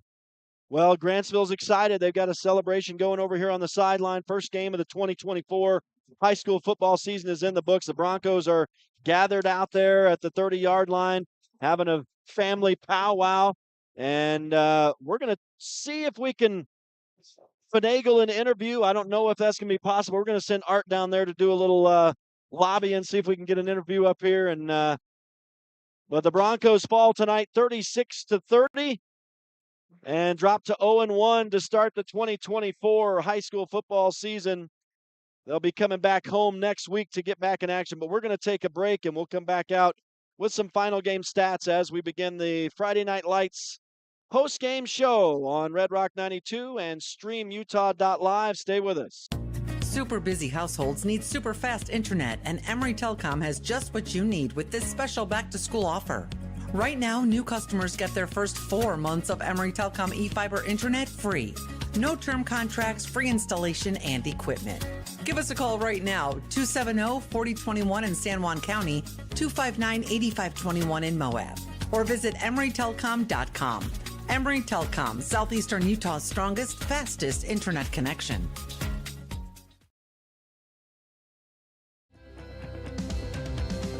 Here at Utah Navajo Health System, our mission statement is we exist to improve your quality of life through comprehensive, self-empowered, culturally sensitive, and amazing customer service. Holiday Construction is your one-stop source for gravel, concrete, excavation services, and custom hauling. We've proudly served San Juan County with quality and dedication for over 40 years. Call Holiday Construction today at 435-678-2028. We're proud supporters of high school sports and our community. Life is a series of cherished moments, filled with milestones that define our journey. Moments of love, joy, and shared experiences. Each moment contributes to our story. As each chapter unfolds, our experiences shape us, defining who we are. When it's time to celebrate a life, ensure your loved ones are remembered with the grace, dignity, and individuality they deserve. San Juan Mortuary, celebrating life, honoring memories, transcending tradition. Hello, my name is David Palmer, and I am the Parks and Recreation Director for the City of Blanding. Hi, my name is Sylvia Stubbs. As a recently elected San Juan County Commissioner, We are so excited to collaborate with SJC-PAC, Coalition, and San Juan Counseling to bring parents-empowered messaging to our beautiful Wellness Center pool area. Parents Empowered is a Utah campaign designed to help parents understand the power they have in reducing the risk of underage drinking. Survey data tells us that youth perception of risk in San Juan County in all grades went from 83.6% in 2019 to 68.3% in 2021. This means our kids don't understand the damage that alcohol and other drugs can cause on their developing brains. Did you know that Utah teens reported that parental disapproval is the #1 reason they choose not to drink? Never assume your children know what your rules, expectations, and attitudes are. Write them down and discuss them with your kids so they understand the reasons behind them. Bonding is essential to preventing underage drinking. Children are less likely to drink when the parents are involved in their lives and when children and the parents feel close to one another. Together, we can help build a stronger San Juan County. Let's do this! Monson's Quality Meat Processing in Blanding provides processing for both wild and domestic animals.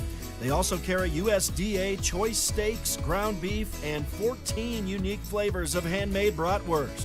Monson specializes in friendly service, the highest quality products, and flexible timing, all at a competitive price.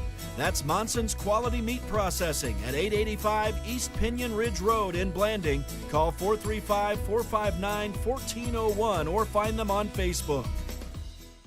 With a changing economy and advancing technology, it's time that marketing and selling of real estate in San Juan County catches up. Four Corners Homes and Property Management is changing the game. Every Four Corners Homes listing includes 3D mapping and virtual tours, professional photos, a digital and global 21st century footprint, and marketing exposure that makes it easy for buyers to find and identify what makes your listing unique. Marketing and exposure sells real estate, and if you want the best, you need Four Corners Homes on your team. Find us at fourcornershomes.net or call 801-404-0058.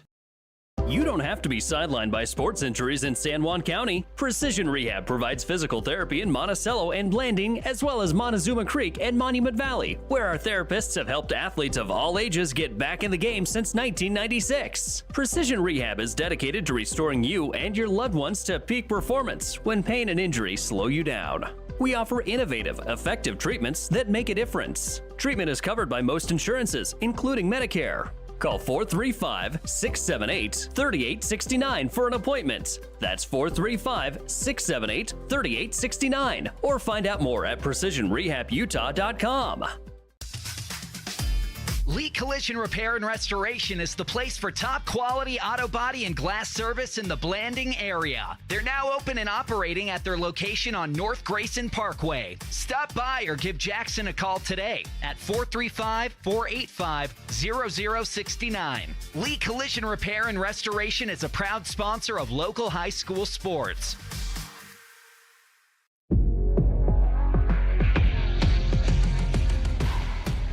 Here at Lyle Northern Electric, we take pride in our highly qualified team, dedicated to serving our community. Whether you need commercial, residential, or solar electrical services, our certified experts are ready to meet your needs. We are proud to support our community, especially our youth and high school athletics.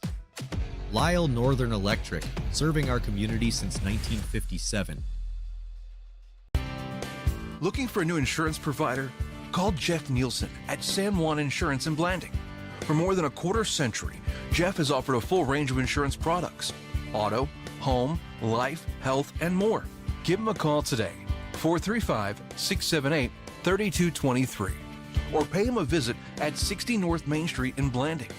San Juan Insurance, over 25 years of experience and just getting started.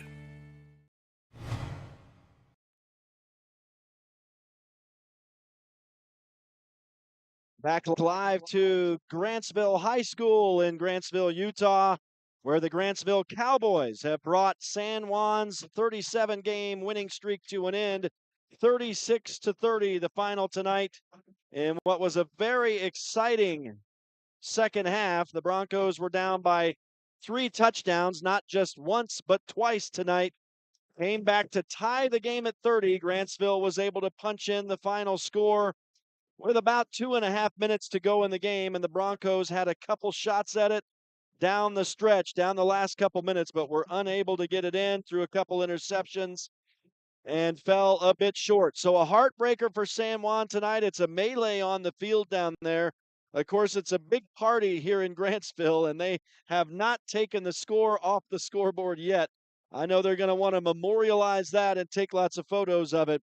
What an exciting game here tonight. Again, a heartbreaker for San Juan, but they'll get back in the saddle and get back to it. A lot of work to be done, to be sure. A lot of game film to be looked at. A lot of lessons to be learned. And the Broncos will come back home next week and continue this season. We do have some final game stats as we open the Friday Night Lights pregame show. I don't know if Mr. Adair is going to be able to pull us an interview tonight, but we'll see how it goes. I know it's tough to field an interview after this type of game, and of course, we haven't called a San Juan loss almost for the entirety we've been covering the Broncos on Red Rock 92 and StreamUtah.Live.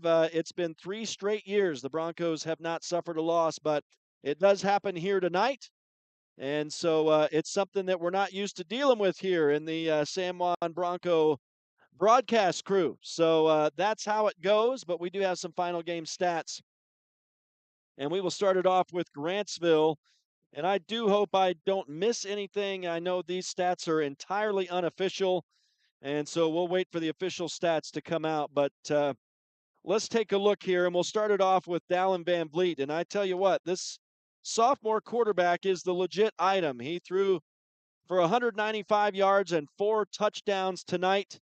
And he was 15 of 26. He did throw 1 interception, and but that was kind of moot. And the 4 touchdowns outweighed that by quite a lot. He rushed for 9 yards as well tonight on 8 carries. Let's see. I think maybe we'll pause the stats here because Coach Barkley Christensen has come up to join us. So I think we'll skip ahead to the interview here, and then we'll continue on and Coach, thanks for coming up and chatting with us. I know this is a heartbreaker tonight. You guys battled. What a battle. You made it a game. I mean, we thought Grantsville was going to run away with that thing in the second half, but what heart you guys showed to come back in this thing tonight and make it a game late.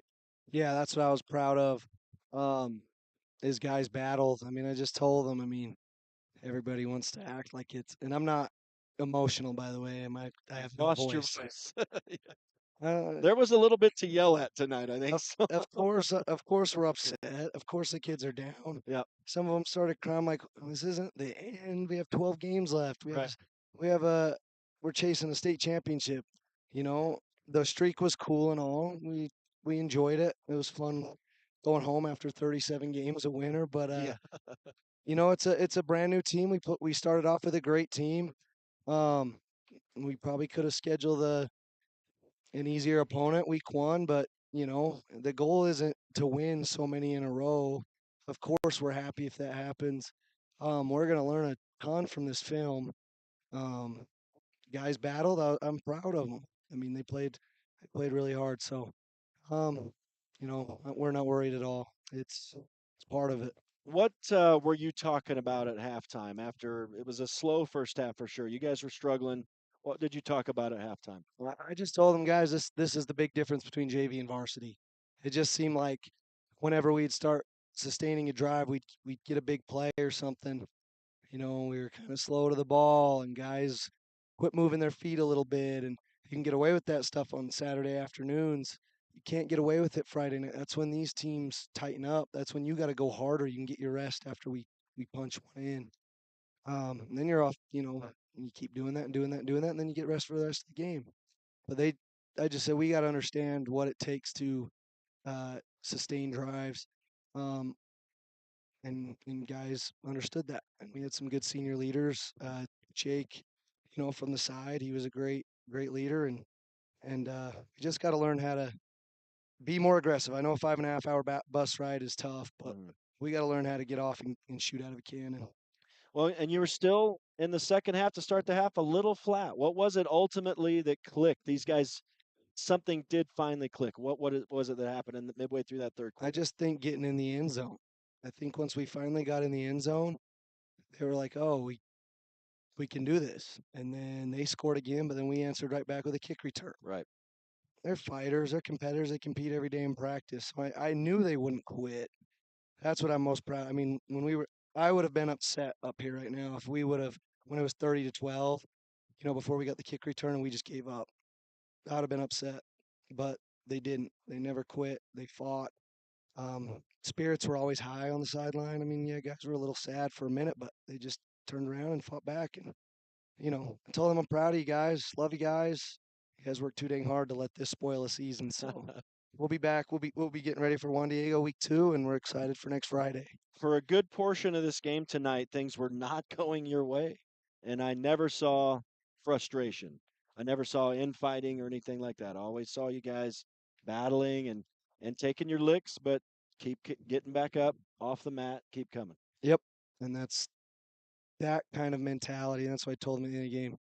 The streak says now this season, now our team has begun. Mm-hmm. Kind of a monkey, which I'm, you know, very proud of the streak, but those were the last 3 seasons. Monkeys off the back, and just keep that same mentality, keep fighting, and the ultimate goal is for 4. So you talk about the monkey on the back. Is it in any way a relief to get that past? Weirdly, weirdly, yes. Yeah. Like I thought, you know, if we lose, I'll be crushed. Weirdly, maybe something's wrong with me. I don't know, but I feel fine. I feel good. Streaks, whatever, man. We could even Juan Diego's a great team. Kanab's a great. We play great teams, and you know, those, like I said, every season's anew. We just got to bounce back. And like in 2021, we lost the first one. We've got to bounce back. It's how we bounce back now. We just can't compile losses up now and bad games up. We just got to continue to get better, and we knew that would be the case with a brand new team this year. Do you feel like this team is ready to move? I know these are high school kids. It's emotional, so, you know, and it's going to take a minute to get past it, maybe. But you think these boys are ready to move past this? And I mean, there's zero reason why you can't get a 4th straight state championship at the end of this year.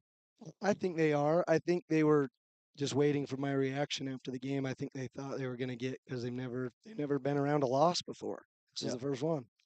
And when they see me smiling and loving up on them, I mean, we made mistakes. Sure, we're going to learn from them. It was game one. That was to be expected. I think that brought a little bit of relief. Like, okay, he's not going to, and I think that played into how we play too. I think a little bit too scared to go too hard to make big mistakes instead of just go play football. Yeah. Nobody's going to get mad, so I think at the end of the day, like I've always said, you can learn a line from a win, but you can learn a whole book from a loss. So we'll study this one up and get better from it. Yeah, it's been a while, but I mean, it's most important how you come back after a loss, more so than a win, I would say. Absolutely. And Juan Diego, like I said, is another quality team. Yeah, So well, you guys don't shy away from the hard games, and that's, both teams tonight, obviously, first game of the year. It was ugly out there on both sides throughout the game, but what an exciting second half. And it's important how you move on from a loss. And yeah, you guys have 3 straight hard games and more hard games coming throughout the year. So you guys just have to buckle down at this point. I think for these guys tonight, and I know you tried to help them understand this, do they understand that they haven't let anybody down, themselves, their fans, their town, etc.? that's something that still needs to probably be discussed. I think they do kind of feel that, which that's just going to come with it. And I said, I knew this was going to come to an end at some point. Right. I'm going to win forever. Of course, I want to win forever. Yeah. But winning forever is when I go into a gym and I see banners. That's winning forever. It's not just, we lost a game. Yeah. It happens. Yeah, I mean, how many championship teams are undefeated throughout? You look at the NFL, and it's super rare. So, yeah, there's zero reason why you guys obviously can complete an excellent season this year and get a state championship at the end of the year. And I assume that'll come. I know these guys are new to this. These guys are new to being on the field together. It was their very first game on the field together as varsity people. Yeah. So I mean, you gotta remember that. And I know it's tough to explain all this stuff to high schoolers. They are silly people. They don't understand stuff a lot of times, but they're also very, very resilient. Yeah, they're for sure. tough kids. For sure. I said, let it sting for a minute, but get over it. We got to get ready for Juan Diego. Yeah, and I know you're probably going to be watching film going on the way home tonight for the 5-hour bus ride. Yeah, I know. probably. And I told Art at the beginning of the game, we were talking about how you breathe and eat and sleep football, and how you get up and it's football and this and this. And I said one of your most major accomplishments is that you're still married after all this football. So yeah, she's awesome. Yeah, that's good stuff. Well, Coach, thanks for chatting with us. It's always fun to chat with you, and it's going to be fun to see what this team does after a loss for sure. And I'm excited to see it. I'm excited to see these guys come together as a team the rest of the year, and I know you guys are going to get some wins, so there's nothing to worry about there, I don't think. But yeah, thank you, Coach. I hope so. Thank you, Coach. Thank you guys for coming. Thank you for the battle tonight. Thank you for the fun second half for sure. Yeah, you guys drive safe. Thanks, you too. Have a good bus ride home. Thank you. And that's Coach Barkley Christensen of the San Juan Broncos chatting with us tonight. Appreciate him visiting with us after a tough loss, but good to see that they're grounded. Good to see that they're in the right spot. We're going to continue with the post-game show now.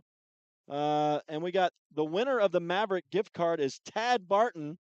And you can follow us on Facebook and Instagram for information on entering to win. And we're going to do giveaways all season long. Make sure and subscribe to the YouTube channel, Picture It Palmer's YouTube channel. We'll be giving away prizes all season long. So hopefully you enjoyed it tonight. It was a lot of fun. It definitely was a lot of fun. An exciting second half. And a tough result, of course, if you're a San Juan fan. But it's like Coach Christensen said, you're not going to win for the rest of your life. You got to take your lumps, and I think it's more important coming back after a loss than a win. Let's continue with the stats. We were talking about Grantsville. We mentioned Dallin Van Vliet's 195 yards passing. He was 15 of 26 with the 4 TDs.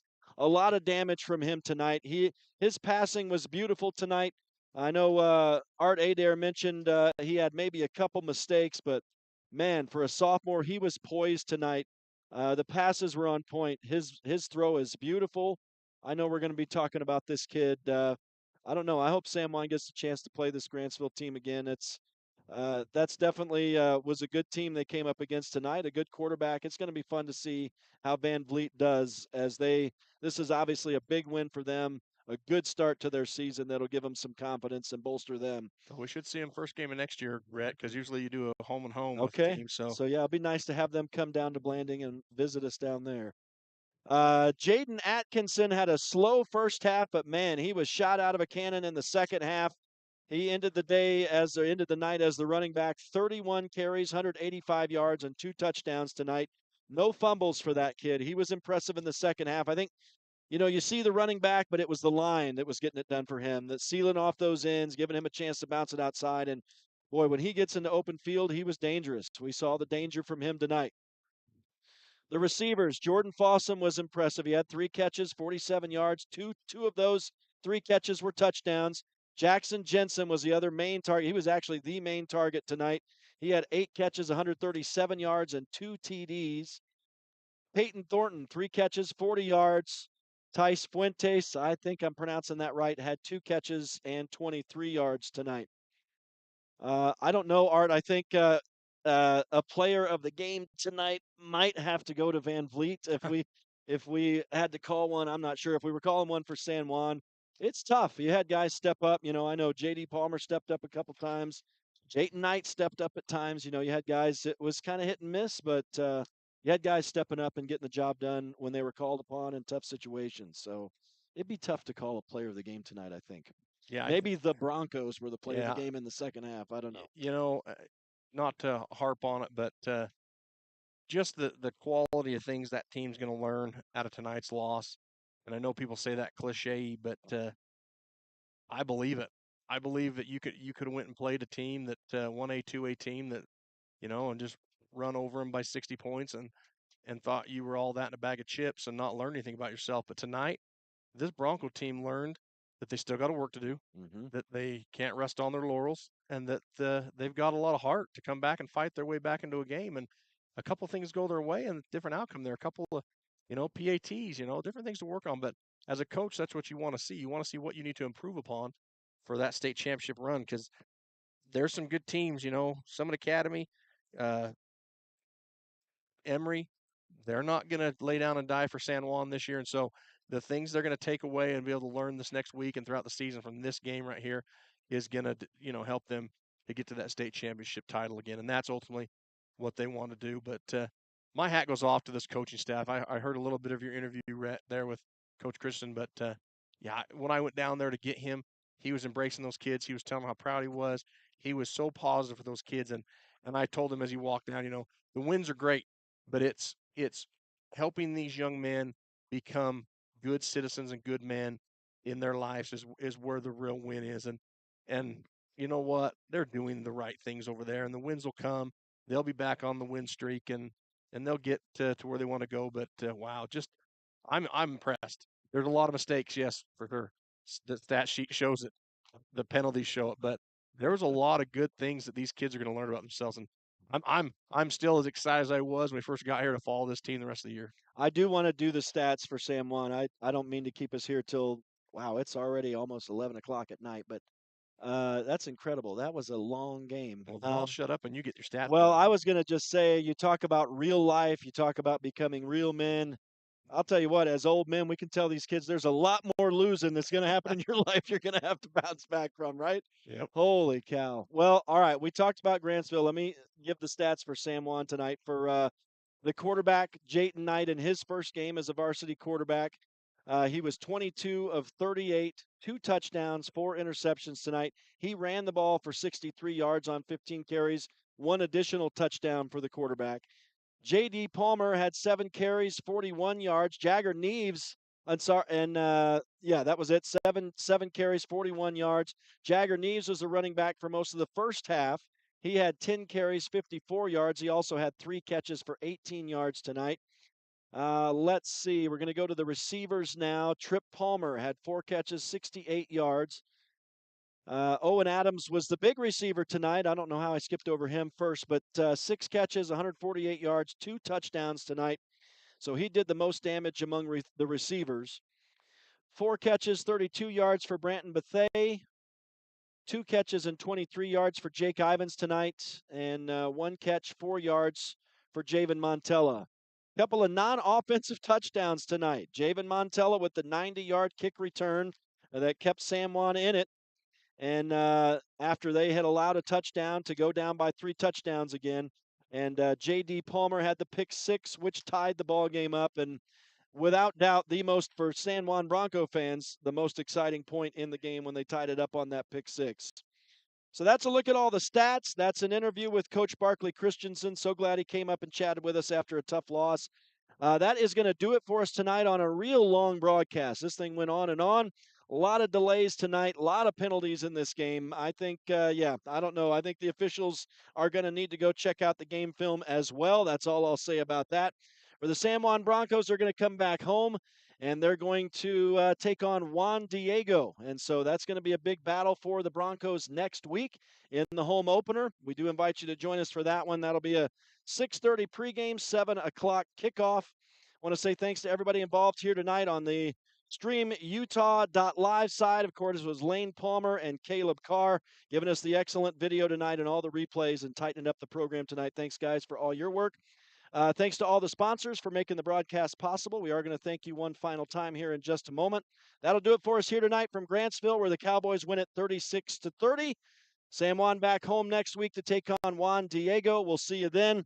On behalf of Art Adair, I'm Rhett Sifford saying so long from Grantsville. Have a great night, high school sports fans. Friday Night Lights is a production of Red Rock 92 Sports and StreamUtah.Live. Tonight's broadcast was brought to you by Bradford Tire, Colleen Kays, Creative Floors, Crowley Construction, Dependable Auto Repair, Flights Gymnastics, Four Corners Regional Care Center, Jones & DeMille Engineering, Napa Motor Parts, Pick-a-Stitch Embroidery and Apparel, Primary Residential Mortgage, San Juan Pharmacy, Anderson Oliver Title Insurance Agency, Blue Mountain Foods, Blue Mountain Hospital, Desert Rivers Credit Union, Emory Telcom, Four Corners Homes, Holiday Construction, Lee Collision Repair and Restoration, Monson's Quality Meat Processing, Northern Electric, Precision Rehab, Red Mechanical, Red's Ace Hardware, San Juan Building Supply, San Juan Counseling, San Juan Credit Union, San Juan Health, San Juan Insurance, San Juan Mortuary, San Juan Public Health, Tailor-Made Wooden Heritage and Monuments, Utah Navajo Health System, and Utah State University Blanding. We're the home of live high school sports coverage in southeastern Utah, Classic Hits Radio, Red Rock 92, and StreamUtah.Live.